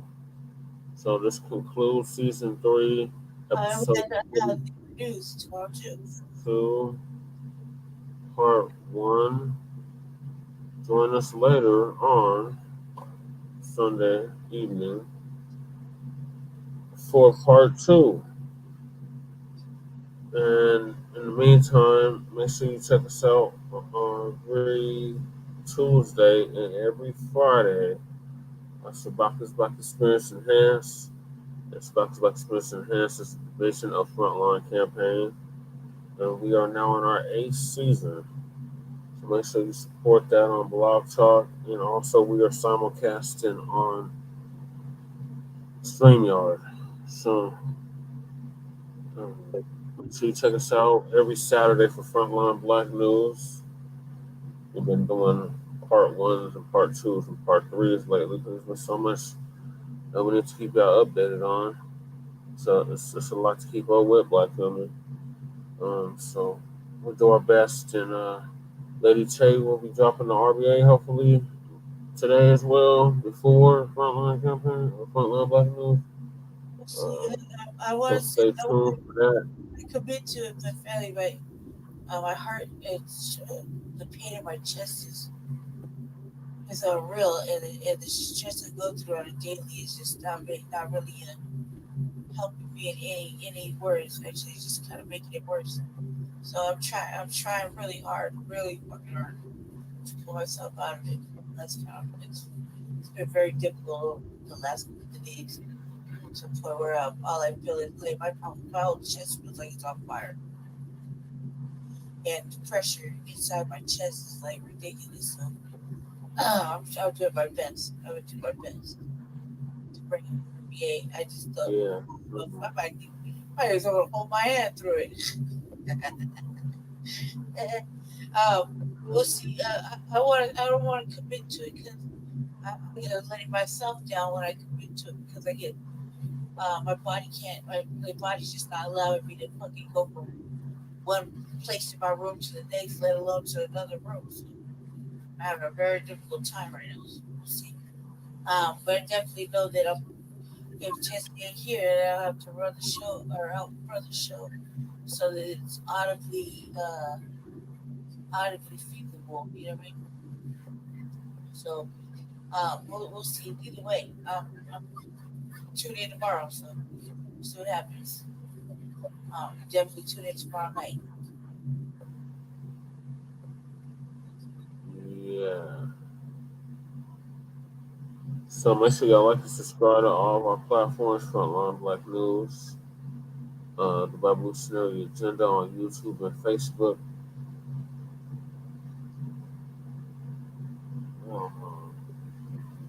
Bouncy Plan, very active and very close. Yeah. Frontline, I mean, Shabbat Black Experience Enhanced on Facebook and Twitter, now X.